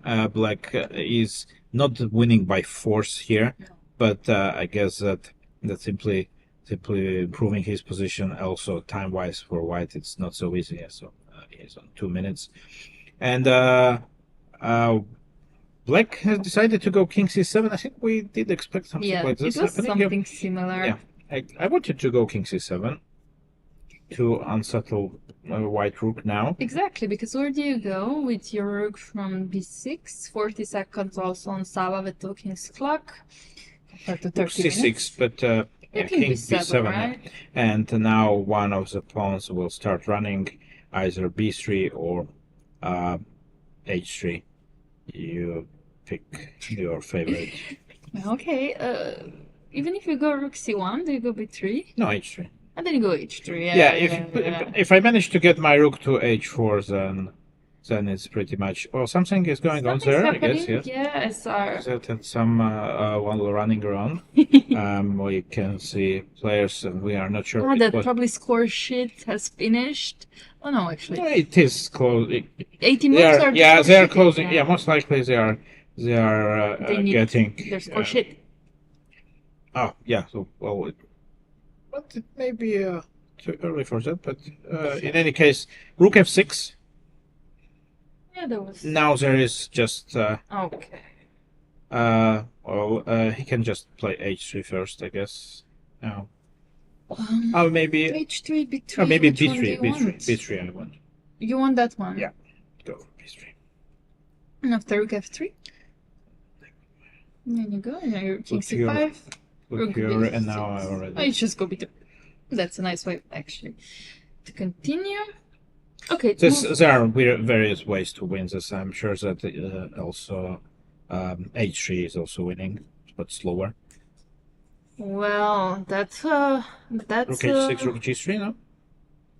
yeah. Then moving the other part to Slowly, D3, one and then by just one, repeating by the one. procedure again, and basically then No, this and is running with over. the king. Yeah. Okay. Well, of course, it's never easy to accept defeat. So I No. understand that you still can try to use your chances, but they're not. Matrix, you never know. You never know. I don't this know. With the here, king on this- D5, yeah, no it's way. extremely difficult to organize a stalemate It would be here. a miracle to achieve a stalemate here. Even for a resourceful player like some of talking. Yeah. So I believe H3, H3 was picked okay. by a Chinese player. He's extremely confident. You can see that 30 minutes doesn't really need so much time. The end game is not very complicated. His idea, okay, well, Rook H4 is a threat. Not much white can do about this. You can go Rook H6, Rook G3, and then push B3. Yeah, absolutely. I think this Then game it's is very difficult to hold the position with the cut king on D5. Many occasions, even with one pawn, these endgames may be winning, but this is with 2 pawns much easier. So King C5. One of the last Is it? ideas. Can I go Not Rook sure. H4? Not sure which one. Yeah, Rook H4. You can. I guess that it's maybe the easiest. But also Sava had to make his move because he was on 7 seconds. Just testing a bit his opponent. Maybe wanting to stay in the playing hall a bit more because he's enjoying the Pasino Grand Casino so much, you know. So I'm sure he's wanna enjoying it a finish. little bit less at the Yeah, moment that's true. compared to a Chinese player. Rook H4, the board, well, he can give a couple of checks just to prolong the game a bit, but he knows that he's lost and he resigned. Very nice game by Peng Yan. Fighting spirit, very nice. We did believe that white was slightly better after the opening, but things got out of hand, and actually he did miss on his chances, and then black took his own. But in any case, a good performance by a young Chinese. Not sure how old he is. He looks Yeah, very young. He looks young. I'm gonna, of course, check. With To having me, so everybody many- looks very young, but he looks young indeed. So I would bet something. 25. Look at he's my age, born in 2000. Nice. He's very young. No? Thank you. Thank you. Wow, 25. I would think he's 17, but not more than 17. But well, He yeah, looks young, definitely. different, of course. So he played very. So then I need to correct myself that the more experienced by. I thought that that there are two Youngsters. approximately equally aged players, but No. not. And he did show a strong fighting spirit and got his reward winning this game. Absolutely, and now it's time to move on for our last games. I want to move on to Jordan's game. For sure. Actually, because I think he just offered a rook trade, and the question is this endgame winning in case of it? Oh, The pawn up. well, if you take here, maybe you are not able to stop the pawns. Push him, baby, huh? Well, so if I go... Oh, that's fine. King c2. Take. Oh, you want to take? Oh, yeah, I can take, actually. Yeah, I can take. He Okay, did, he he goes did. for a trade. He goes for a trade. Is it holding actually? Oops, I'm sorry. Wrong game. And bishop f6. F6. But king d7, no? King d7. But now then king Then brings we the king can- to d3.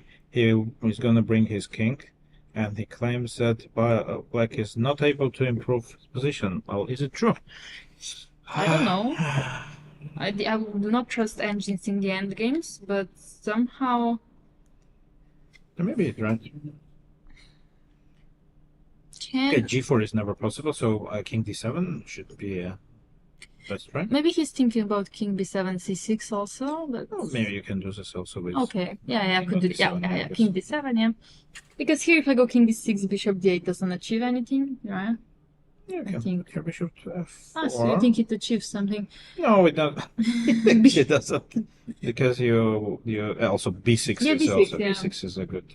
Well, first maybe you need to take care of the h pawn, which is bringing it somewhere close, king somewhere closer to e2, Yeah. and then to push b6. Interesting. Yes, it's. Well, I would be worried definitely if was white, because maybe he, on the other hand, his choice was quite limited here.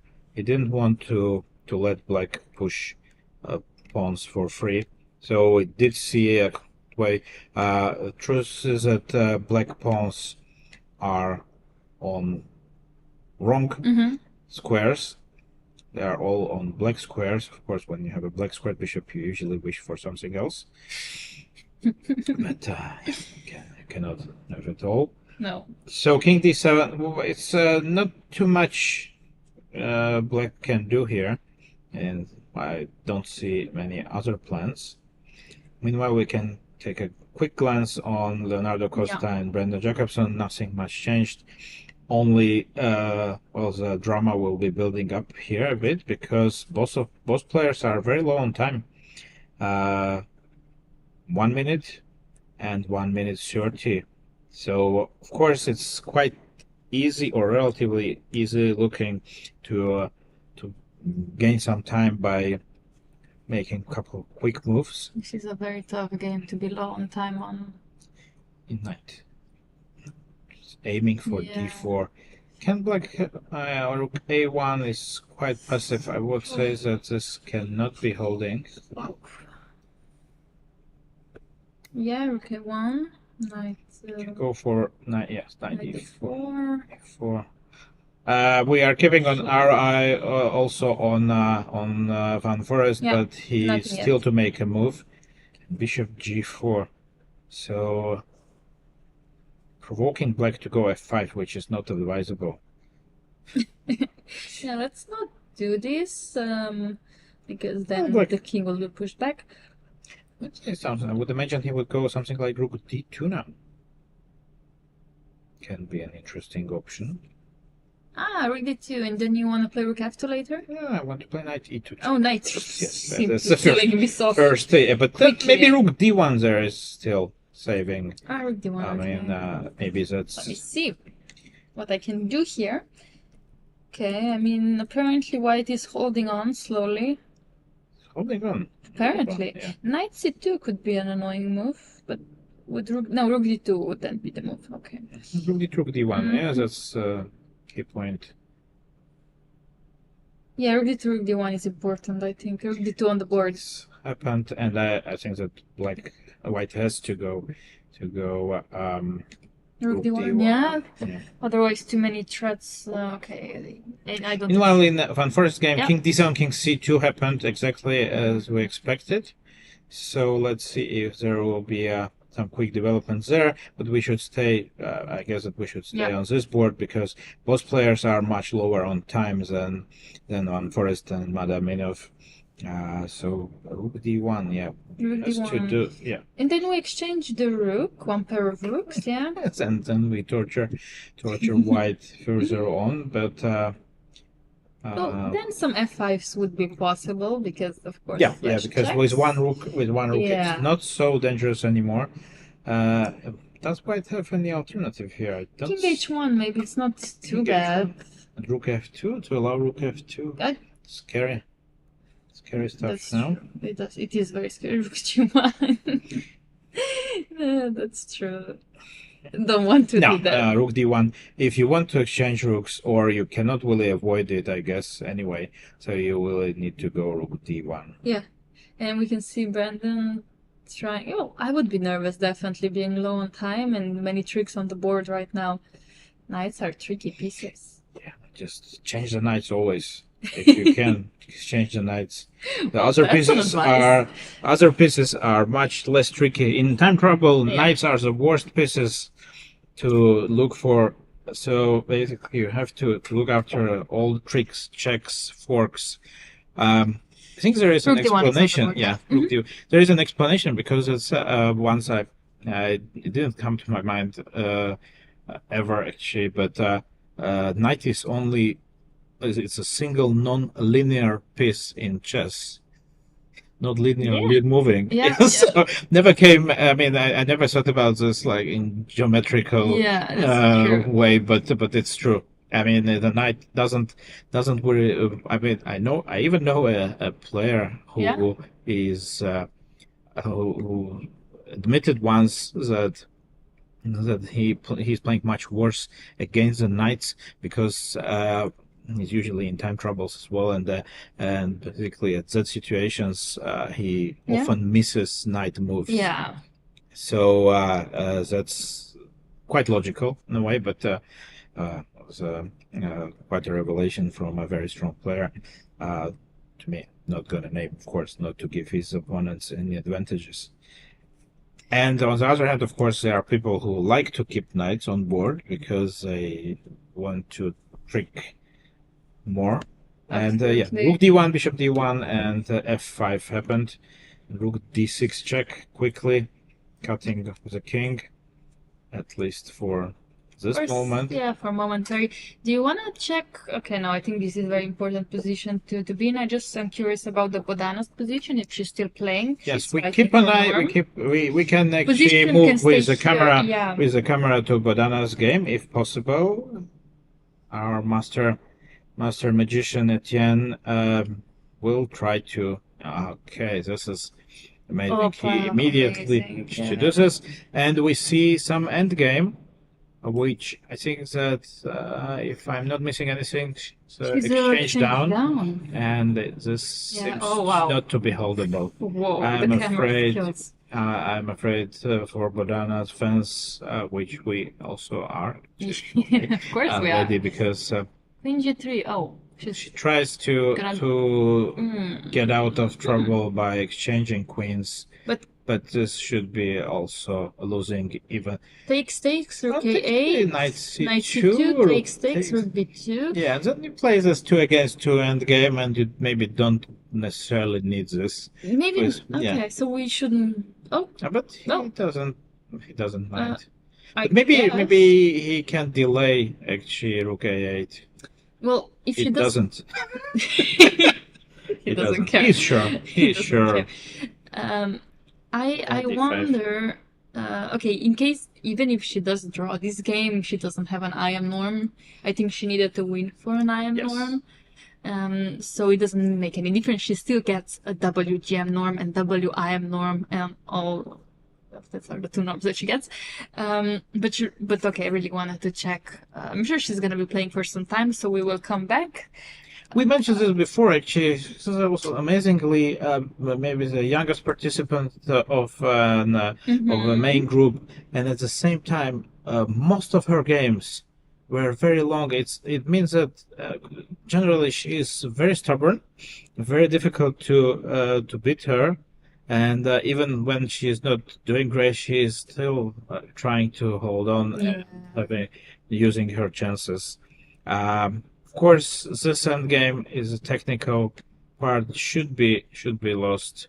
Yes, I've seen a couple of them. I can't remember the theory perfectly, but I think that there are not many chances there for white. Let's get back to Brendan. I think that this he managed to do some progress, if we can call putting a rook to g6 a progress. Well, isn't the rook stuck there? It is a bit, but okay, rook g8, you can always claim you will run back to safety. Rook d4. Yeah. I think that Leonardo is maybe considering some rook d8 to try to corner this rook somehow. But it doesn't look like that will be an idea which will be winning at the moment. But I'm trying to find a way that I could try to win these games. King h2. Yeah, king H2. Done. Well, can I get my knight on G3, please? Then I win the game. I think that this would be possible only with help of Etienne. True. I think If he's he only puts it there. only a guy who will be able to do this effortlessly. I don't G3. Well, I'm wondering if going F5 by Leonardo Costa was a bit too quick in that sense. Maybe yes, he should exactly. have I would tried probably it. not rush the decision. Yeah. He did, however, play F5 quickly Yeah. because he was sure that he, in some progress. Maybe now King D6, King E5, but Rook D8 first. Okay. He wants to do it safely. Bishop. Okay, Bishop E2 is not really a good option now. Correct. Knight F4 would be deadly. I was trying actually to make this work Yeah, I'm sure you for were. white, but then I remember that you wanted to get your knight to G3, and Then you gave up, immediately changed my mind. Rook H6, trying to. Well, Black would like to bring his king to E5, I believe. Meanwhile, some things happening in Van Foreest's Oh yeah, game. let's go there. And B6, CB6. Oh, this is going to be a draw. He's going to try G4. Yeah, but then Last chance. Then the king is coming to E2 Yeah. and forcing. It seems that it's forcing Black to go H3. Takes. Then you take, King you go F1. King F1 probably, and actually then ideas like Bishop takes A5. Yeah, like in a for minute. example, this. And if the king yeah. gets to a safe corner of the game, then actually is gonna we be a know draw. that an extra bishop will not be sufficient for Black to win. Can he try some magic tricks with King G4, King G3? Yeah, Magic tricks indeed. Yeah, let's go for it. King E2. Yeah, King F1. Okay. Safe enough. Okay, at least you get the bishop to D2. At least you achieve something. He goes for King G4. Okay, and of course the only move now, King E2. Everything else loses, and he's gonna play it. There's nothing else to do. This should be a draw anyway. Yeah. But you know, Well, how did you want to challenge me after King F1? Bishop D2. There was no direct challenge. Just trying Uh-huh. to protect the pawn. And keep the G pawn and not the H pawn. Yeah, but then it's actually a problem. Then you don't. I'm not really sure how will you make any progress. You should try to run with the king to the other side. And it seems that White is taking his time, and I'm not sure why, because there is maybe he didn't expect. I think he's thinking of this Bishop idea. F2. Ah, King E2. King E2, okay. King G3, King F1, okay. And Bishop D2. Ooh, in the Still a meantime, chance, yeah. Meanwhile, Brendan now gives several checks with Rook, asking how does Black want to improve the position. yeah. So I'm starting to. It's been so long into the stream. I'm starting asking what does the fox say. Already, I'm already in different scenarios. So Yeah, it's the quote from song, I believe. Yeah. Yes. no, remember do not use my brain right now. We are not gonna come with the lyrics of the song, but I remember that one Yeah, quite you do? clearly. Okay, good, Yes, even the video clip actually, it was very funny. Not sure that it would be allowed nowadays. Some, of course, the time has changed. That things which were acceptable are not Yeah, not definitely. good enough anymore. Definitely. I am trying to see, actually, in the GM norms, this tournament we only scored 2, so it was actually Seaman and Garifulina. So the guys didn't, No. unfortunately for them, I believe that De Graaf also couldn't win his game. I think he And lost it. there were several norm seekers or guys who had chances to score a norm in the case of particular result, but Yeah. most of them needed at least a draw. Only Patrick Cieślak, I think, was the one also in question. And Okay. Yeah, well, he was not on the norm list, Patrick Cieślak. No, I'm sorry. But he it was Kamlar Alta. No, he was on the To norm this. list, but I am norm list. I am because norm he's list. not an I am yet. Okay, correct. So he's already achieved an IAM norm. And also when it comes to WGM norms, Kurmagalia Valia did already achieve it. However, today was fighting for an IAM norm, but she, I think, lost her game. And also Shipke Manon had needed a draw for an WGM and a win for IAM norm, and she also lost. So sadly, Fortunate. they were all very close, but that just shows how strong the tournament is. Definitely, but on the other hand, you can't come close to international norms by not playing well. Yeah. So most of these players, they deserve respect for fighting on, for trying to take their chances, and we believe that all of them they eventually will achieve their norms, their titles. So, may not be today, but maybe tomorrow. And once you manage to score a norm here, then next year you may be playing for first place, like Jan Malek. Exactly. But we should wait to see the tie breaks, of course, because first I believe that other games should finish first in order to have a final standings, and not only our live boards, but also the rest of the tournament. So Leonardo Costa did come to his king to f4, and Brendan Jacobson did make his move only with 2 seconds on the clock, which is quite a close situation. Your knight is coming to g3 now. Is it? I think Where is knight it? d4 now. Knight d4. Oh, and he's gone for it.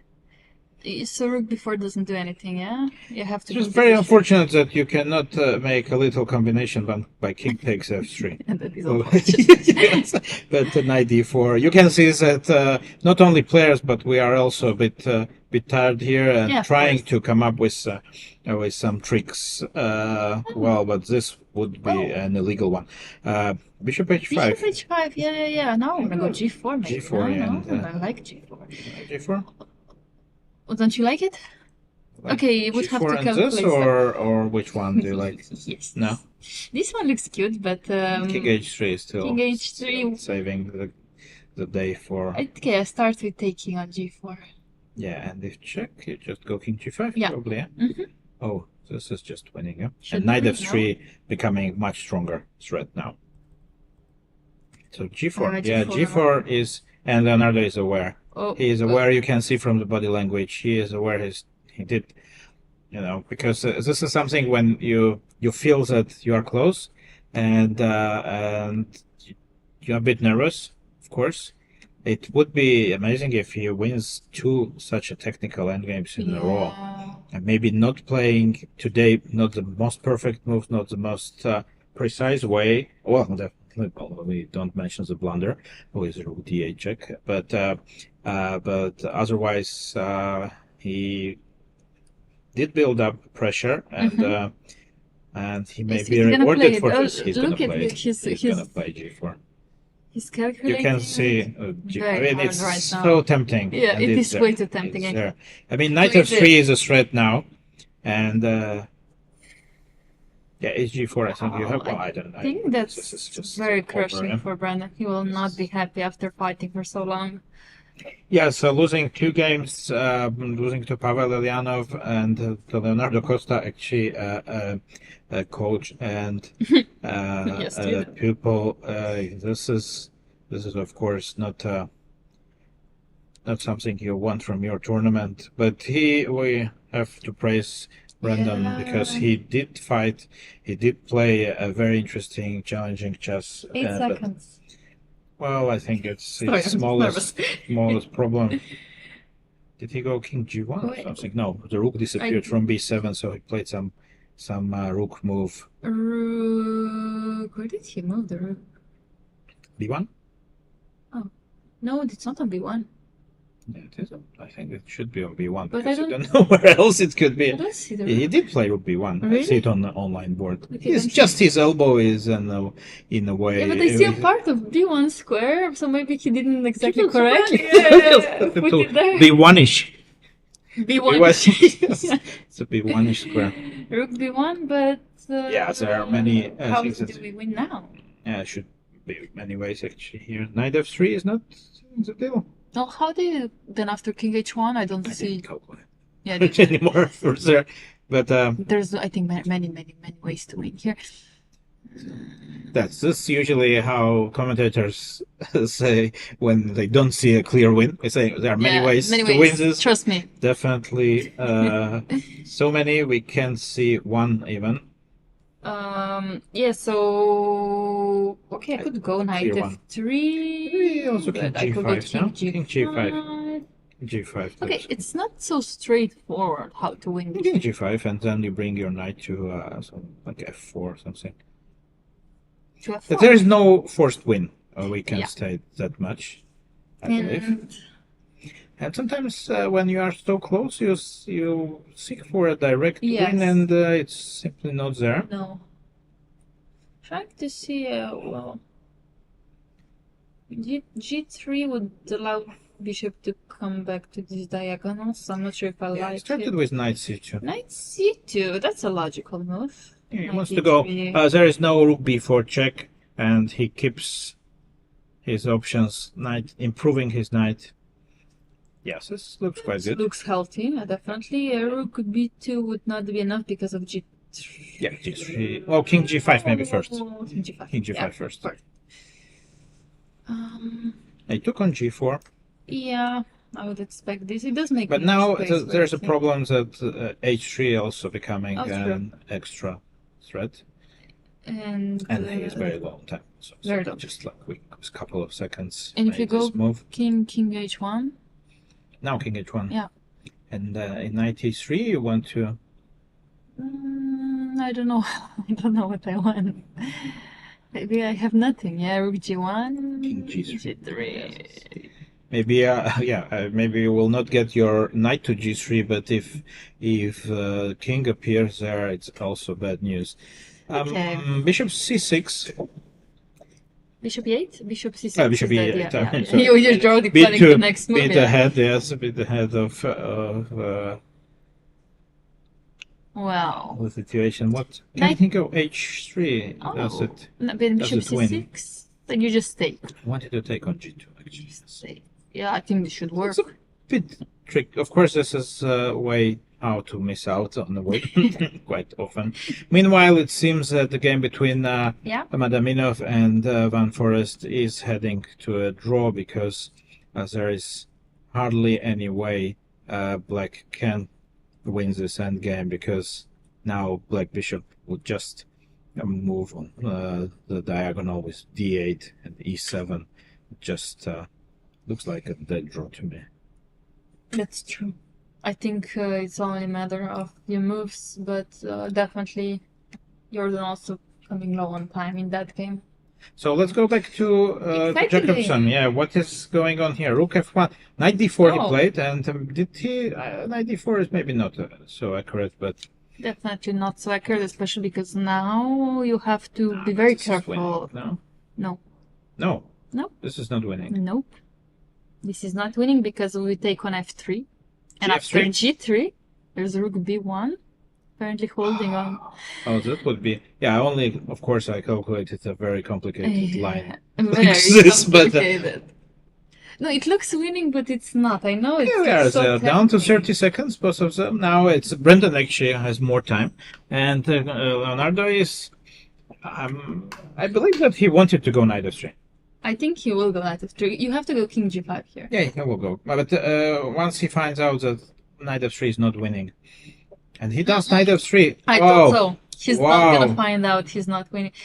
King h1 and h3 is gonna happen. No, we will have this on the board. I don't think it's so easy to draw.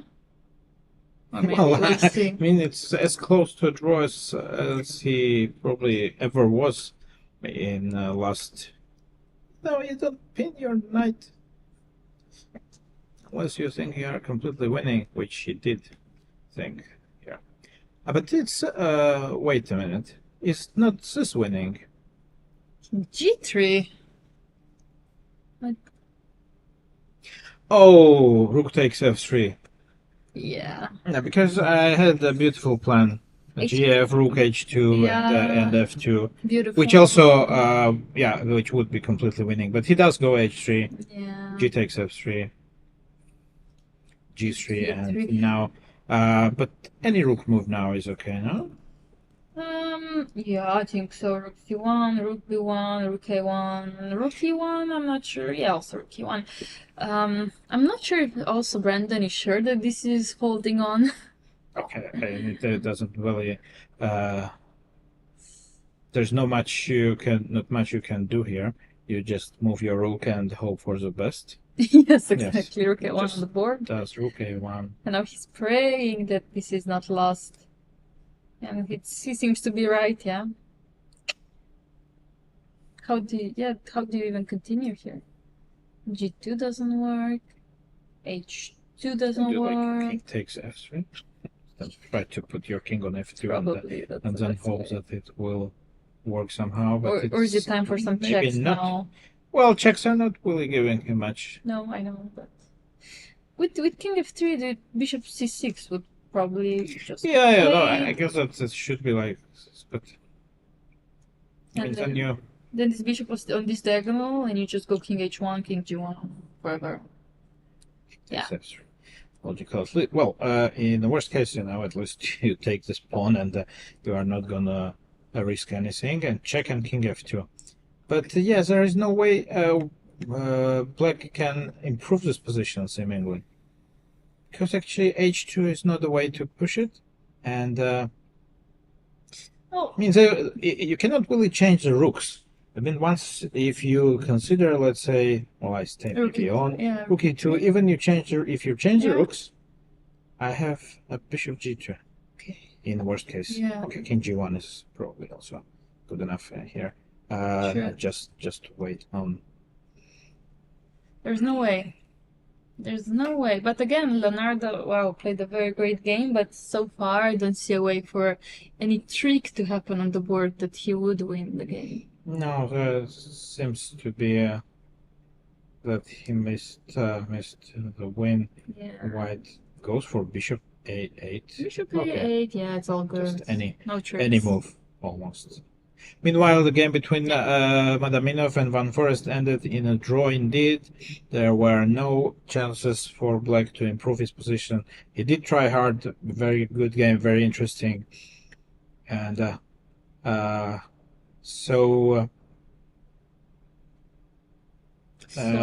Brandon decided just to stay with the bishop on a diagonal and showing G2 could be played, and then rook e1. Yes, of course, no way. to any exchanges, and it's just. And Leonardo I think knows. that now he knows that he did misplay it somewhere. Of course, it's always tough when you feel or you know that you were winning at some point, and suddenly you just blundered. I believe that he missed the idea of white rook moving simply to elsewhere, then g1, rook e3. But it's a move which is not really threatening anything. Actually, it's black's problem is that his pawns look spectacular, of course, but they are not creating any threats. That's all. Yeah, they look great, but. Okay, there is a trick, however. If you go bishop a8, Okay. no, I think that this is a. There is a trick, no? Okay. But of He's course, not gonna fall for no, this. that's actually a nice one. Good try. Well, I'm always very good in finding out how to lose a game, which is impossible to lose, I guess. Rook a2, and I believe we are in final moments of today's game because Leonardo he does understand that he missed the win, and now it's just time to finish the tournament and for the draw. hard fight. Yeah, knight f3. I think that we we can't hear the sound, but Yeah. that it looks like that is a bit. But it takes it like a true sportsman with a smile. Yeah. It's nice to see always people being polite to each other and True. respectful. We stated it several times. Sometimes, of course, it's very He's hard to. also trying to he was show winning. away how he could probably win, or where he missed something. He probably also doesn't know Leonardo yet that he was winning. He knew that he was. I felt it was very close. Yeah, he felt But it maybe was also close. he's pointing out that there was this rook d8 may have understood this after he played it. But okay, somebody's gonna tell them in the worst case. Somebody's gonna tell him. So Definitely. Can we just move on maybe to Sibodana's game? Yes. Let's Etienne, one last favor from the 9 rounds before we have Our of course our tie breaks. Yeah. There is, unfortunately, the game is already finished, so Okay. we can see almost an Let's see the empty playing playing hall. hall. Almost. But there are some games going on in Open it's B a or B C, group yeah. or C. I'm not sure by location. We see Maxime Lagarde checking on that game, Definitely waiting. and for so the playing hall. we can slowly sum up today's Let's go. last round. It's not the end of the tournament, however. No. The last round on first 16 boards has concluded, but we have a tie for a first place because Jan Malek managed to almost unimaginable thing to win his game against Pavel Eljanov on demand with white pieces, and his reward will be a tiebreak against Inian, who Also. on board 2 did beat Jakob Simon to result games on first 2 boards. What else could have wished more for such a tournament? Well, it is sadly upset for Eljanov to not hold on till the end. He was one of the players that had almost perfect game every day, and sadly that this happened in the last round. But okay, Malek, really, really impressive performance.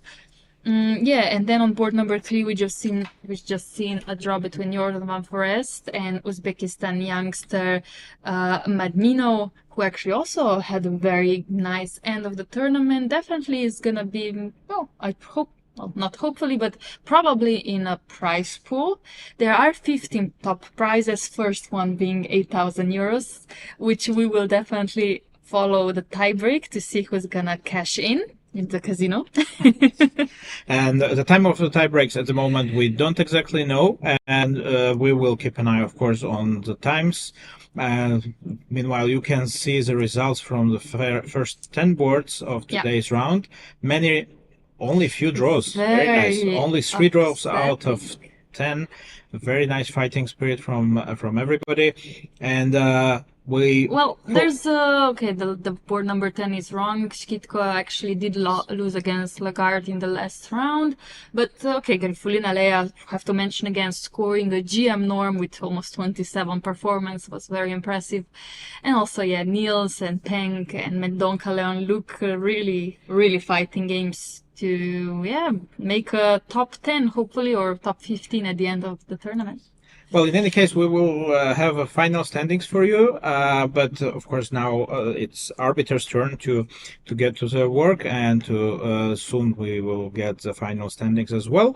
I believe we should go on a break now because we will find out how and when the tie breaks are going to be played. Yeah, maybe it's not going to be a break. Maybe this stream will be over, but we will start a new one. Don't worry, we will be back for the tie breaks between these two players, Malek and Inian.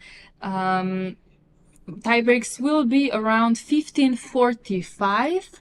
So we will wait till then for of course, all players and all standings to finish and to happen. But yes, definitely stay here. And there is one more thing maybe we need to mention. It most likely we will not have a delay in tie breaks because, of course, a delay in rapid tie breaks will not be such a great thing to have. And most likely we will have a live transmission around 3:45. So now it's time to have some quick snack for you and us as well. Yes. And we see us in approximately 20-25 minutes. Stay tuned. Watch out for new new streams, but we'll be us again. We'll be back.